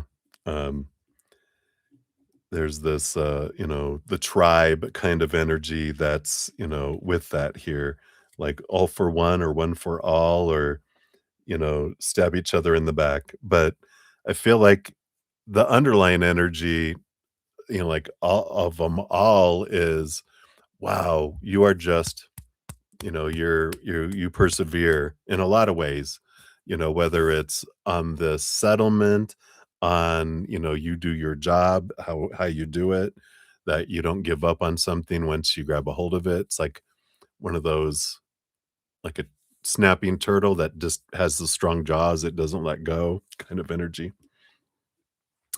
And then let's see here, we got 4 separate cards. We got the 7 of wands.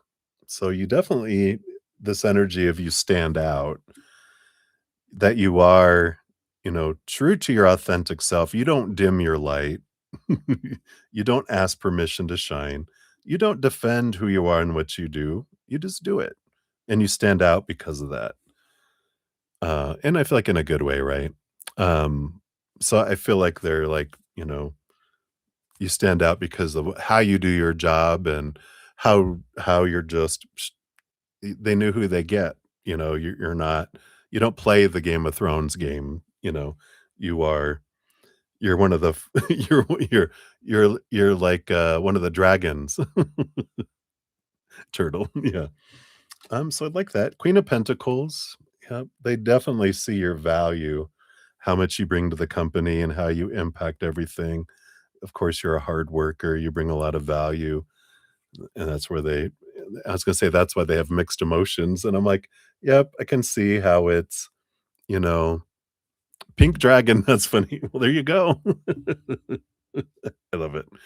And the 7 of Cups here, yeah, there's even a dragon. Yeah, there's even a dragon in the one of these little cups here. But they have mixed emotions, because of the value what you bring. But, some of them, of course, feel like you're a troublemaker, because you cause them trouble. But, there is you know, it's like there's 7 different cups. Is there 7 VPs? I don't know. But there's 7, cups here representing that each one has a different perspective and emotion because we don't see the world as it is. We see the world as we are. So everyone perceives you differently because you're a mirror, reflecting back to them a lot about themselves. And and they can't see anything in you that's not inside of them, both in the great stuff, but also the stuff that they think, "Oh, blah, blah, blah." Well, 3 fingers when we're pointing here, 3 fingers pointing back at ourselves. So, there's a lot of that, energy there, just, there. And the Hanged Man, yeah, I feel like there's a huge transition. Feel like they know that you'll be leaving and that it's gonna be a huge the hangman is major arcana, which means when you leave, it's going to be big, big uh, transition. It's going to be like, and I feel like that's why they're holding on and not settling either, because if you're still working and you're still doing all this stuff, then they're like, you're helping keep the company afloat in a way, it feels. What's underneath it? Yeah. Oh, yeah. So we know. They know about this, and they know that you can, I like this mirroring of IX and XI here, but there is this, um, the justice. They're like it almost feels here like the hermit is that you are what is this? It's like, you're watched over from up above kind of energy, right? And, there's this, it's almost like you're blessed, like you're like from some of them kind of feel like there's something, like you're protected, you're watched over. Cause I feel like there's a lot of stuff that just pops up and happens for you. And they're like, what, how did that happen? Or you just come across something, what is this? And they're like, that wasn't supposed to where did you find that? I just feel like it's almost like they feel like you know, there's an angel watching over you or there's something watching over you. Because that kind of that energy that is coming in here. But they do see the justice. They know about all that stuff coming in. And yeah, it wouldn't be good for the business, right? Yeah, I got the 5 of Cups. Yeah, I think you're a witch. That would be another, kind of energy around it that they're like you're I was gonna say that they not that you're cursed, but that you got powers. That makes sense. The 5 of Cups energy, again, it's, they're more sorrowful. Like, if you're looking at the whole conglomerate of the stakeholders, they're more sorrowful over you leaving. Um, they'll miss what you do, but not you, kind of thing, a lot of them, because they a lot of them feel, um, that you restricted their progress. Um, yeah, literally, right? I love it. But it's like, um, because they know you're watching, you kept some shenanigans from happening, and, um, and that's what they feel like they didn't get to progress, um, because of the watchdog, you know?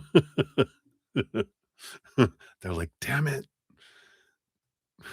So I feel like some of them are like, like that. Yeah. Yeah, follow policy, imagine that, right? "Darn it," you know? "No, that's not allowed." "Are you sure? I'll make it worth your while." That's, bribery, and that will get you in trouble. "Oh, no, no, no, I mean, that, I gotta go." Anyway, so, that was number 6, right? Okay. So let's go in here. Number 7, we're 5, 14, 19. So let's take a look at this one here. My goodness. So was the layoff caused to save the company money or to cover up illegal crimes, or both? We'll take a look here. So first of all, tell us about to save the company money. Okay. And what about covering up crimes or illegal crimes? Okay. Oh, shit. Bottom of the deck? Dun, dun, dun. No. Here it comes. Doo-doo, like Jaws theme. So let's see here. Was it to save the company money?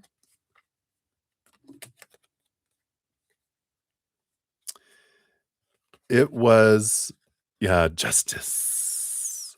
It was like this. Oops, sorry. You got the Queen of Pentacles. Whoops, sorry. I can't, I'm trying to do it 2 ways here. So you got Queen of Pentacles underneath, um, which is about abundance and money and fruition. The 7 of Wands with the 4 of Swords, though, I feel like it was meant to look like that, and it did.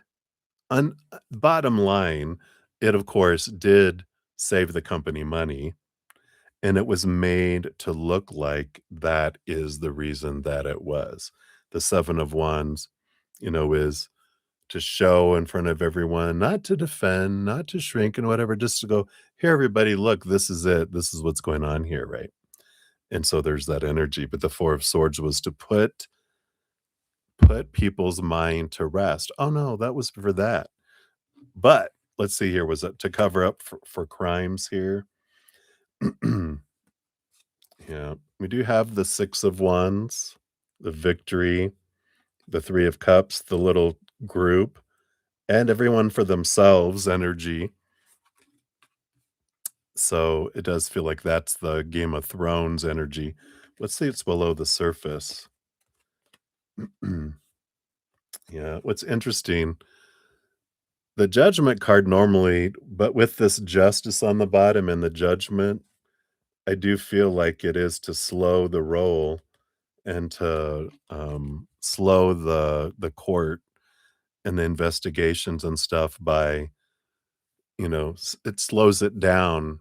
Um, not I don't feel like they can feel like it can cover it up as much as slow it down, because if everyone's fired, then there's extra stuff that they have to go through and stuff, because now they're not employees anymore, and they have to do something else, and you have to try to find them and locate them because 'cause they're not at work anymore. You can't come and find them here. Where are you gonna find them at? You know, kind of energy. But it does feel like it saved the company money, but that was just the, "Look at, we're saving money and everything," and, "Go everybody, get." People going to different countries, people leaving, and so they're not all there. Some people are returning and, um, and to track them down is much harder with all that, so wow, that's crazy. All right. Well, that's for that one. So we'll continue here in a sec. Let me just do a quick shout out to Ravit. Hey, good to see you. We'll get you on the free list here. All right. And then Mamacita. So number 8, we're at 518, 20. Oops, 26.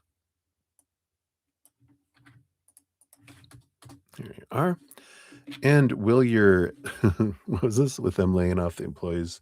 That yeah, decreases expenses, but buying capital equipment adds value to the company, which increases net profit and the value of the company. Yeah. Sure, I believe you. Whatever you say. I'm like, what language are you speaking? hmm Yeah. Yeah. Assets. Employees are the first expense that you can get rid of. That's crazy, I know. And so, will your secret summary report help the lurking individuals outside the company finally seize property assets? All right, let's take a look here. Yeah, finance 101. So let's take a look here. You do speak a foreign language. Well, you speak English very well, or write it very well, at least. All right. Oh, is English your original? You're like, I do speak a foreign language. English is my first language. All right. Well, yeah, I feel like at bottom of the deck, it does bring clarity here with the Page of Swords. So I do feel like it does shed some light. Yeah, definitely a full card, which is the first card in the major arcana. It definitely begins a new adventure. How fun is that? Which, yeah, I feel like it with the Hanged Man, which is like a pausing energy because it's a transition, transformational, like caterpillar to a butterfly energy. Something that was on pause, the Ace of Wands, that puts fire under it, it allows something that was moving slow to speed up. Um, so, oh, second is the finance. Okay, I get it. You're so funny. And then we do have the Ace of Swords, so it sheds new light. Again, that Page of Swords on the bottom kind of reiterated there. But what does it bring in here? Yep, Ace of Cups brings in new emotions. What's this? Yeah, and here again, 7 of Pentacles, 5 of Swords, and then the Emperor energy that comes in here as well. So, yeah, there is this it does bring in clarity, and it almost feel yeah, it does it. Ace of Cups, it feels like someone's offering him the chalice, the Holy Grail. Here's the Holy Grail.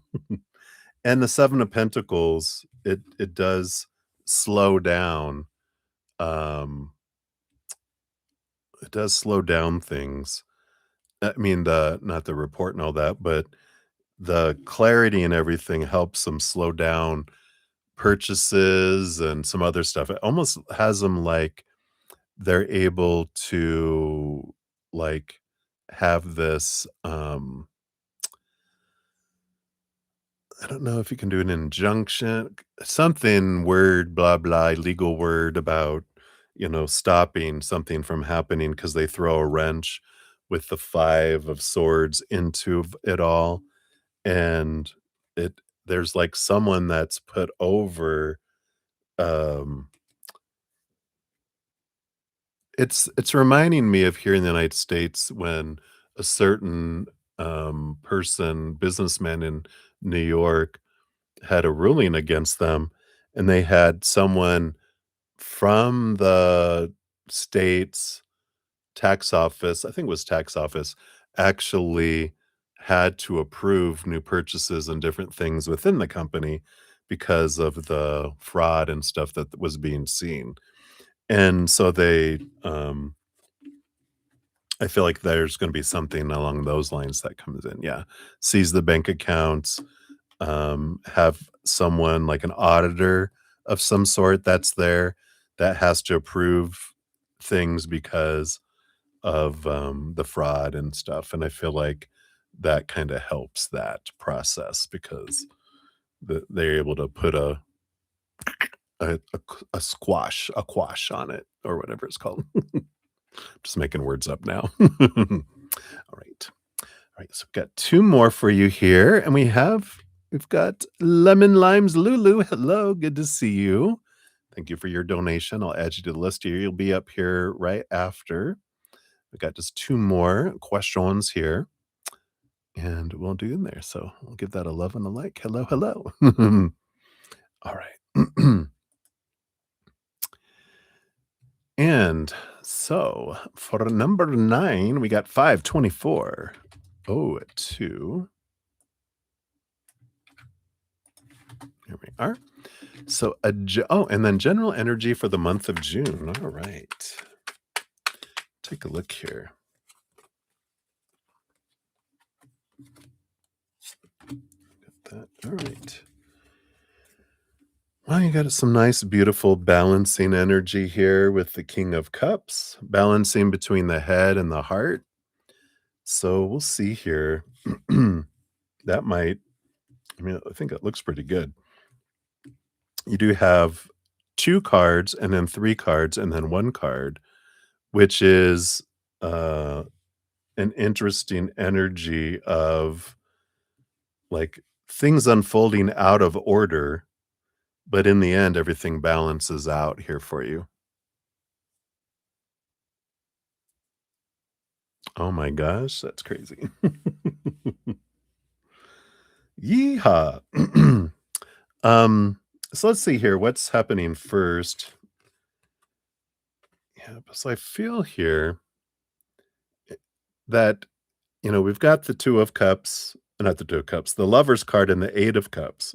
The Lover's card's like the Two of Cups, but much bigger. What is this about here? Because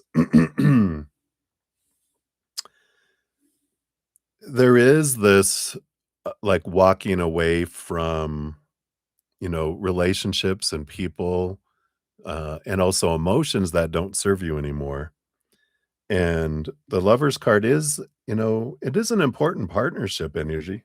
Let me take a drink real quick here. I'm getting all choked up over this one for you.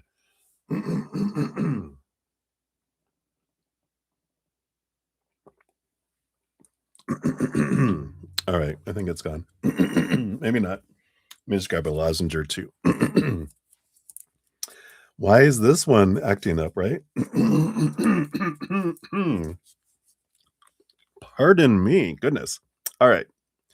So there's something here about an important partnership. I don't feel like this is romantic, but there is this, and maybe this is the departure from the company, you're able to walk away to start a new important partnership, a new important like relationship with another company can definitely be here too.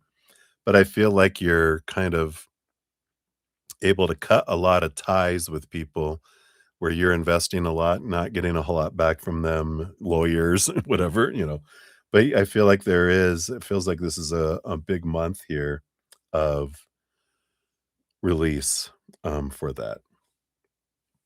What comes after that? In the middle, you got the star card. Yeah, you got this dream come true energy coming in here with the 9 of cups, another dream come true, both of the mind and the heart, and the Queen of Cups. Yep, there's this definitely. Um,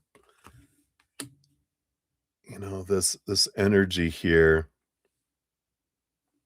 because maybe the settlement happens here. I mean, this dream come true energy, and the Queen of Cups has this, I don't know, you just feel like the master of your emotion,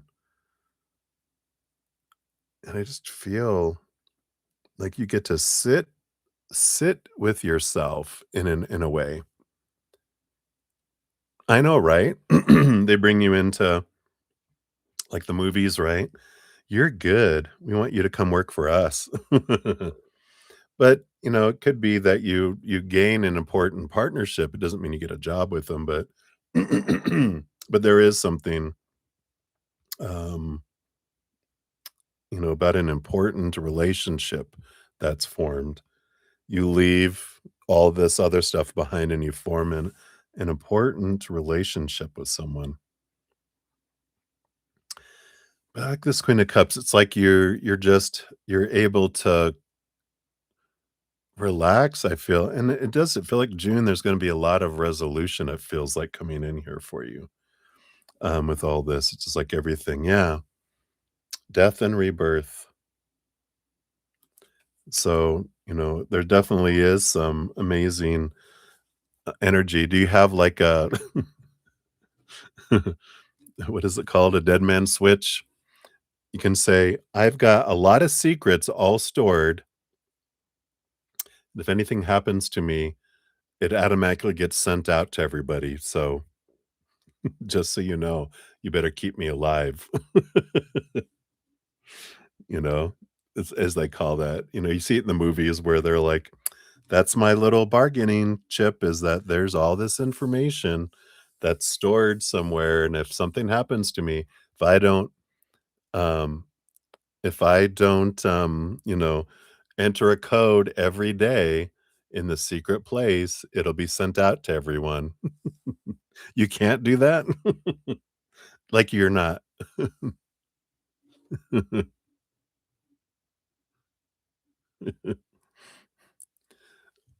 Well, no, it'll keep you alive. That's what it's designed to do. It's like, if anything happens to me, all this information get goes to everyone. So that's what keeps them from doing anything to you, right? Oh, this is the mafia, right? So it's crazy. Crazy, crazy, crazy. Um, yeah, so it feels like it overall, like I said, a beautiful balance between head and heart. And it does feel like there is a change of energy, changes from something feeling very conflicted. And maybe it is if someone else gets arrested and then everything just kind of falls into place. But it feels like, based on current energy, feels like a pretty good month that ends up being for your good. But a lot of endings and beginnings energy, right? I'm just saying, I have things, um, that are waiting. Right, and then for your final question, at least for this donation, you got 53107. So here's your timestamp. Boom, boom, boom. Any new love interest coming in your life? Your love life is non-existent, right? Well, yeah, and I didn't feel like June has that in there. Let's see here what we have about love interest here. All right.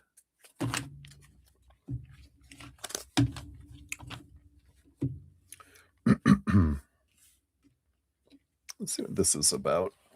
We do have the 5 of Pentacles coming in here.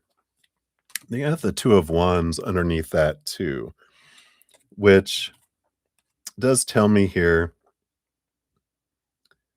a little bit as the underlying energy, um, something that can be looked at within ourself. Of course, 5 of Pentacles is like our fears of being abandoned, being left behind, being left out in the cold. There could be some underlying energy below the surface. Um, and in fact, what I want to share here, this is from my whoops, didn't want to do that. From my podcast. Even though it's abundance where it be, it does talk about um the Six of Pentacles, which comes after the Five of Pentacles, of course, which is about balancing out our, you know, when we're growing up, we might have an out of balance sense of what I have to give in order to receive that's running below the surface on autopilot until we bring it to our consciousness. It's been running on the subconscious of this I have to give so much to deserve so little kind of energy. And that can actually be one of the things that keeps things away from us. Like our energy, if I focus on gratitude, I can draw things toward me. If I focus on lack, it pushes it away. So once I like change my energy of focusing on what love I have had that I'm grateful for, the love I have in my life, doesn't have to be romantic, just love that I have in my life. It draws more love in, but it brings it to our city gate. And then our little inner child is the one that uh, is in charge of the city gates on them opening or not.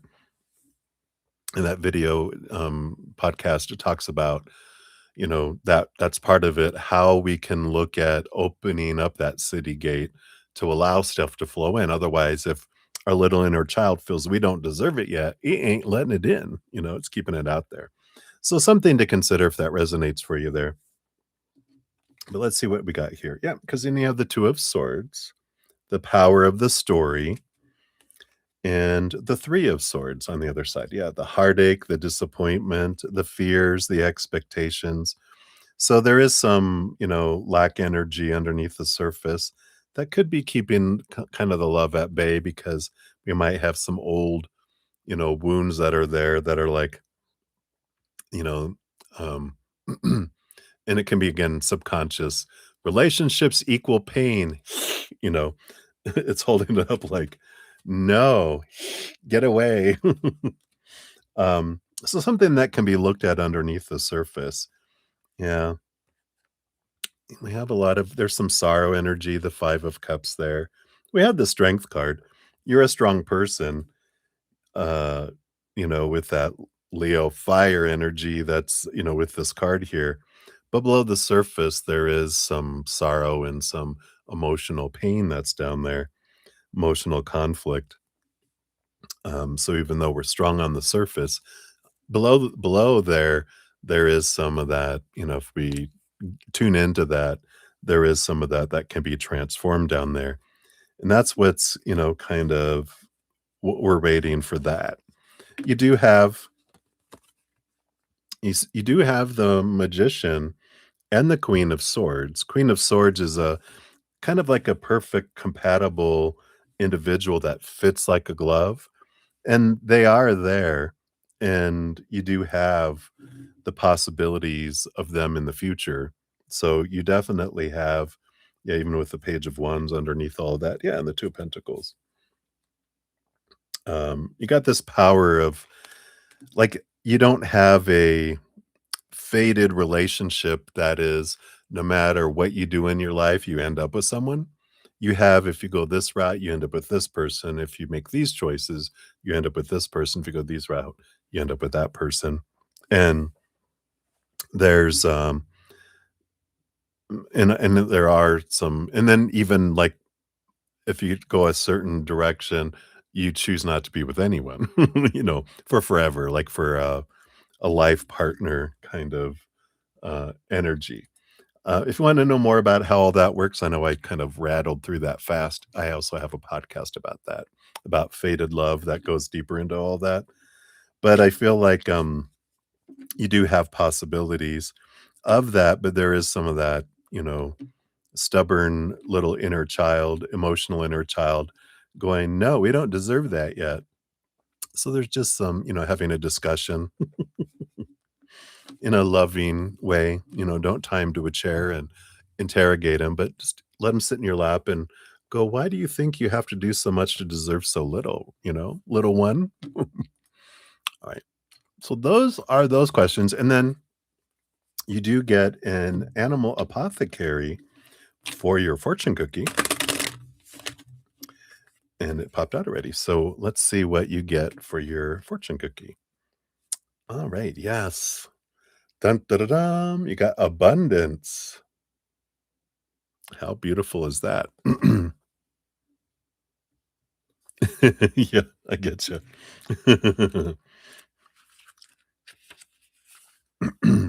So this is the bowhead whale. To survive, bowhead whale must be in flow with the currents of the ocean where its main source of food lives. When a team is migrating through the Arctic waters, the lead bowhead will often break through the ice to create a hole that the following whales will use to breathe. So the bowhead whale comes to ask you to be in harmony with the flow. The flow is the path of least resistance. It is allowing that which is bigger than yourself to guide you. This card reveals that something greater is clearing the way for a time of relief. You are in alignment with the flow where abundance flows. This abundance is revealed to you as your true self. You're being asked to release your negative thinking and worry. Rest assured that whatever is currently bringing discord or angst will soon dissipate. Let go. Holding on to worry is resisting the state of flow. That's what we talked about earlier, right? With that stop obsessing first. That letting go, going, you know what? I've done what I can. I'm going to not focus on trying to control or lack or want or need or all that. And I have a little not letting go of expectations because that is lack energy you're focusing on. Instead, I'm going to be start focusing on a gratitude for what is, what I have, what has happened already. I'm grateful, and then see the change. Says when we trust life and surrender, we work in flow. When we work in flow, we channel, which means to allow the universe to self express through us. In these magical moments of inspiration, we allow the universe to actualize using us as the vehicle. This is bliss as we transcend the superego and are one with the ultimate oneness. This is where we realize our true self. This is ultimate abundance. Bowhead Whale's medicine suggests prayer as a gateway to channeling. Ask the universe what you can do for it and not what it can do for you. What comes next is better than what you could wish for. Wow, and you have all those wishes and dreams come true for June as well. I like that. So that is what they have for you, my dear. Wow, I love it. What an adventure for sure, right? Hang in there, stay safe. Thank you again for your donation and your lovely sense of humor. Always grateful for that. And lordy, lordy, lordy. If you were a character in Lord of the Ring, not Lord of the Rings, sorry, there's a gnat flying around in here. um, for Game of Thrones, who would you be? Would you be Cersei? Or would you be, of course, you'd have to be Khaleesi, Lord of the Dragons. We already know. Queen, Mother of Dragons, right? You're very welcome. Thank you so much for your extra donation. Oh, thank you so much. I appreciate that. Oh, look. Expectations destroyed. Thank you so much for that. You're so generous. I appreciate you. Fun, fun, fun, fun times, right? All right. I think I got you all there. So I'm going to crunch my. Oh, you'd be the tree. Oh, I love that. The bringer of all wisdom, huh? I like it. So thank you again, my friend. Hang in there. All right, we got Lemon Limes Lulu, 542. 18. Thank you for your donation. And your patient's getting to your reading here. There you go. Boom, boom. So you want to know, is the cappy interested in someone else you'd like some tarot advice about playing it cool, catching this fish? You're so funny. All right. So is the cappy interested in someone else? Let's find out that first here. Right. And then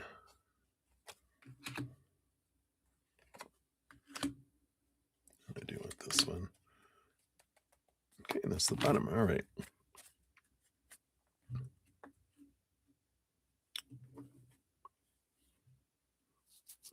All right. Well, we'll see what this is here. You too. Have a great night. Dream well.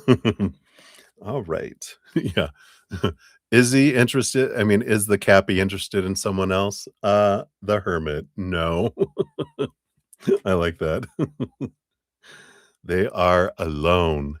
They are uh, in their cave. On bottom of the deck, they do have the 10 of Pentacles, which is they are interested in having a relationship, just not interested in anyone right now. So, that's good news, right? Um, or interested in someone else, you know? So, I like that. Let's see what this is here underneath these, 'cause these are kinda separate. I feel like these are still about playing it cool, catching the fish, but what can we know under here? What's going on with them here? Yeah, I feel like they're working on themselves a bit here with the Page of Pentacles, and they have the 8 of Pentacles, which is a transformational energy, kinda doing the work. And I feel like the 2 of Cups that's here too, which is an energy here of, like, I don't know, it's like, I'm focusing on myself in regards to relationships. I feel like they're doing a little bit here too.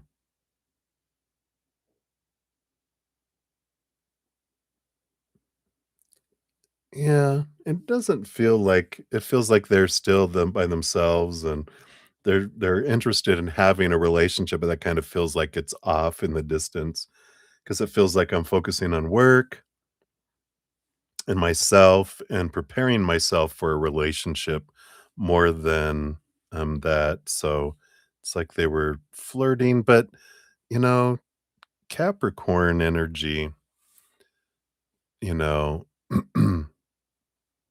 I didn't ask that, but so the cards won't show that because I wasn't finding out about that,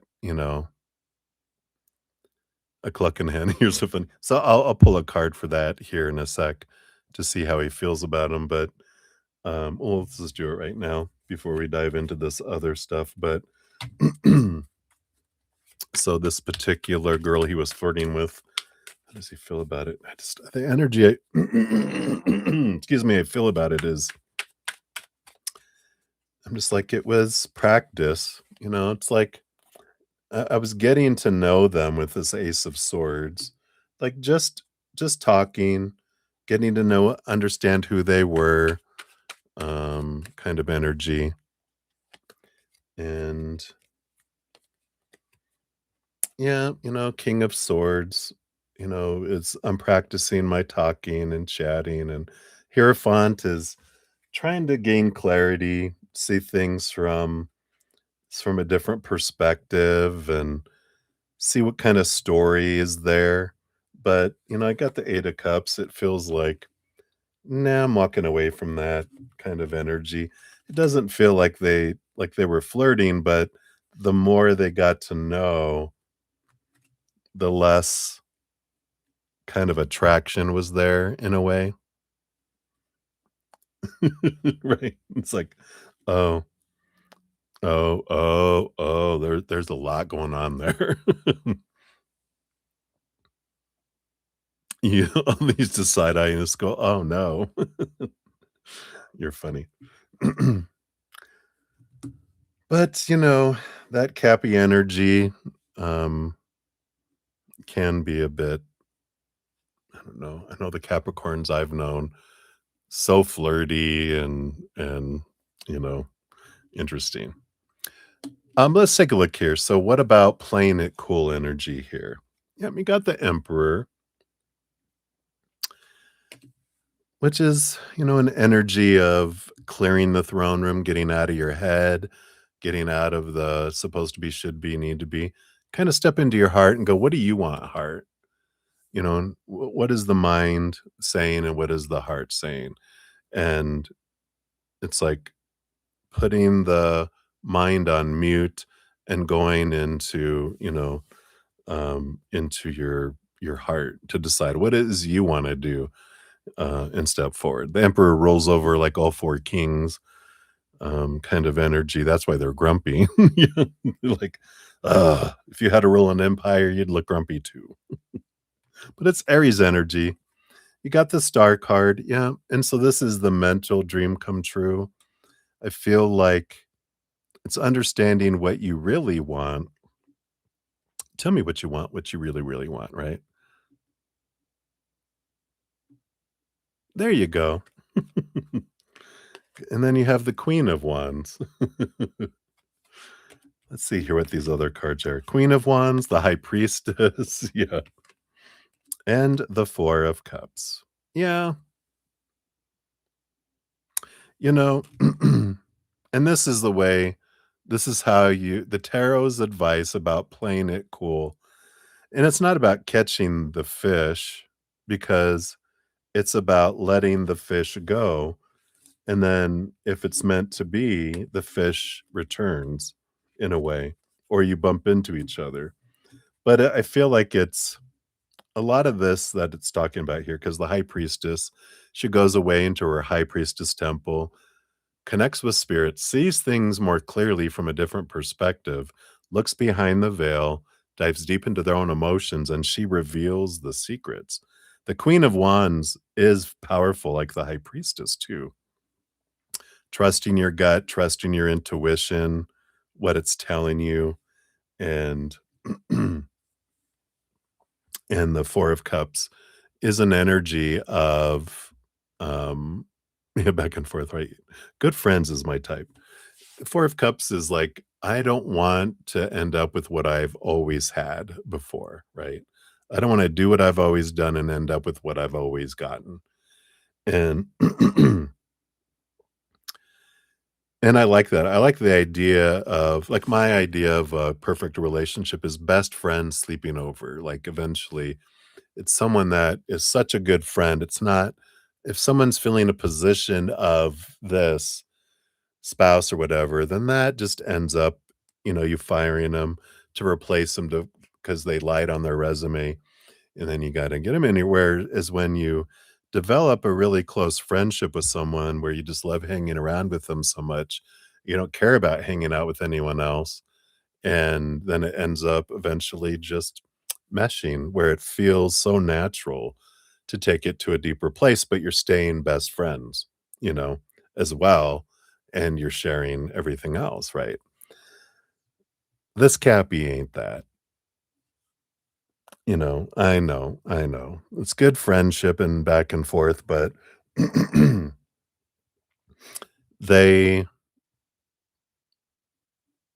they're not your energetic match, and I know I'd hate to tell you that. I normally don't tell people that unless spirit tells me to, and that's what they did. They told me, "Just it's important for you to know that, they're a good friend, but they're not a best friend," you know? They still have a bit of putting themselves first kind of energy, and, it's that, I wouldn't say immaturity, but it is, they just are not at that same energetic level, and so they're not able to, you know, bring through this, kinda dream come through here, right? Yeah, and and, I mean, there can be attraction, there, but they're kind of in this hermit, it's all about me energy, and I don't feel like, like they're the good fit, the person that is like best friend sleeping over energy. I feel like if you go do something that you love to do, like how I see it unfolding for you is you have a hobby or something you really love to do, and you go do it by yourself or with friends or whatever, and you're just having a blast doing it. Like, let's say the example that spirit gives me is like, um, making pottery, making using a kiln, a potter's wheel and a kiln and all that, and you go somewhere that offers all of that as a package, and so you don't have to have all that yourself and clean up all the mess, You go in and you're like, "Oh my god, this is so cool," and you're wearing rags and your hair's all up and you're not wearing any makeup or you're looking your funnest and rawest because you were going there to have fun, not to, live up to whatever, because you weren't there to date or meet anyone. You're there to have fun and to enjoy what you love and express your passion. And so you're making this, you're making this pottery. And someone goes, "How are you doing that?" Because mine keeps falling apart. And you're like, "What? Hey, what are you doing?" And they're like, "Well, here, come over here. See if you do this," and you show them how it goes, and you're like, "Oh, okay." And you're like, "Here, you give it a try." And you're like, "No, no, no, put your hand like this and da da da." And you're like, "Oh, that's cool." You're like, "What are you making?" And you're like, "Oh, I'm doing some African pottery." And you're like, "Wow. Why what makes you interested in that?" And then you guys are chatting about pottery because it's something that you guys love, and it's really exciting, and you're like, "Wow, this is really good. Great conversation. Spark, spark, spark." And then they're like, "Yeah, there's this exhibit that they're gonna have next week, at the museum thingy," and, all my friends are like, "Boring." But, "Is that something that you would like to go to?" And you're like, "I would love to, but none of my friends like to do that either." And then so it's an unofficial date, just friends, like, "Not a date, not a date, just we can hang out and whatever and da da da," and you do, and you guys have a great time, and that's like the spark, and it organically grows into something more and more and more and more. And that's what I see more for you.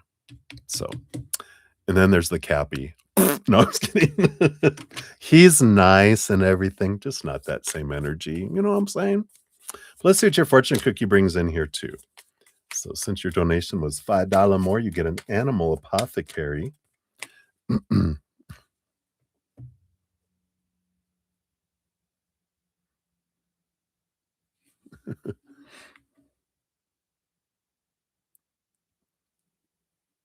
Do what? You got almost there. So it's not too far away. Look at the fox is waiting. I like that. Hey, Crystal, yeah, you can donate. Sorry, I just saw your question. Let's see here. Oh, master or power number 44.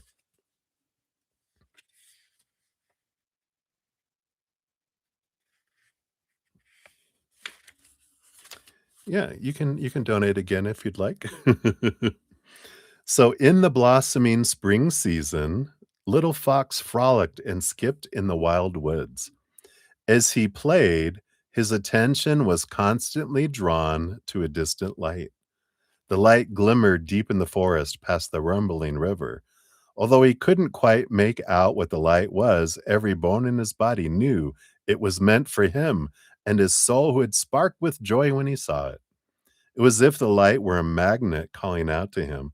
But whenever little fox ventured toward the light, he was always abruptly stopped by the roaring river before him. Little Fox would fall into despair, for he could not unite with the light that called him. Time went on and spring became summer. Little Fox would continue to catch glimpses of the light, still filled with excitement and longing to unite with his beloved light. He would regularly attempt to reach it, only to again be blocked by the roaring river. More time passed, and as autumn approached, Little Fox grew and learned many lessons. Yet he was still faced with an unquenchable thirst for the light. Little Fox became distraught and angry toward life. He often cried out in sharp howls, forsaking life or presenting him the beauty of the light, without allowing him to embrace it. He grew mistrustful that life did not have his best interest in mind and increasingly became hardened and jaded. Autumn transformed into winter. By this point, little Fox was Big Fox, but his heart was broken, for the only thing he ever longed deeply for was out of his reach. Big Fox gave up. During the early winter months, Big Fox did what he had to do to survive, but he had a hole in his heart. He walked with his head low, for he could not bear to look up and see the out of reach light. One night, as Big Fox lay asleep, snow began to fall. And when Big Fox awoke, he was taken aback at this new element he had never experienced. As he started his day, he saw a gaggle of geese standing on the river in the distance. Completely perplexed at how they were now standing on water, he approached the river with caution. He had learned through all his seasons of life that he must be careful and cautious. As he put his paw in the water, he found it to be hard and sturdy. He gasped and thought, could it be? Could this be the path to my light? Big Fox carefully crossed the hard water with deep awareness. He listened for the cracks and creaks in the hard water and scanned the sky for hawk approaching.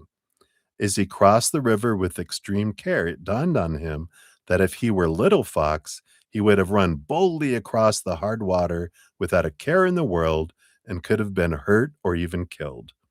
A shower of epiphanies began to rain on him. He realized he had to go through all the seasons and learn all the lessons to be prepared to walk toward the light destined for him. As Big Fox finally crossed the great river, he thanked Mother Earth and Father Sky and understood that he had to wait to gain the wisdom that prepared him for crossing the great river. If there is something you yearn for in your heart and have been striving to achieve with little to no success, this is a profound confirmation that it is approaching. Be patient. There is wisdom in the waiting. This is the preparation time.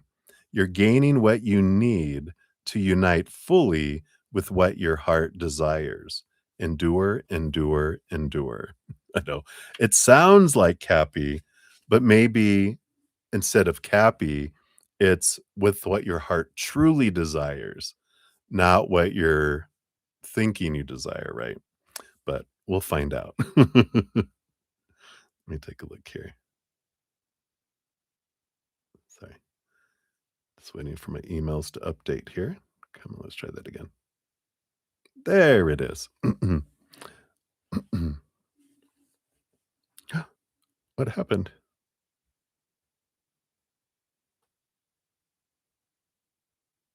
Am I still live? Can you guys see me? Something happened here. Hold on.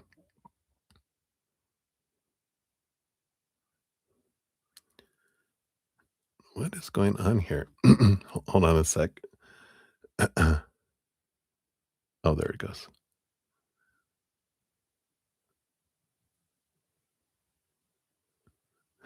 All right.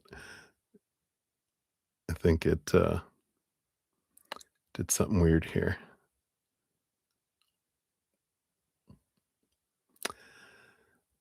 Oh, right. Okay, very good, thank you. Yeah, I think my iPad, it did something weird, so but I am back, I believe. Yep, okay, there we go. All right, so thank you so much, Crystal. I do see yours via Z PayPal. It came in here as well. So I got yours in here. And then, of course, Lemon, your additional one here as well. So we'll dive into these here.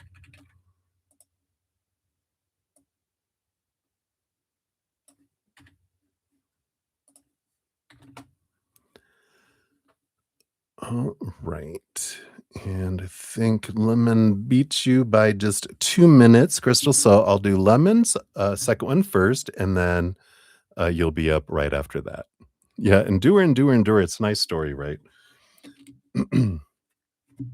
All right. So let me take a quick sip here and we will dive back in. So thank you for your additional donation here.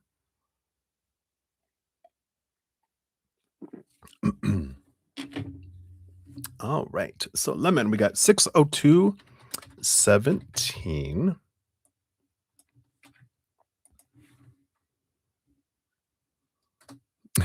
Endure, endure, endure. You're so funny. All right. So let's give that 11 a like here. So, what do you need to know about the Cappy? How can we get an energetic match? Well, that's the whole thing. We'll find out what you need to know about the Cappy. But if they're not an energetic match, it's, it's not about like, how can I get into an energetic match with them? It means you would have to change your energy to match who they are, which would mean diminishing yourself. Energetic match means this is your energy of who you are, and you draw in someone who's a match, right? And if you're not, you could be drawn to someone, but yeah, you wouldn't want to dim it down and you wouldn't want them to have to change either. It's like, how can we change our energies so we match together? And it's like, it's almost like it's built in us already, but we'll ask and see what they have to say here too. So, but what do you need to know about the Cappy? We'll ask that first here. They do want that one here. Do want that one and this one and these two. Okay. And then can we do anything to get into an energetic match?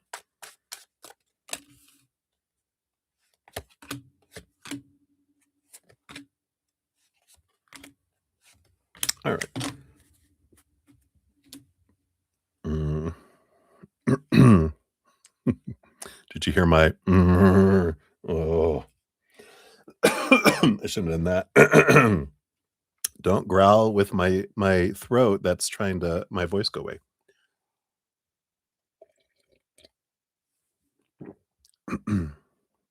Yeah. So I think the way I asked it is good. You know, can we, um, you know, match energies where, we're compatible and all that kind of stuff. But the bottom of the deck, we do have here, the 7 of Swords, which the 7 of Swords is the liar, deceit, cheater energy, which I'm like, oh, that's how I went, oh no. But it just so happens, the Cappies that I was talking about, they did do that. Yeah. Yeah. It was like, yeah. You find out that, when you're hanging with someone and you find out, oh, you're in a relationship, and then they break up after a while because, they find out they've been sleeping around and cheating around on them. And then they're like, well, we got along so good. Would you want to be in a relationship? I go, no, not a committed relationship because obviously you can't commit. But let's see what comes in here. What do you need to know? There's just some energy there, but let's see what we got here. And we got the 7 of Cups, that there is a lot of emotional energy there that's kind of multiple choiced out. There's A, B, C, D, E, F. So I do feel like they've had a lot of different, startups of relationships. And I can understand why they're in a hermit mode and they're working on themselves as well. That kind of energy that's there. What's underneath that? Yeah, the 4 of Cups, because they're tired of doing what they've always done and getting what they've always gotten as well. So I feel like they're kind of flirting, but then they get bored fast because I keep on going back into the same situations because the mirrors keep reflecting back to them what they need to see about themselves, right? So they're kind of in that kind of energy where they're wanting to work on themselves or they're realizing I'm in a repeated cycle, repeated pattern kind of energy. Yeah. So the Ace of Cups is the self-love, and that's exactly what all of our journey is. All of these mirrors reflect back to us so we could see our self-love and realize that every relationship we have in the outside world is a reflection of ours. So I feel like they are in this, working on or getting to the point where I feel like they wanna, work on their self-love here. But yeah, they do have that conflict between their head and their heart that's in here, where their heart makes promises that their mind can't keep. Their heart makes promises that their mind currently can't keep, we'll say, because when they're looking for their worth outside of themselves, they're cheating on themselves with others. And then there's that, the lying and cheating then comes out in its own way, there as well. What else do you need to know about this cap? Yeah, we got the Eight of Cups. Yeah, they do walk away from a lot of relationships. Yeah, looking for this dream come true energy, which, again, there's this they're looking for their self-love, like we all are. We're all on a quest of finding our self-love, and we'll look for it out here over and over and over again, you know, until we realize that the love of the life we're looking for is ourselves. And then we turn inward and upward. We see the unconditional love of who we are. We fill up, and then it doesn't mean we stop looking for love in the outside world. We just don't need it, but we can want it. It's like we're looking for a 10-course meal with 2 desserts. All we find out in the outside world is like a, you know, dessert. 3rd dessert, 4th dessert, 5th dessert. It's a giant dessert bar, but inward and upward is where we find the 10-course meal with 2 desserts. We're like, "Oh, there it is," and then we feel full, but just because we're full doesn't mean we can't make room for more dessert, right? So then we can want more dessert in the outside world, and someone offers us dessert, and we're like, "Oh, thank you," and that's above and beyond extra. We're like, "Oh my god, it's so good," right? But when someone offers a 7th dessert and then goes, "No, I'm not giving it to you," before it would freak us out. We'd be like, "Oh my god, no, don't take away 7th dessert." Now we're like, "Phew, oof, thank you, you did me a favor, I'm so full because 'cause I'm full from inside out, not trying to get full from outside in." And it's a change and it's a difference, kind of energy. And that's kind of what, they're going through this period in their life where they're, um, there's this, um, I'm, you know, tired of always feeling disappointed and not feeling full, and that's where the lying and cheating can come in too, where if we feel one person doesn't fill us up, then maybe 2 will. Well, if 2 doesn't do it, maybe 3 will, and then they realize it doesn't matter as many people as I'm, consuming, I'm still not feeling full, and then, um, you know, eventually we will turn inward, and we might turn to alcohol and drugs and, eating and purchasing stuff and all these other things trying to fill up that hole in us. Eventually, we turn inward and go, there's the love I'm looking for. Then the world transformed from a place of lack to somewhere that feels like abundance and overflow, right? So, it's the energy there. It sounds like you and Corey, Crystal. You're funny. It probably is, so much of our lives is that. It's amazing how when we look at it all, we're like, "Yep, that explains the world." It's very simple. It's just the story. It's like the characters and the location and scenario might be a little different, but the moral or the theme of the story underneath of our lives are so simple and so similar. We just don't see it because it's, you know, made differently. It's a sci-fi instead of something else, right? So, interesting, right? So we'll see what else we got here. So we wanted to find out here. I mean, you need to know that about them, that they're on their journey. They're reflecting. This isn't, a character flaw. It's a human condition that they're dealing with and experiencing through, just like the rest of us. We're all on a quest for our self-love, right? But I'm interested. So how can you get in an energetic match? Let's see what they say. So here's the 10 of Pentacles, which is relationship energy, the physical world. We can match up a lot, you know, with the stuff of the physical. This isn't interesting how they're approaching this, but let me just make some space here. So what they're showing me with this is that so we can match physical world, like all the little check boxes, that's what we think is like, okay, well, I can be in a relationship, and it all depends on your definition of what a relationship is, right?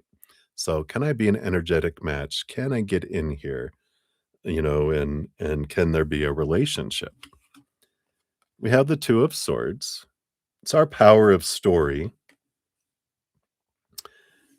So every moment, whatever's happening in the outside world, we're creating the story about what it means. It just is. But we're the ones that create the story and then the emotional soundtrack that goes with it and the physical actions that go with it and our energy we put toward us. And how would they say this? That, you know,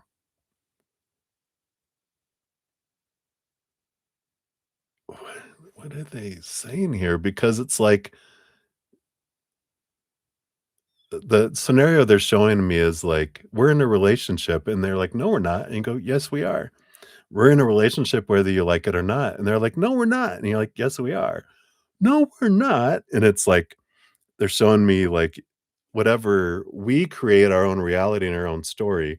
And it's like, someone's like, we're broken up. No, we're not. Yes, we are. No, we're not broken up until I say we are.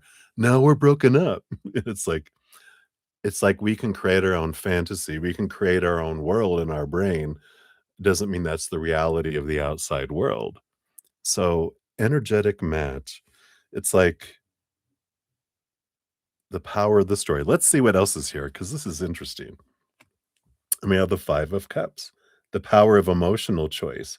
We can focus on the spilt cups or our power of emotional choice. So they're bringing in this interesting story of, um, I've got, you know, this, I can either choose what story or I'm on if I'm not consciously choosing my story and my emotion, then I'm on autopilot going off of what stories I've been told in the past and what emotions I've been told are supposed to go with it. So there's something about conscious living and trying to understand what a relationship is. What do I want and what do I want to create? You have the 9 of Pentacles, which is interesting. This is us alone with spirit. And I get an energy in here. If I can't be happy alone, I can't be happy in a relationship.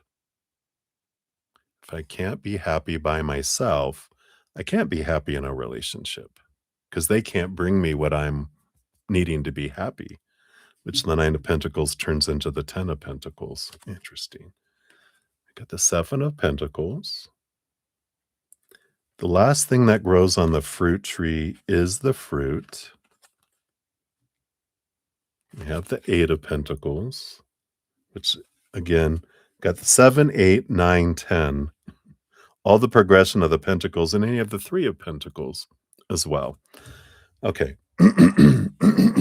So the 3 of Pentacles energy is an energy of being true to one's authentic self and that we create what we want.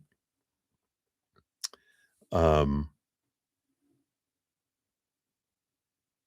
and this, I feel like this energy is about the journey of life of the outside world, about how we think we want something. The 7 of Pentacles is I plant something, I think this is what I want. As it grows, I change, but I realize, "Mm, is this fruit really what I want?" And I know I planted it in the beginning for a reason, but through the seasons, I see that I maybe want something different. And the 8 of Pentacles is like, I'm a caterpillar. So I go into a cocoon, I transform, I come out a butterfly, and I look back at the caterpillars and go, they want to eat leaves still, but I want nectar. They want to crawl on the forest floor. I want to fly. Can the butterfly have a relationship with the caterpillar? Yeah, their energy doesn't match. How can you make your energy match? You can't unbutterfly yourself. And let me just take a quick sip here, sorry. Just think on that for a sec. I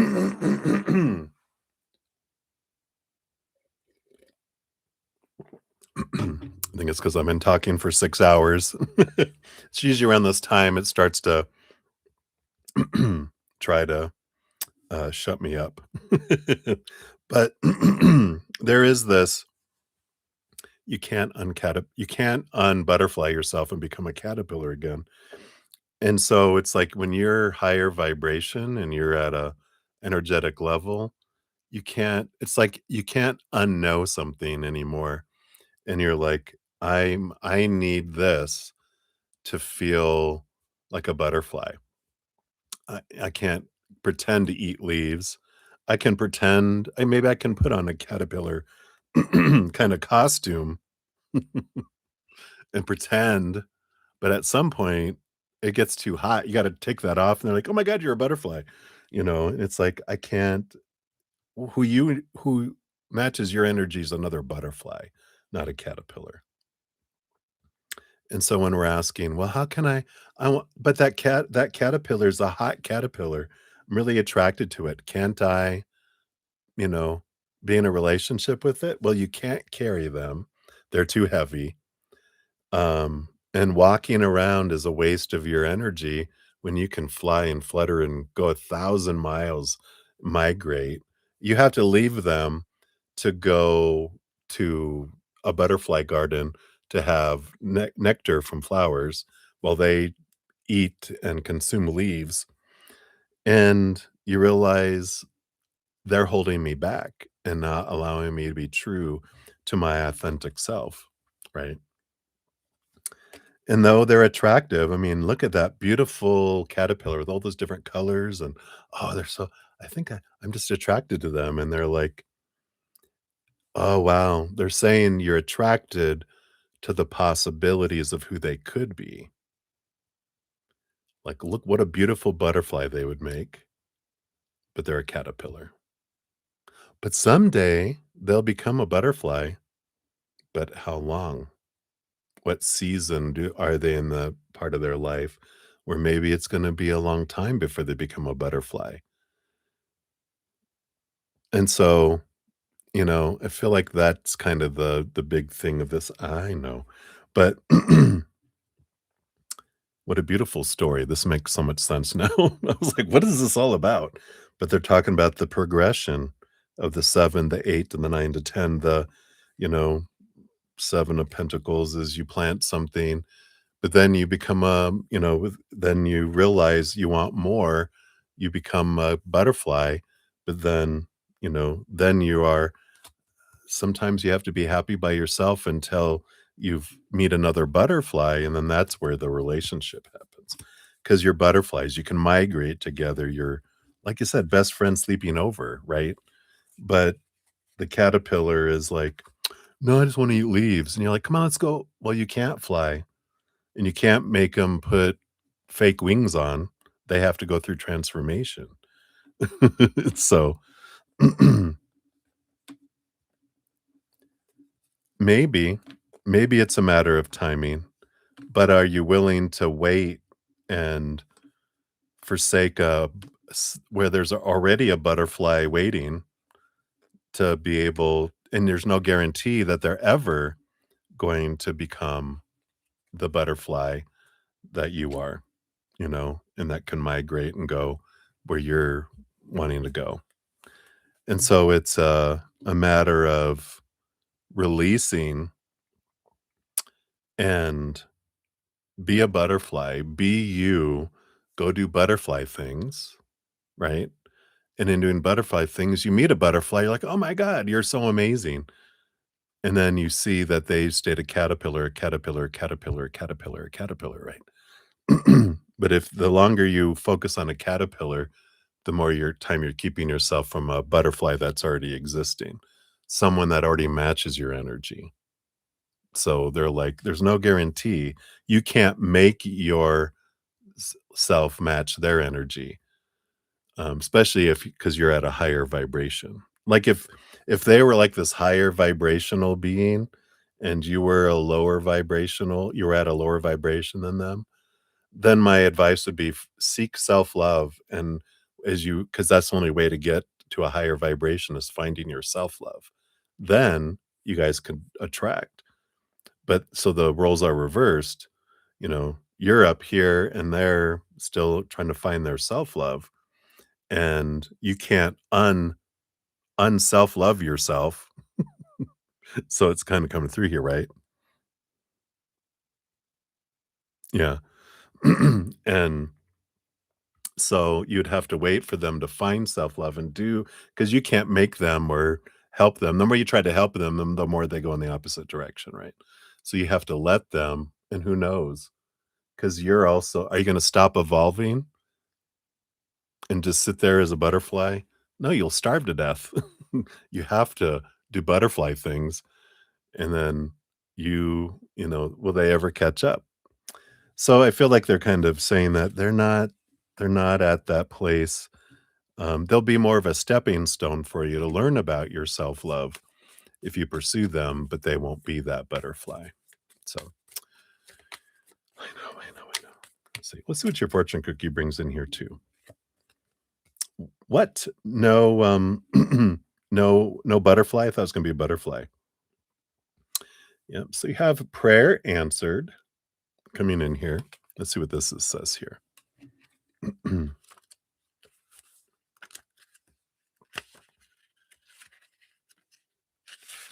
Maybe. There we go.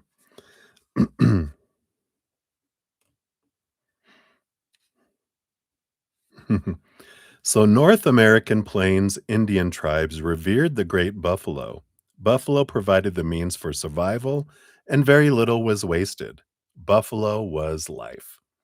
Sacred dance ceremonies were performed to honor buffalo and ask for a successful hunt. In these ceremonies, dancers would become the buffalo in spirit. The lesson of Buffalo is the importance of asking the great mystery for help through syncing your prayers with action to create abundance and success. Act as if your prayers have already been answered. When we act as though our prayers have been answered, we become a magnet for our prayers to manifest themselves in their physical forms. Let's say you're experiencing disunity and have a difficult time with a colleague. Your prayer is to resolve the issue and have unity between the two of you. Your prayer to the great mystery would be to ask for unity with your coworker and then to act as if you already had it. This would look like being kind, respectful, and showing love to your coworker immediately, regardless of whether the problem was resolved or not. This action is what would create the unity and eventually dissolve the issue. When buffalo tramples into your spread, this medicine is a confirmation that your prayers are being heard, but it is of the utmost importance that you stand in unwavering blind faith that they are coming to fruition. Endure the time and uncertainty because your deepest heart's desires will be manifested. Act like the person whose prayers prayer, sorry, has already been answered. What they're bringing in here, which is interesting, is and no, it's not the prayer because your prayer isn't, "I want the cappy." Your prayer is, "I wanna find a love like best friends sleeping over," right? It's not, "I want the cappy." Your true heart's desire is, "I want that." And what they're bringing in is an oracle in one of these many of my probably couple 100 oracle decks I have, is we don't cast a spell upon someone else, like, I want them to be my boyfriend or girlfriend or whoever, right? It's, I want them to be mine. And what we do is instead of casting a spell on someone else, because we know how that works out, right? Was it in Practical Magic? They cast a spell and then they, oh my God, he's trying to kill me because if he can't have me, no, and he doesn't want me to anyone to have me, whatever. So it's instead of casting a spell upon someone else, because love spells in movies never work out, and they don't work in real life either. But so it's you cast a spell upon yourself, to bring me the perfect person that is in alignment with this, right? And then if it's them, then we draw them to us. If we don't, we draw in the person that is. So we cast a spell upon ourselves to bring to us this best friend sleeping over energy in relationship. And then we go and we live our passion, and then it's drawn to us, right? So that's kind of what's coming in. I know. When you're attracted, you're attracted. I tell you, the Cappy, I think I told you this, uh, you know, that, that, you know, the cat, one of the Cappies in my life, it was like animal attraction. It was like, oh my God, I can't, I can't get away from this. And, but after I found my self love and I bumped into them later, um, nothing. It was gone. I was like, "Oh, so that's what it was." There was this animalistic that I was seeking this kind of energy, right? Yeah, yeah. Well, I mean, they kind of already said, right? The if they've already told you that whole go out and do what you love, because in doing that, you find someone who's doing something that you love and there's a spark. And and then but the spark is both ways, not just one way. And then you just feel this grow, grow, grow, grow, grow, right? Um, and that's the way you find it because it just happens right away. It's not, it's just different. So that's what you do. You continue to follow the passions in your heart, work on your self-love, and you draw them in. So all right, my dear. So that's what they have for you. I'm gonna move on here because it's getting late and I got a bunch more to do here. So we will jump in here. We got, let's see, is that Asura? Hello, hello. I see your free question. We'll get that added in here. You are very welcome. Thank you again for your donation. And we got Ruby. Ruby Grimm. Hello, hello. All right. And we'll get that added onto the donations up here too. Boom, boom. All right.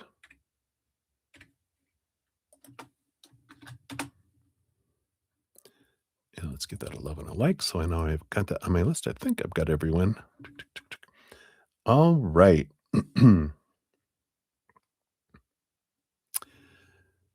So Crystal, you're up. 630.54 is for yours. Boom, boom, boom. There you go. Thank you again for your donation via Z PayPal. I see your questions over here. You will see. Is this going to unfold the same? We shall see. Dun, dun, dun. All right. So Corey's thoughts on you. Okay. So let's take a look here. All right. So Corey's thoughts on you here. Okay. These two. All right. And then Jay's thoughts on you. Looks good, huh? You're funny. Yum yum. Hungry. I'm hungry. Right. Sorry, shouldn't do that. Don't use my Cookie Monster voice, right? All right, let's see here. So let's see what's going on in Corey's thoughts here. So we got the Queen of Wands, yeah. Of course, all that passion energy. They definitely like the passion, the fire. They look at you as a kind of a queen of fire. So there is that energy that's there. It's beautiful. They see that, the passion, passion, passion.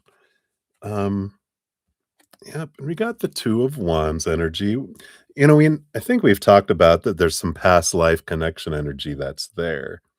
And the Two of Wands energy, I feel like they're saying that that's where some of the attraction of you to them is a lot of this past life emotion. Because I don't feel like there's a lot of emotional expression in this lifetime, but you got emotional expression from a past lifetime, which in a way you're, like, connecting that to their current character in this lifetime. So, there is that emotional energy that we sense between each other, especially in this day and age. The last couple of years, I'd say the last 3 years, we've been really expanding our ability and connection to our subconscious world, which is where there's a pathway to our Akashic records. So, more than ever in humanity, we have a strong, strong awareness, at least in this iteration of humanity. Others, we were so aware. This one, we're so veiled. This is a new feeling that we're picking up emotions with other people that haven't been there before and for no reason by our human mind and what's going on with us in this world. So, there is that kind of connection that's there. What else? Got the Six of Swords. There is some different thinking going on here because they're letting old ways of thinking go, seeing things from a different perspective here. Um,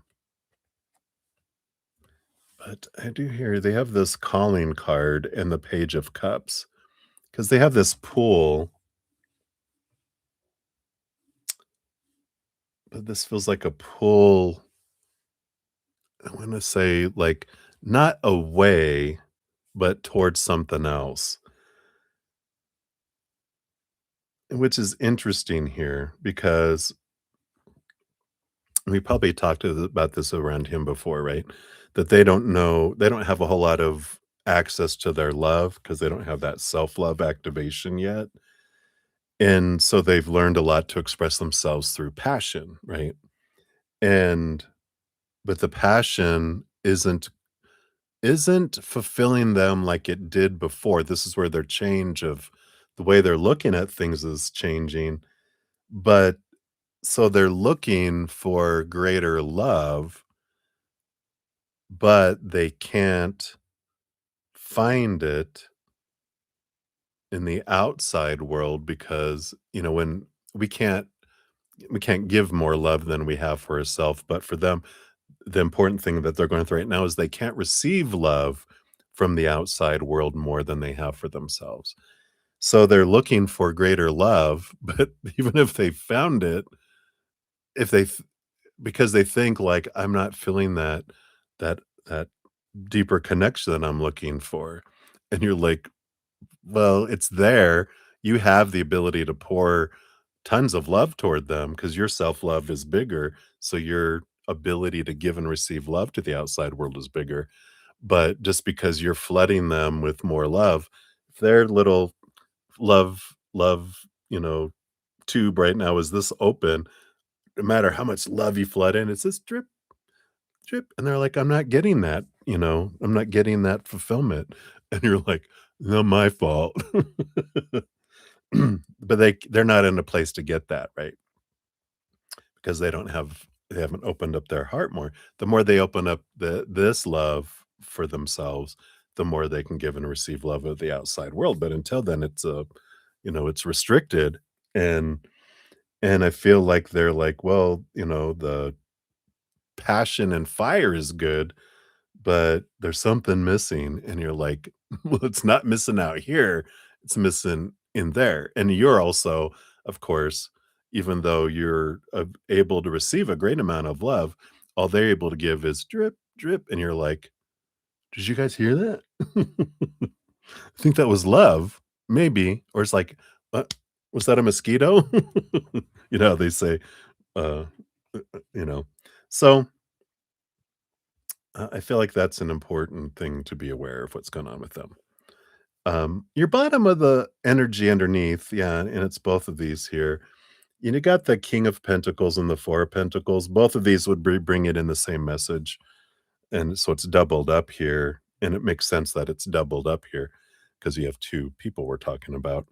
Um, but, when we're looking for our own self-worth in the outside world, all of us, and that goes for both of these people too,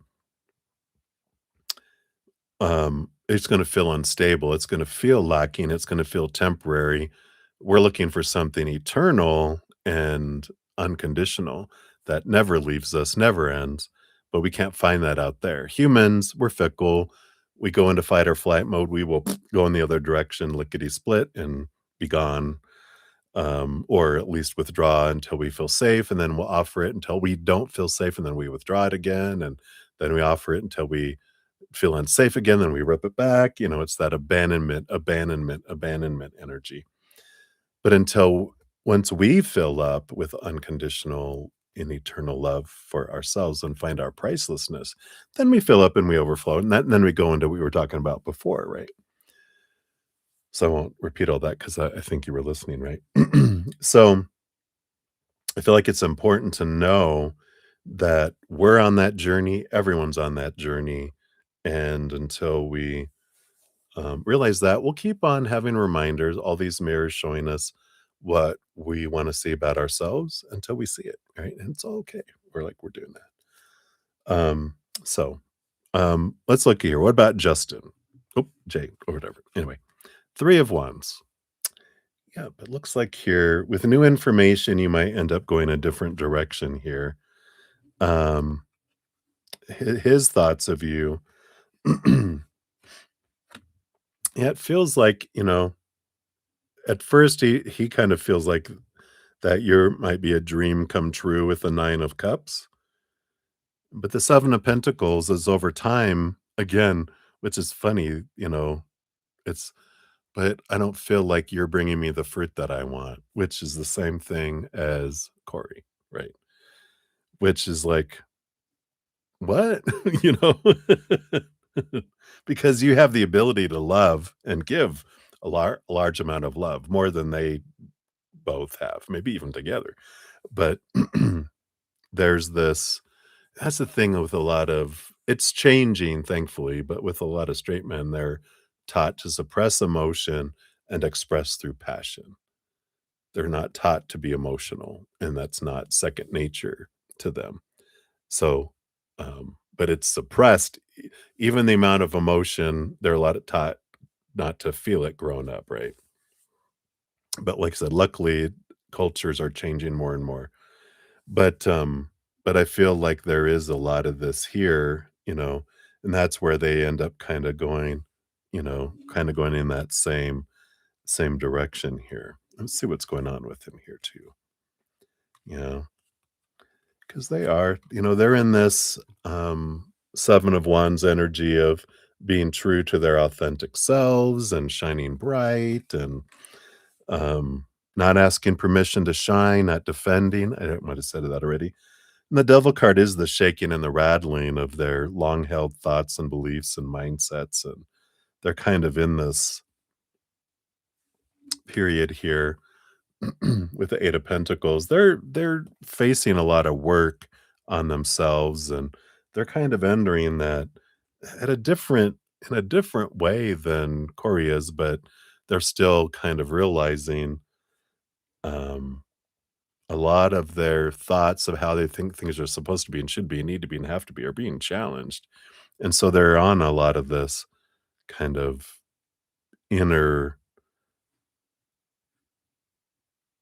reflection. I wouldn't even say that they're that far. They're like they're getting an inkling that something else needs to happen. Like I can't keep doing things the same way, but I don't know what other way there is kind of where I feel they're both at. Just at different angles coming into things.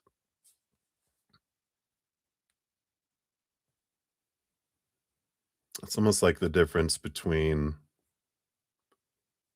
like a like an earth sign versus a fire sign or vice versa. It's that kind of difference in you know, a land animal versus a fish. It's like they're gonna experience a lot of the same stuff, just differently in different environments and surroundings, but they're kinda both going through kind of the same, um, scenario or they're kind of in the same phases, which is a good, kind of reflection coming in here, which is and I know we went really deep tonight, didn't we? I feel like we're in counseling, right? We're like, "Wow, this is I'm gonna have to journal tonight or in the morning." Find out what is this all going with me too? Um, but when we're, like, attracted to and or attracting certain individuals, there's always something in it for us. It's like it's happening for us to realize how far we've come, to realize, is there something different within me I can look at that I haven't looked at yet? Something that needs more fire. It's like if you ever think about gold, how it's heated up so things that are not the gold surface and so you can scoop it off. Things that are not me that need to be removed. Is there something in there that's coming up because of these? I'm drawing in these individuals. It's like they're not seeing the way. What am I not seeing? Is there something I can look at? So it's some good reflection there, but hopefully that helps, Crystal. Let's see what your fortune cookie is. You do get one of these memento mori, which is remember you die, which is remember to live. What are we spending our time on? I'm ready to live. Yeah. Your body is time. I like this. TikTok, TikTok. I like this. I actually looked this up. I go, what does that mean? Your body is time. But it's all about our rhythms, our circadian rhythms or whatever, how we, we can reset our timing. We have timing in our body, the heartbeats, and our body is time, but time doesn't exist outside of us. We are our own time. And I like that, realizing we're eternal beings, you know, what's the rush? We feel like I need to get somewhere very fast, but it's all about the journey because we're going to experience everything. We're eternal, but we get rushed because we feel like I need to be somewhere at a certain time in my life or it means I'm not fulfilled, right? And so we go, what's my drive to try to get to somewhere? And that's some good understanding that we can have too. So hopefully that helps. Right. So that's what they have for you, my dear. Thank you again for your donation. Hopefully it helps a little bit there. All right. So I think here we've got just one more donation. We got Ruby. I don't think I've had you tonight. Yep, we did. We sure did. Hello, right up here. Hello. All right. So Ruby, 645.58. There is your additional, all your timestamps there together. And you want to know, is it going to seriously harm you if you have a cigarette or just a couple of puffs with your ancestors? When I leave them one on their altar, my husband's, uh, oh, we'll have a beer with them, but I don't drink. I like that. Let's take a look here.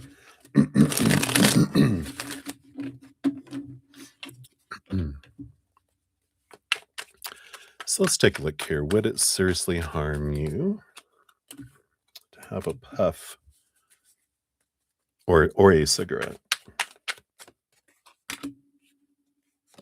You're not on oxygen, are you? If you are, you might blow up. Just a disclaimer.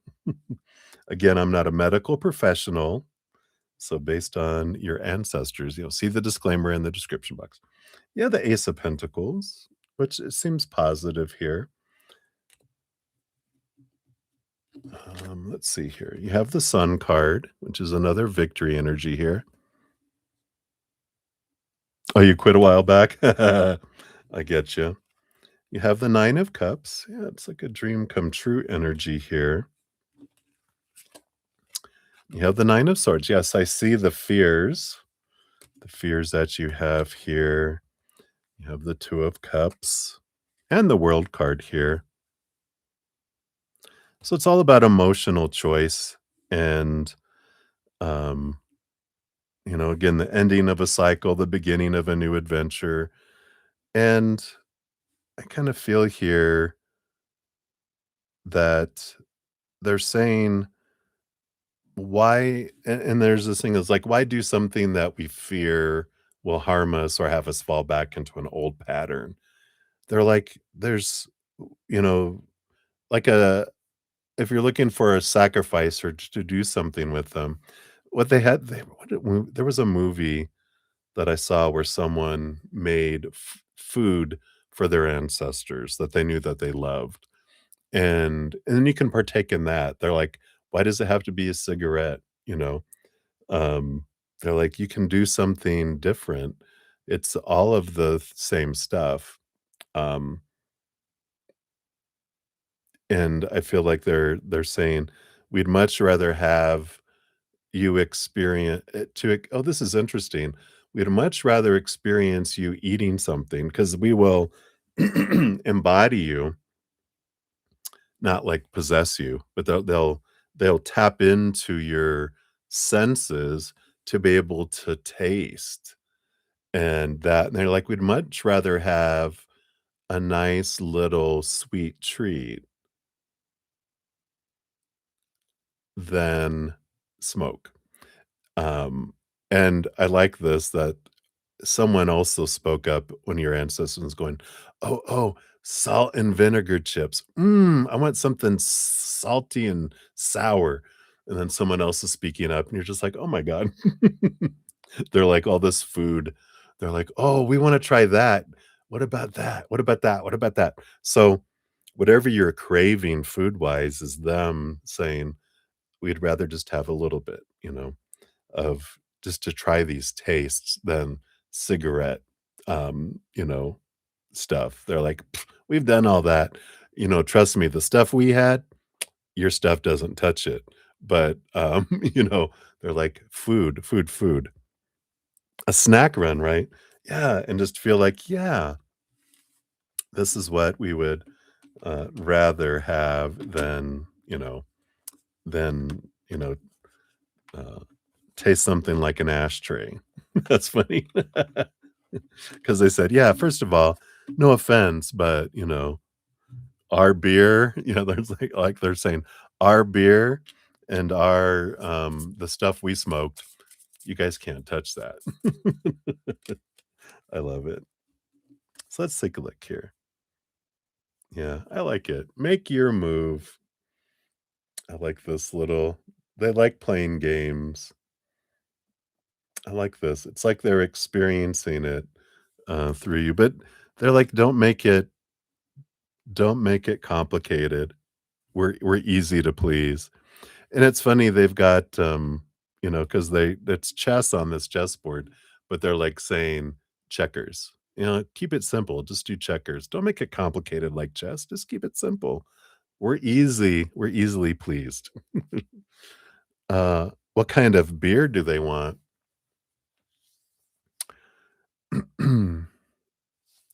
What's I don't know. I feel like they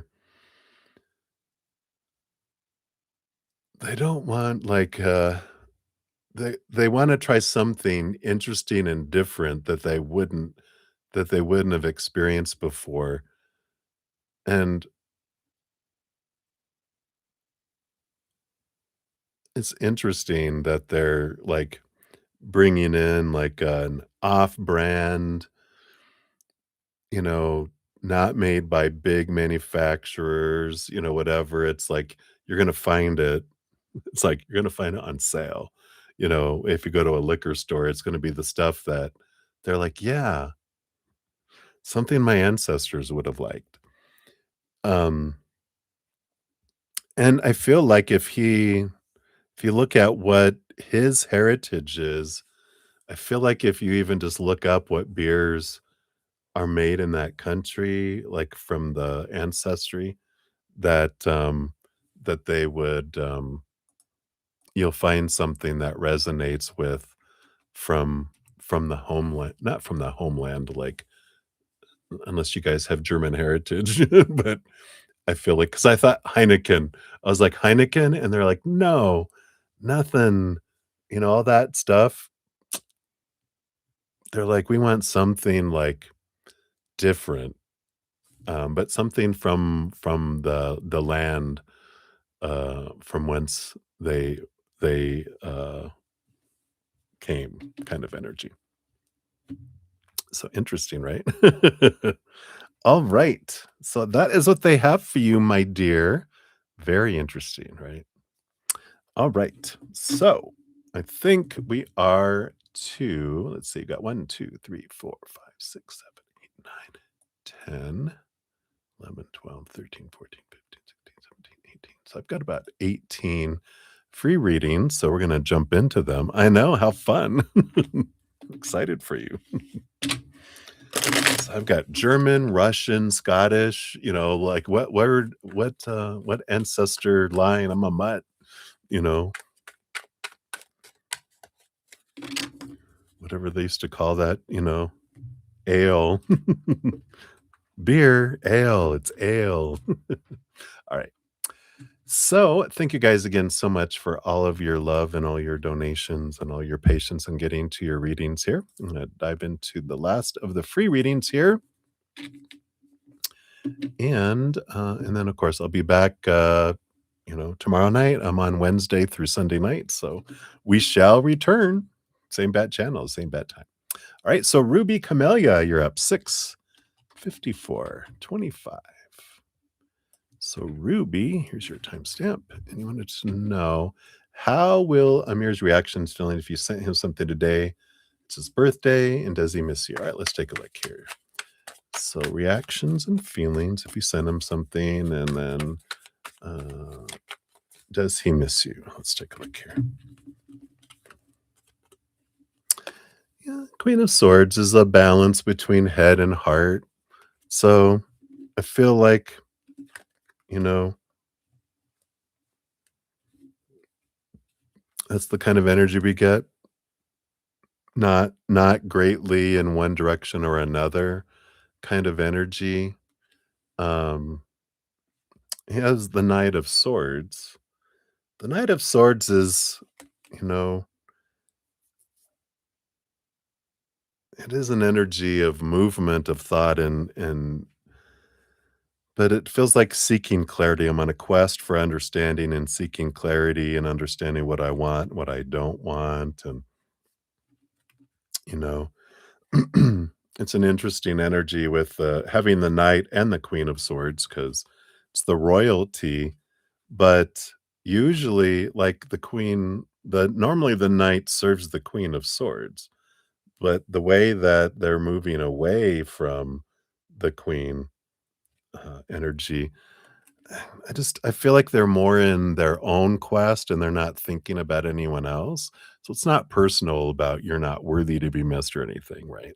Has to do with them and what's going on in their lives, and I feel like they're really caught up in their head and they're not really thinking and not really feeling a lot. They're thinking about a lot of stuff, but I don't feel like they're in that emotional state of mind, if that's their norm anyway. But I feel like that is kind of what's coming in here. So I wouldn't send them anything.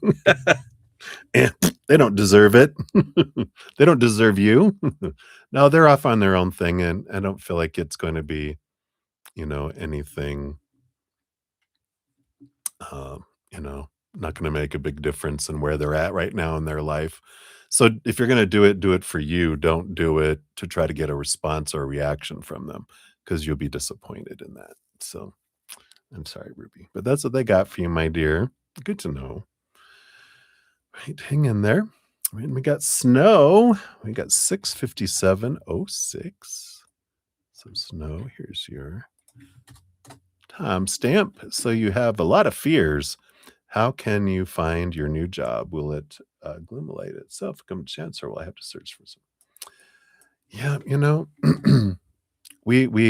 we're in a giant amusement park full of fear rides, so you're not alone. But the more we question and get to the root of the fears, the more we realize that a lot of them, I mean, all fears are lies when we get to the core of it. Except maybe like the fear of heights where we fall off and die, the fear of dangerous snarling animals that could kill us. There's survival fears, but the emotional fears are the false ones. And when we get to the root of those, we can transform a lot. My podcast series, The Easier Path, has a lot of dealing with our fears. So if you want to have a free resource, just check out the description area. It has the link there. Or if you go to my main page, click in my name. At the very top has the playlist for The Easier Path if you're interested in that. So, how can you find a new job? All right, thank you. And will it come by chance or will you have to search for it? I feel like you'll have to, with the strength card, it was what came out for the second portion. The strength card is it's Leo energy. It is inner strength. It is the lion searching the jungle. Not the prey doesn't come to them. Get in my mouth right. They have to go search after the prey. So you do have to search for it. And the Six of Swords is about letting go of old ways of thinking and look at new ways of thinking, which is not looking where you've looked before, but seeing things from a higher perspective and going a different route with it. So I do feel like there is this movement. You have movement when you change your mindset. And so, like, don't limit your searches like you did before. If you're like looking at a search engine, kind of have less filters so you could see more jobs. And I feel like there's something new to try, something new to do. It's like if you're always in like sales, you look into management, customer service, working in a nursery, a plant nursery or something. There's something different that's out there that I feel like you're ready for movement, not to do the same old. But I feel like that's where you find the job that way. So hopefully that helps. So many blessings to you. Hang in there, Snow. All right. And then we've got Prathi. You're up 70007. It's like your 007 reversed. Are you a spy? You can't tell me I know. You'd have to kill me. So what do you need to know about your future married life right now? All right. So we've got this and this. Okay. I love it. You're being drawn here, like your heart is pulling you towards this dream come true with the star card energy here. And I like this. It's, what you need to know about your future married life is that it's not something you expect, something that needs to be, from your mind, the supposed to be, the should be, the need to be, all the opinion that, we've grown up with. This is something from the heart. You're pulling this. And even though this, the star card is Aquarius energy, they're a water bearer and they bring clarity, through their energy. And it's kind of a rebel. It's going against, like, the old ways don't work anymore. It's the new ways. So it's like they come in an unexpected way.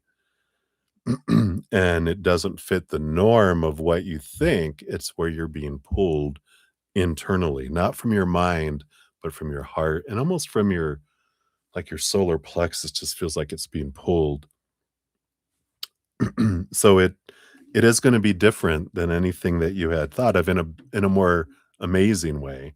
Not a, oh God, it's not what I expected. It's a, wow, this is not who I thought I would be drawn to.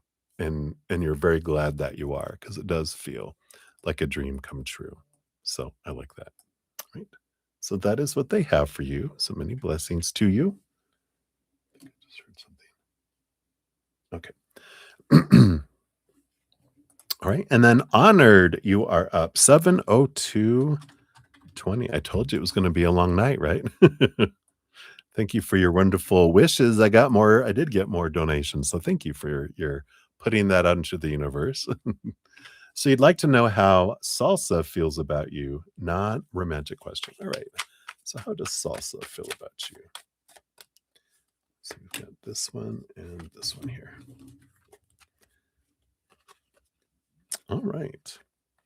Well, they definitely feel like you're a fiery person. Page of Wands, Seven of Wands energy. Seven of Wands energy is an energy of like, like the sun. Like they see you as someone that doesn't ask permission to shine, doesn't dim their light, doesn't ask permission. Um, like I said, doesn't ask permission to shine. And, there's this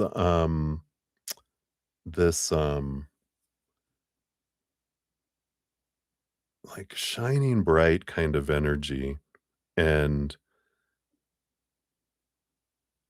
and so I like that kind of energy that's there, because they don't see you as arrogant, they see you as confident. And there's a big difference in that. Confidence is you know who you are. Arrogance is you think you're better than everybody else. So there's an appreciation for that here. Page of Wands, they do see you as someone that knows I was gonna say knows how to wield your wand. That sounded bad. That was there. Um, but there is this, they feel like you have kind of like, I want to say, this charisma around you that, you know, it's almost like when you put your magic touch to something, it just unfolds. That's the way they see it. They're like, wow, you can just do something, but they don't realize how much effort you put into things. They just think it just rolls easy to you. And a lot of stuff does come easy to you, but I feel like they feel you make things look easy, but they don't realize the crap you had to go through to get to where you were at, in your learning experiences, you know. Loved learning the hard way, but you learned a lot. So I feel like that's kind of their energy around it. They feel a bit sparky. They might, and like I said, it's not romantic. It's not like attraction, but they they do see you as like, I wouldn't say inspiring. Almost sounds too like, ooh, it's fiery and sparky, and they like your energy. Because it feels like they kinda get motivated by you and your energy and what you do. It's catchy, kind of. So, I feel like that's kind of what we have for right now. So that's what they have for you. You add spice to the salsa? That's funny. Alright, so that's what they got. Many blessings to you. Cheers, cheers. Take another sip here.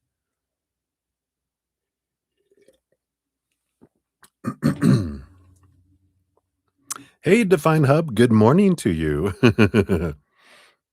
Alright.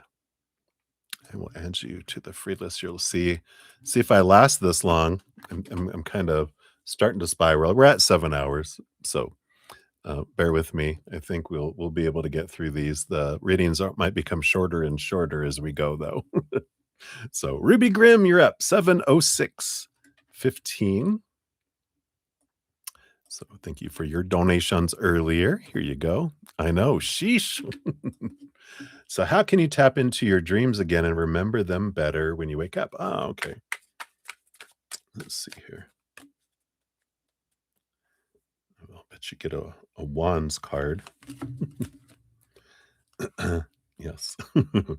Boom, boom, boom, boom. Look, while you sleeping, the two of wands. So here's the four of swords, which is a resting card. So you're actually sleeping there. Um, and I knew you're gonna. of course, knew that you're gonna get a Wands card because it's all about intention. It's the power of choice. So before you go to sleep, just, um you can ask, and that's all it is. Our intention, we're so powerful. Gratitude, thank you for the dreams I remembered, and, just ask once, "I would like to remember my dreams." And then you can just, tell yourself, um, I want to remember my dreams, and thank you for helping me remember my dreams." When you ask the universe and your spiritual posse, they'll help you remember your dreams. Um, and they might even make them a little more intense so that you remember them in the morning. So careful what you ask for because sometimes for us to remember them, they have to make them really memorable, you know? And so we'll wake up going, "What the hell was that?" And then we'll remember it. But you might have like a little journal by your bed because you remember it when you wake up. And then they quickly, as we start waking up, our brain starts letting that go and focusing on what we have. In fact, if you can keep your eyes closed when you're waking up and go, what was I dreaming?" Before you open your, because as soon as you open your eyes, your mind starts to go gather information, and that other stuff's out of the buffer in a way. So, but intention is the most important thing to remember our dreams because we're powerful that way. So hopefully that helps. So that's what they got for you, Ruby. Thank you again so much. All right. And then Jojo, you're up 708. Whoops. 70844. There we go. So Jojo was the old man. Oh, that's right. The old man he saw in his dream hugging me, or in a dream hugging me, my grandfather, or was the old man he saw in his dream hugging you, your grandfather, or someone else, So someone else dreamt about you hugging an old man? Maybe it was them when they were older. Let's take a look here. Was it grandpa or someone else? Was it grandpa? No, I don't think it was grandpa with the 9 of wands there. That's like a block. It was someone else, ace of wands, energy here. Ace of wands is a different type of energy. It's a sparky, new energy, someone fiery.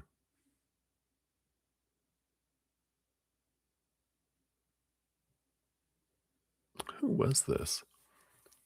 So if this wasn't you dreaming in it was someone else, was the old man he saw in his dream? Because if this was someone else dreaming about uh, you hugging someone else, I almost feel like it's um, them hugging you, but they were in someone else's body because it was safer for them to be an old man hugging you than someone else. That's interesting. If it was you dreaming this, which I don't think it was, I feel like it was this other person. But there is someone, I don't know, was there an old man that used to work in a shop?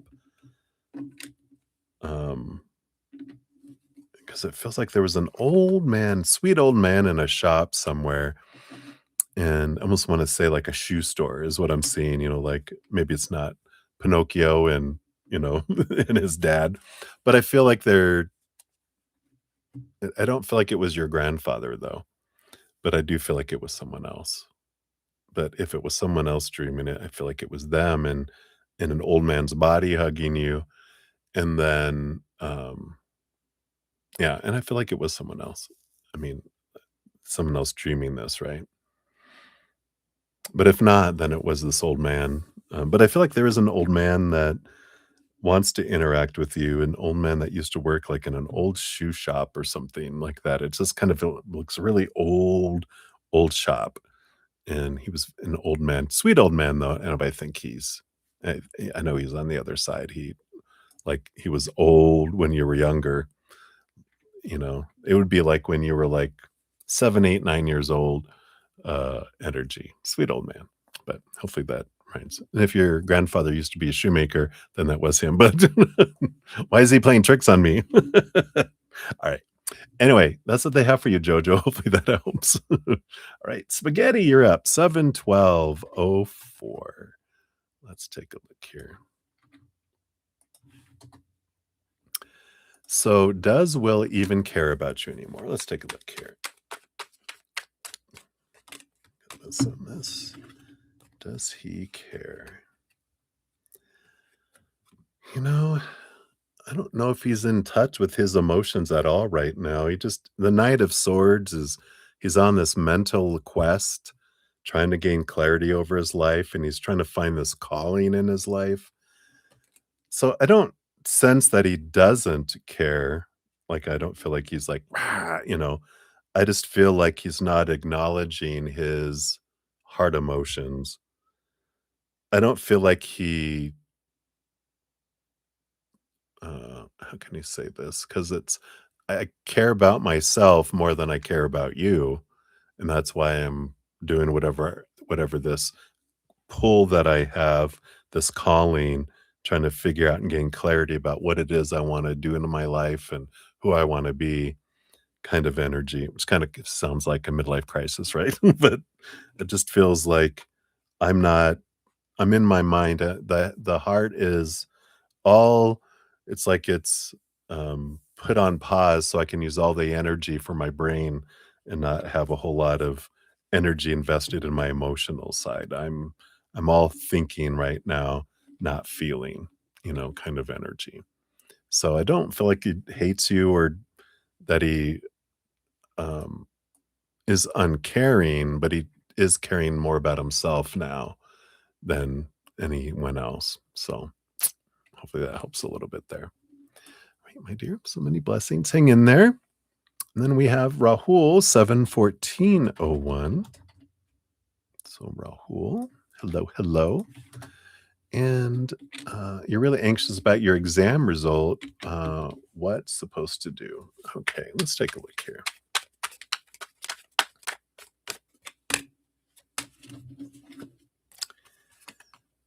Yep. So you have a choice. The Three of Swords. We can focus in on, this, the fear of what we're afraid of, right? The supposed to be, the should be, the need to be, um, you know, kind of energy. Or we can focus on the 10 of Cups, gratitude, right? Because the more you focus in on the fears, the more they grow, right? So we can do that, um so we've got this the more I'm sorry, let me answer a couple of people in the chat. I'm getting very distracted, so hold on. I'm like trying, but it's getting late, so I'm easily distracted. Um, yes, Divine Hub. I mentioned you are added for a general read, and so I do have you on the list. So I do have you there, and so you're good. And then Lauren, did we? Lauren. I thought. Oh, no, you made a donation earlier.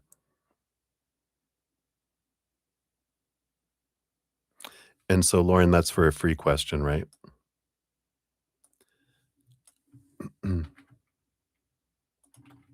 So we'll get you added on here.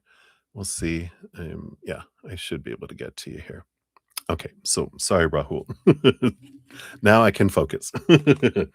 But yeah, so you know, the anxiousness around the exam results, that's the Three of Swords. That's expectations equal disappointment, right?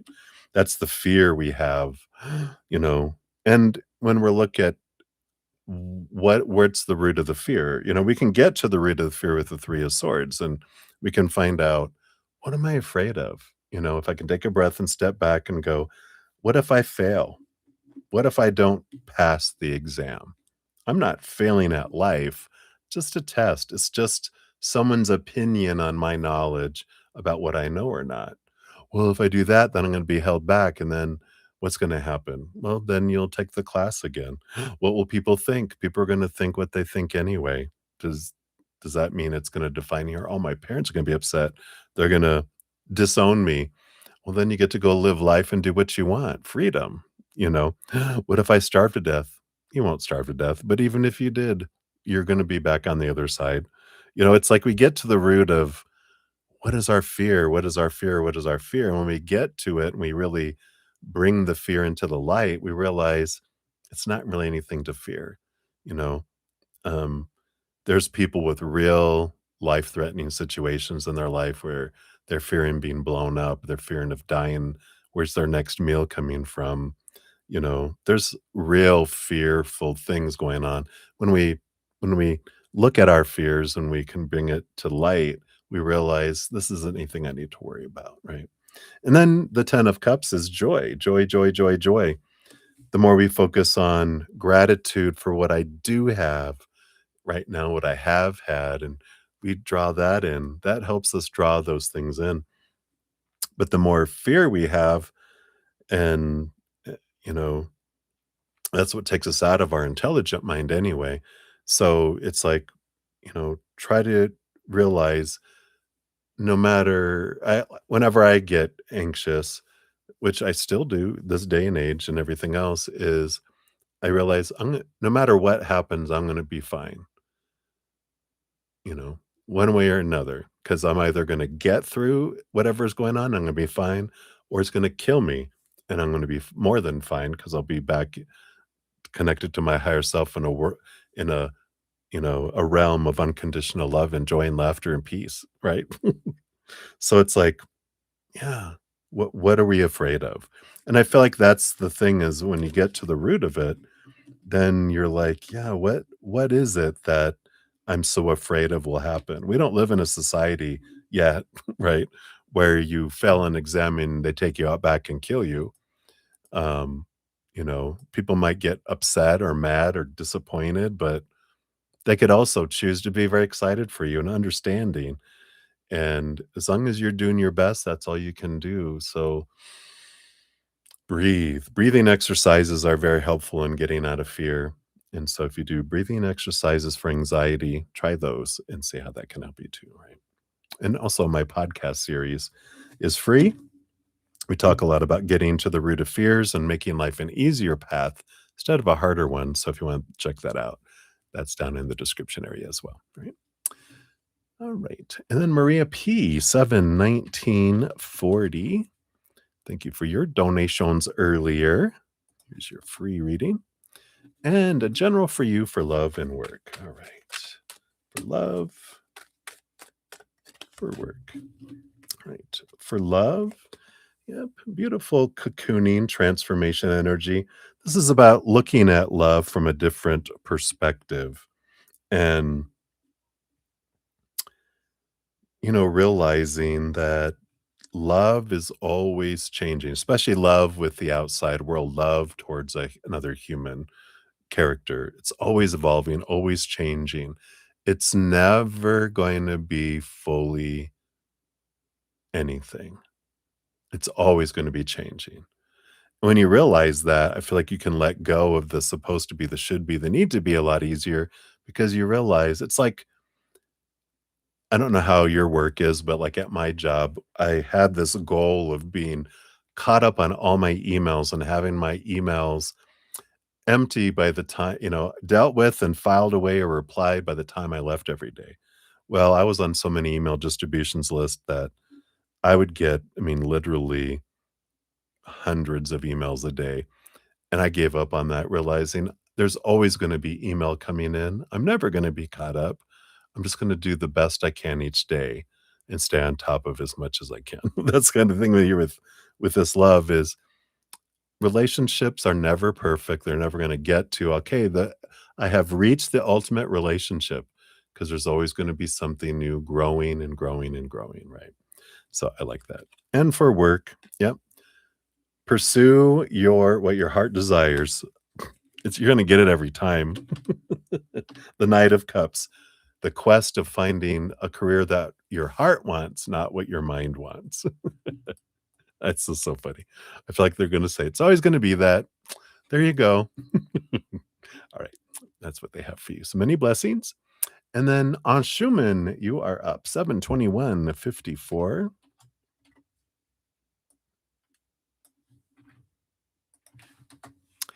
And a general reading for you.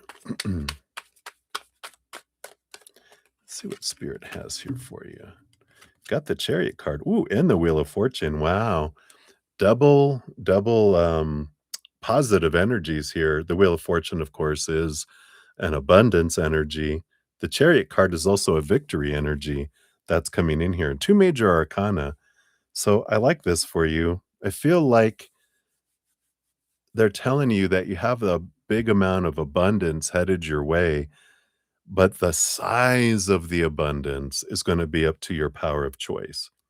Like if we're focusing in on, you know, uh, supposed to be, a should be, a need to be, a have to be, and expectations and lack and need and want, that energy will shrink the amount that comes in. If we're focusing on what we're grateful for that we have right now or have had, then it'll be bigger because we're gonna, it's like your energy with this is being magnified with whatever you're focusing on is what the impact to what's coming towards you. That's the power we have, the power of our story and emotions and energy and actions. But whatever gratitude you have in both mindset and your physical actions and your your emotional energy, your intention energy, gratitude, gratitude, gratitude. Sincere, we can't fake it. Sincere, it becomes bigger. If we're focusing on, "Oh, I want more, I need more, I don't have enough, I fear I won't have enough," shrink, shrink, shrink, right? So, our energy is very important, but during this time, your energy is especially important, which means there's something going on in the planetary energies in your life that are expanding your attraction ability. So, they're letting you know that so that you can make the most of it. So, that's what they have for you. Hopefully that helps. Many blessings to you. And then we have Premia 72410 for you. You're very welcome. Thanks for hanging out this long. All right. And for me, I want to know you're and your husband are a long distance relationship. When will we get together again? What's coming in our life? All right, let's take a look here. Let's do a when card. So, based on current energies,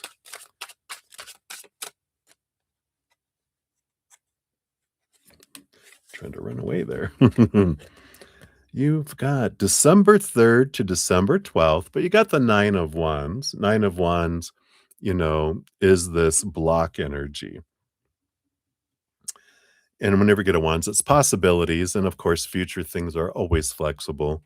So, based on current energy, we're looking at the end of the year, which as fast as this year's going, that's only 6 months away. Can you believe that? It seems like so far, but whoosh, it's already been, 5 months. Life has flown by, right? But um, you can do things to bring it in sooner. And I talk about this in my podcast, The Abundance Where It Be, episode of the Easier Path podcast. Here's it is for everyone here. I'll put it in below your name in the pinned comments. That'll be there just for ease of use. But it talks about our energy and how when we're grateful for what we have and what we have had, then it draws in more. If I'm focusing on need and want and, that kind of fear energy, and then I push it further away. So it's a great energy or awareness around our power of our energy. But this podcast talks about another piece, which I feel is important for you because the Six of Pentacles we talk about, or the rate of exchange, where we have an inner belief that our inner child learned of, that I have to give so much to deserve so little. Even if I'm focusing on gratitude, gratitude, gratitude, and sincere gratitude to bring it close to me, but to bring it into my life, my little inner child has to believe I deserve it. And if it doesn't yet, then it's up to us to reparent our child and teach them the true rate of exchange. Instead of 1,000 love coins to get one back, we teach it 1 to 1 is what we're worthy of, and we just embrace our little inner child, allow them to see that and feel that, and then we see the changes happen.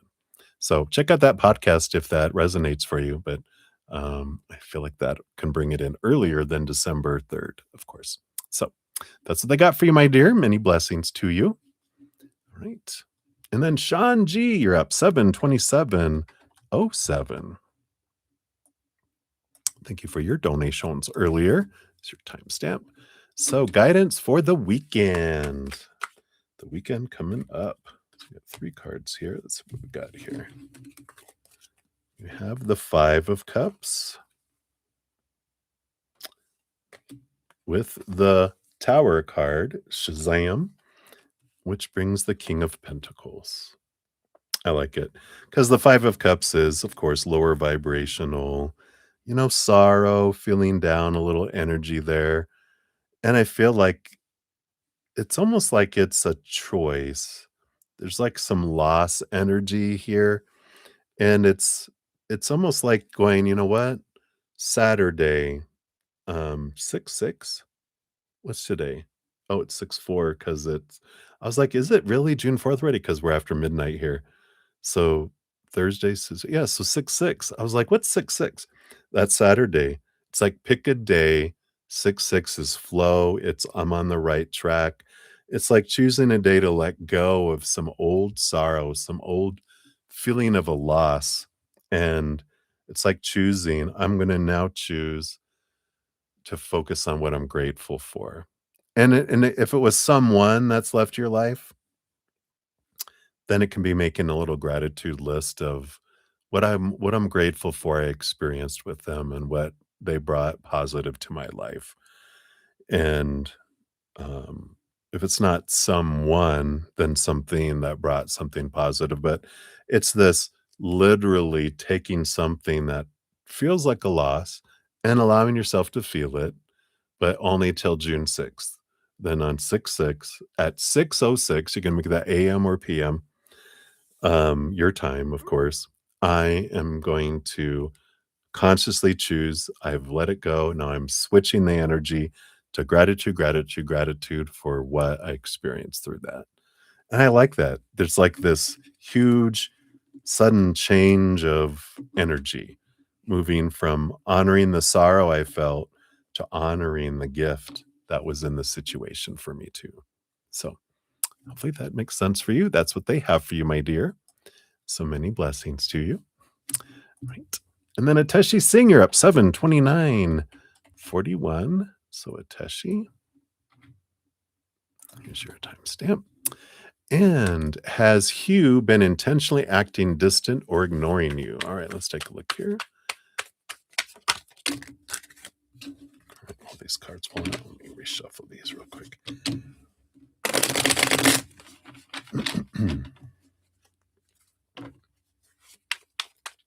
Let's see, intentionally ignoring you. Or distancing from you. We've got the Knight of Cups and the 9 of Swords. It does appear here that it is intentional because it's like the 9 of Swords is the fear of disappointing, the fear of letting down, not meeting up to some expectations. And the Knight of Cups, it's like I do feel like here, this is because the Knight of Cups I feel is like with you, not with someone else, but it's like I feel like I've disappointed. I feel like um, I'm going to let you down. And I feel like even if you don't have a bunch of expectations on them, they feel like you do. And even before they met you, they had that in their head that, you know, all people have these expectations on them and they just have this fear of failing, this fear of failing. And so whenever they feel like I'm not doing well, I back away i- from their standpoint, right? When someone's telling me how grateful they are that I'm doing something, then I give and give and give. But if I feel like someone isn't grateful for what I do, and on the contrary, that they are disappointed in something I'm doing, then it doesn't make me wanna give more, it makes me wanna go in the other direction. So I feel like there's been something that's been done and said here that they feel like I'm um, not living up to what you're wanting, so I'm just going to distance myself, and I'm not going to respond because, um, that just equals failure. So I feel like that's kinda what where they're at in their energy right now. Right. So hang in there. Many blessings to you. Right. And Jamie G, we're at 7:32:25. So Jamie G, good to see you. So, hi there. As you were leaving today, you overheard the new girl tell another coworker, unfortunately. What was that about? Is she leaving the department? I didn't hear before or after. Girl, if you're going to eavesdrop good. All right, let's take a look here. So, what was this unfortunately about? Is she leaving? Oh, I guess so. Got the 7 of, wands plus the world card. The world card is the last card in the major arcana, which is an ending of a cycle, significant cycle, beginning of a new adventure. And the 7 of wands, you know, is this energy of, I mean, it's usually being true to one's authentic self, not asking permission to shine. What's the 7 of wands about? Um, oh, I feel like they're going into somewhere where they're kind of out in front of people more, like they're seen more. I don't know if there's like customer facing, you know, like where you actually like seeing customers or but because it feels like I'm moving from something behind the scenes to something out in front. What I'm being reminded of is like when I worked retail for a while in my life. I loved when I was in a stalker position where I'd be in the back and, you know, just putting out merchandise and doing all that. And then I got moved into a position where I did that and worked out on the floor. And I was like, "Ugh," you know, now I got to deal with people again, like face to face. You know, uh, but because I'm a huge introvert.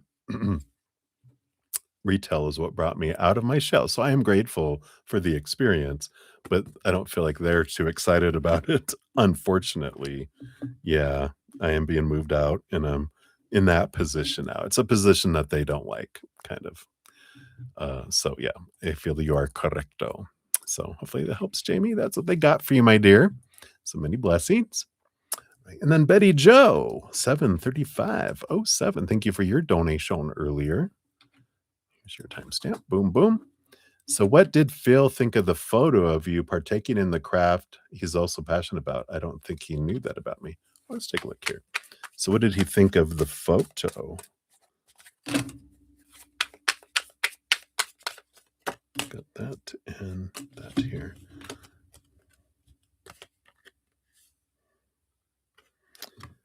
All right. Interesting here. So, got the Page of Pentacles, which is abundance. It is a, you know, it's a positive energy that's there.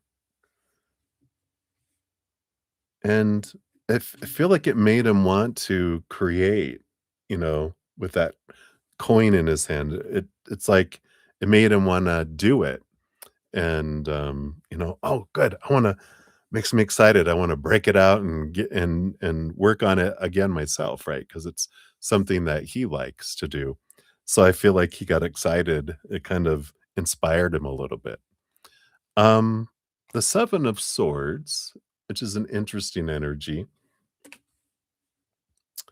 'cause it's like a clarity, 'cause it sometimes is a thieving card, um, but I'm not getting all that energy here. It's more about I'm I'm getting caught up in my own story. Yeah. That's the kind of energy that I'm getting from it. So, like, he saw your photo, and then he got ignited into his memories, and then he went off and thinking about all the times he did everything, he got excited, and then it's like, I don't know if he has ADHD, it feels very ADHD where my host has ADHD. I probably have it a little bit too, but, um, they, they can get distracted off into something, and and it's normal, you know, this is what happens because 'cause we'll talk about something, and I'll tell her something, and then she goes off into her story about, "Oh, yeah, when I was da da da da da da da da da," and then we finish, and we're like, "What were you talking about?" We go on these little excursions, but that's feel like that's what I just did, um, is what he did, which is he made it about him. That's funny that they had it come out that way, but that's what happened. He was like, "Oh, wow, I really like that and everything," and then, "Oh, yeah, when I did da da da da da." So, and it was inspirational at the very least, right? So, hopefully that helps, but, I think it seems like he liked it. He was excited, right? So, that's what we have for you, my dear. Many blessings to you.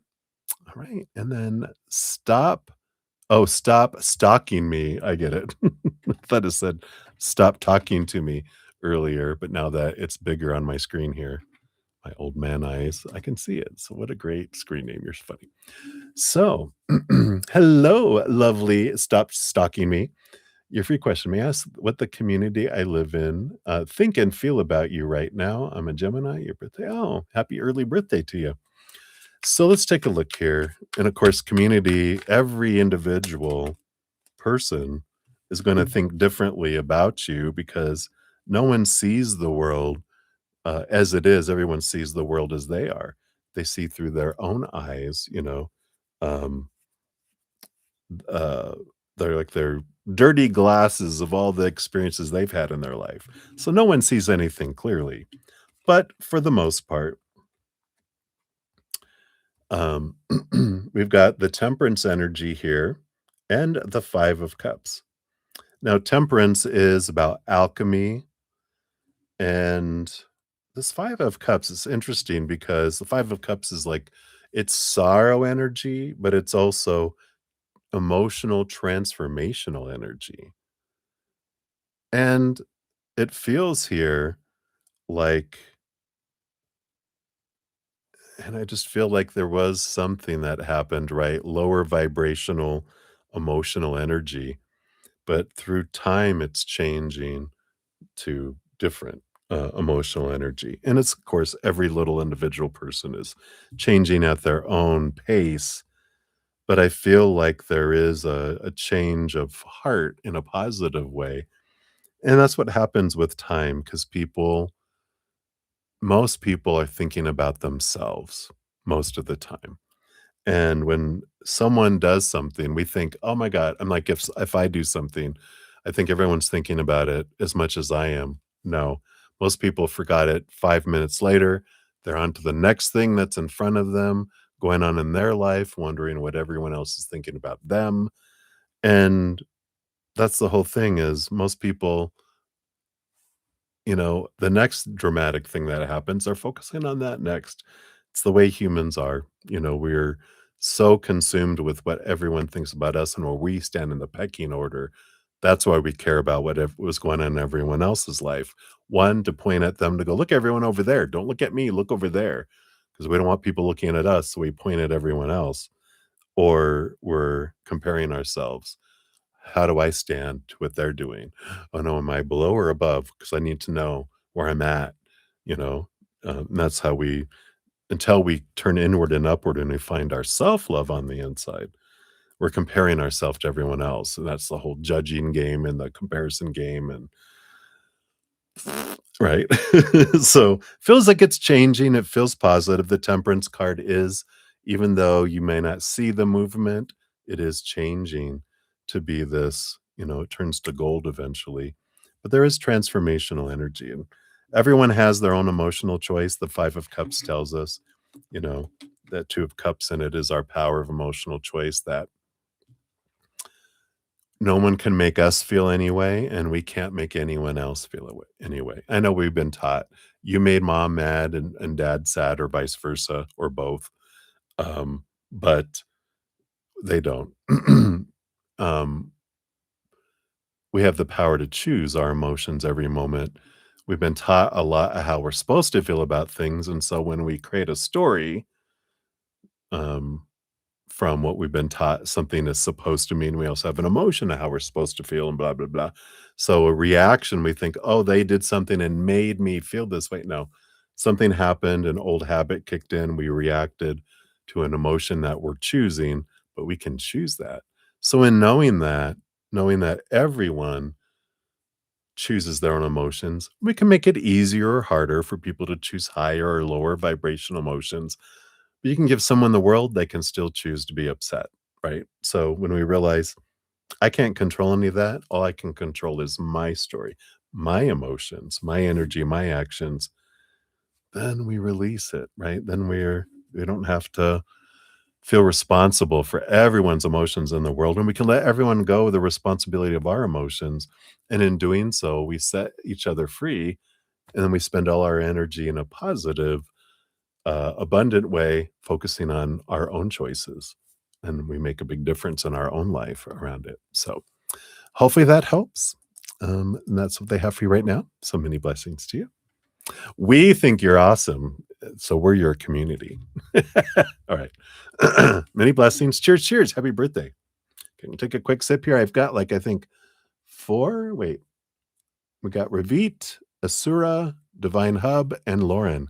So I got four left. And so I'll finish those in a sec before my voice goes away. Cheers, cheers. Ooh, that is extra hot. We're turning that off. All right. So Ravit, 743. 52 is yours here. Ooh, I think I'm almost at a new record of my session length here. All right, so a general reading. Let's see, what does Spirit have here for you? It's like I'm working a full-time job. I like it. All right, let's see what we got here. So you have the Judgment card coming up first, which is like a calling. It's like you're being drawn somewhere. And I feel like you're being drawn away from some sort of situation, either, well, I was gonna say either excuse me, because the Eight of Cups is like walking away from a relationship that no longer serves you. So I feel like you're being pulled away from either a relationship that you're in, can be if it's, you know, can be romantic or friends, family, with a job. It's also walking away from a job that can no longer serve you. So it's a relationship you have either with a person or an entity like a job or a school or whatever, but it's you're being pulled and drawn away. Your heart is pulling you somewhere else. Yeah, the Justice card, which is they have the Ace of Swords and the Scales, which they're it's like you're seeing things from a different perspective. And so whatever the interactions you've been having with, you know, whatever entity or person this is, you're realizing that some of the things no longer serve you. And so you're realizing, I don't want this anymore. Like it served its purpose. You learned a lot, but you've changed and you've outgrown the situation and you're being pulled now to a new situation. And the oldest doesn't serve the either the entity or the human didn't change. They stayed where they were at as you changed, and now they can't follow you where you're going. So it's time for you to go on alone into your new adventure.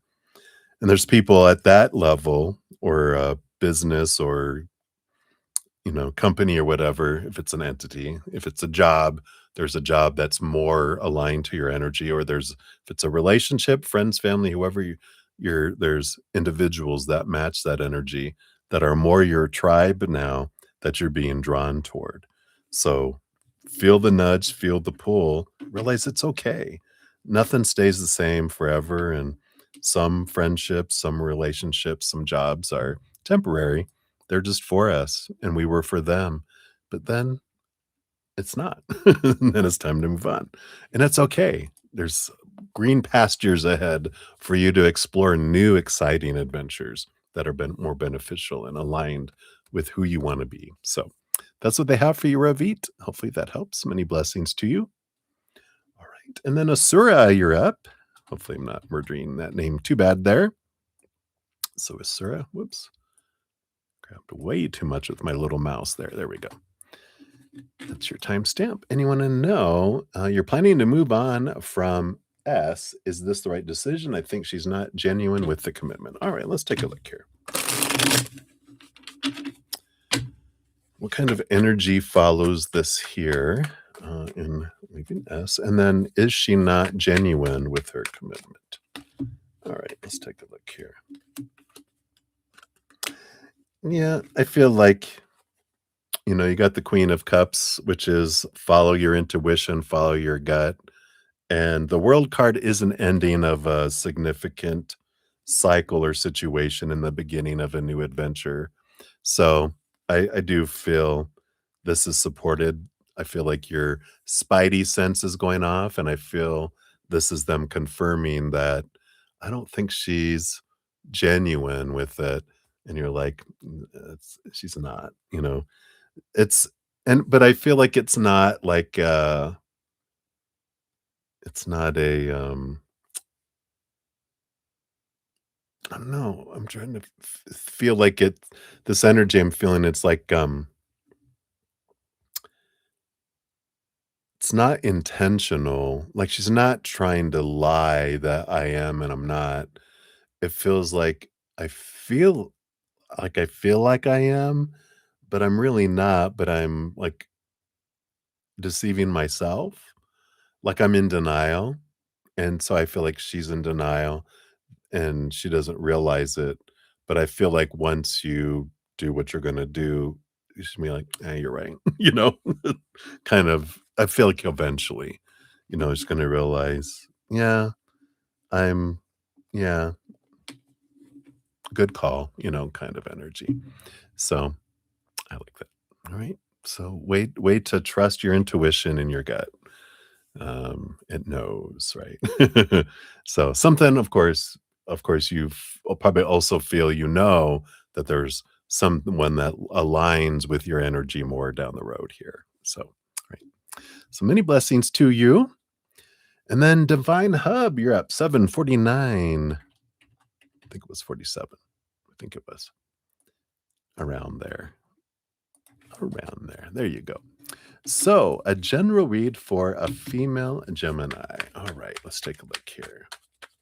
So, what does Spirit want you to know? You got this and this. So, happy early birthday to you. All right. Well, you've got the Death card coming in here with the Lovers card coming in here, which here's your Gemini energy. The Gemini. So, there's this ending and beginning Phoenix energy that's coming in, right? The death and the rebirth. And I like this energy. I feel like this isn't referencing a relationship, but it is referencing your energy. And of course, you're having this birthday coming up right here. So, there is this transformation, and I feel like you're learning a lot. You've learned a lot, and I feel like this next rotation around the sun is your own kind of rebirth. It's like a year of a very auspicious year coming up of stepping into your power of emotional choice. And it feels like there is this big stepping away from feeling like you're at the whim of the outside world, right? Because of course, we grow up being told you are responsible for other people's emotions and they're responsible for yours. But this is this realization, no, I'm the one that gets to choose how I feel about anything. No one can make me feel anyway. Now, they can make it easier or harder for us to choose higher vibration or lower vibration, right? So if someone's yelling in my face, it's gonna be harder for me to choose higher vibration, not pop them in the face, right? And if someone is giving me so much unconditional love energy, it's gonna be hard for me to choose lower vibration and easier for me to choose that high vibration too. And I like this because when you realize I get to choose what emotion I feel about any situation, it doesn't matter what comes next. We try to control what comes next and we fear what comes next when we feel we're at the whim, where we've been told that when this thing happens, this is what it means and this is how we have to feel about it. Then we fear if it's something, oh, bad and bad feeling around it, we fear that comes up next versus when we have this amazing different way of looking at it, right? Your Gemini kicking in where there's this let's say getting fired, oh, we can say when you are released from a company, we can either look at it as I got fired and oh my god and oh, so unfair and I can't believe and I'm a failure and blah blah blah downward spiral, right? That's what we're taught a lot growing up, that, oh, bad thing, which leads to fear, fear, fear. What if you lose everything? What if, right? But if we look at it instead as a release from a toxic relationship, right? That something that was good for a moment, that now I'm released from it. It's like being in an abusive relationship sometimes where, there's this I don't know, they don't treat us well, they don't pay us well, they just work us like a dog, but I'm afraid to leave because 'cause I'm afraid I won't find somewhere else to work, right? And so um, when they fire me and they release me, then now I'm free to go find something that's in more alignment, and so when I look at it as freedom instead of punishment, then I have different energy and I have different experiences. A new beginning. I love it. I love it. Yes.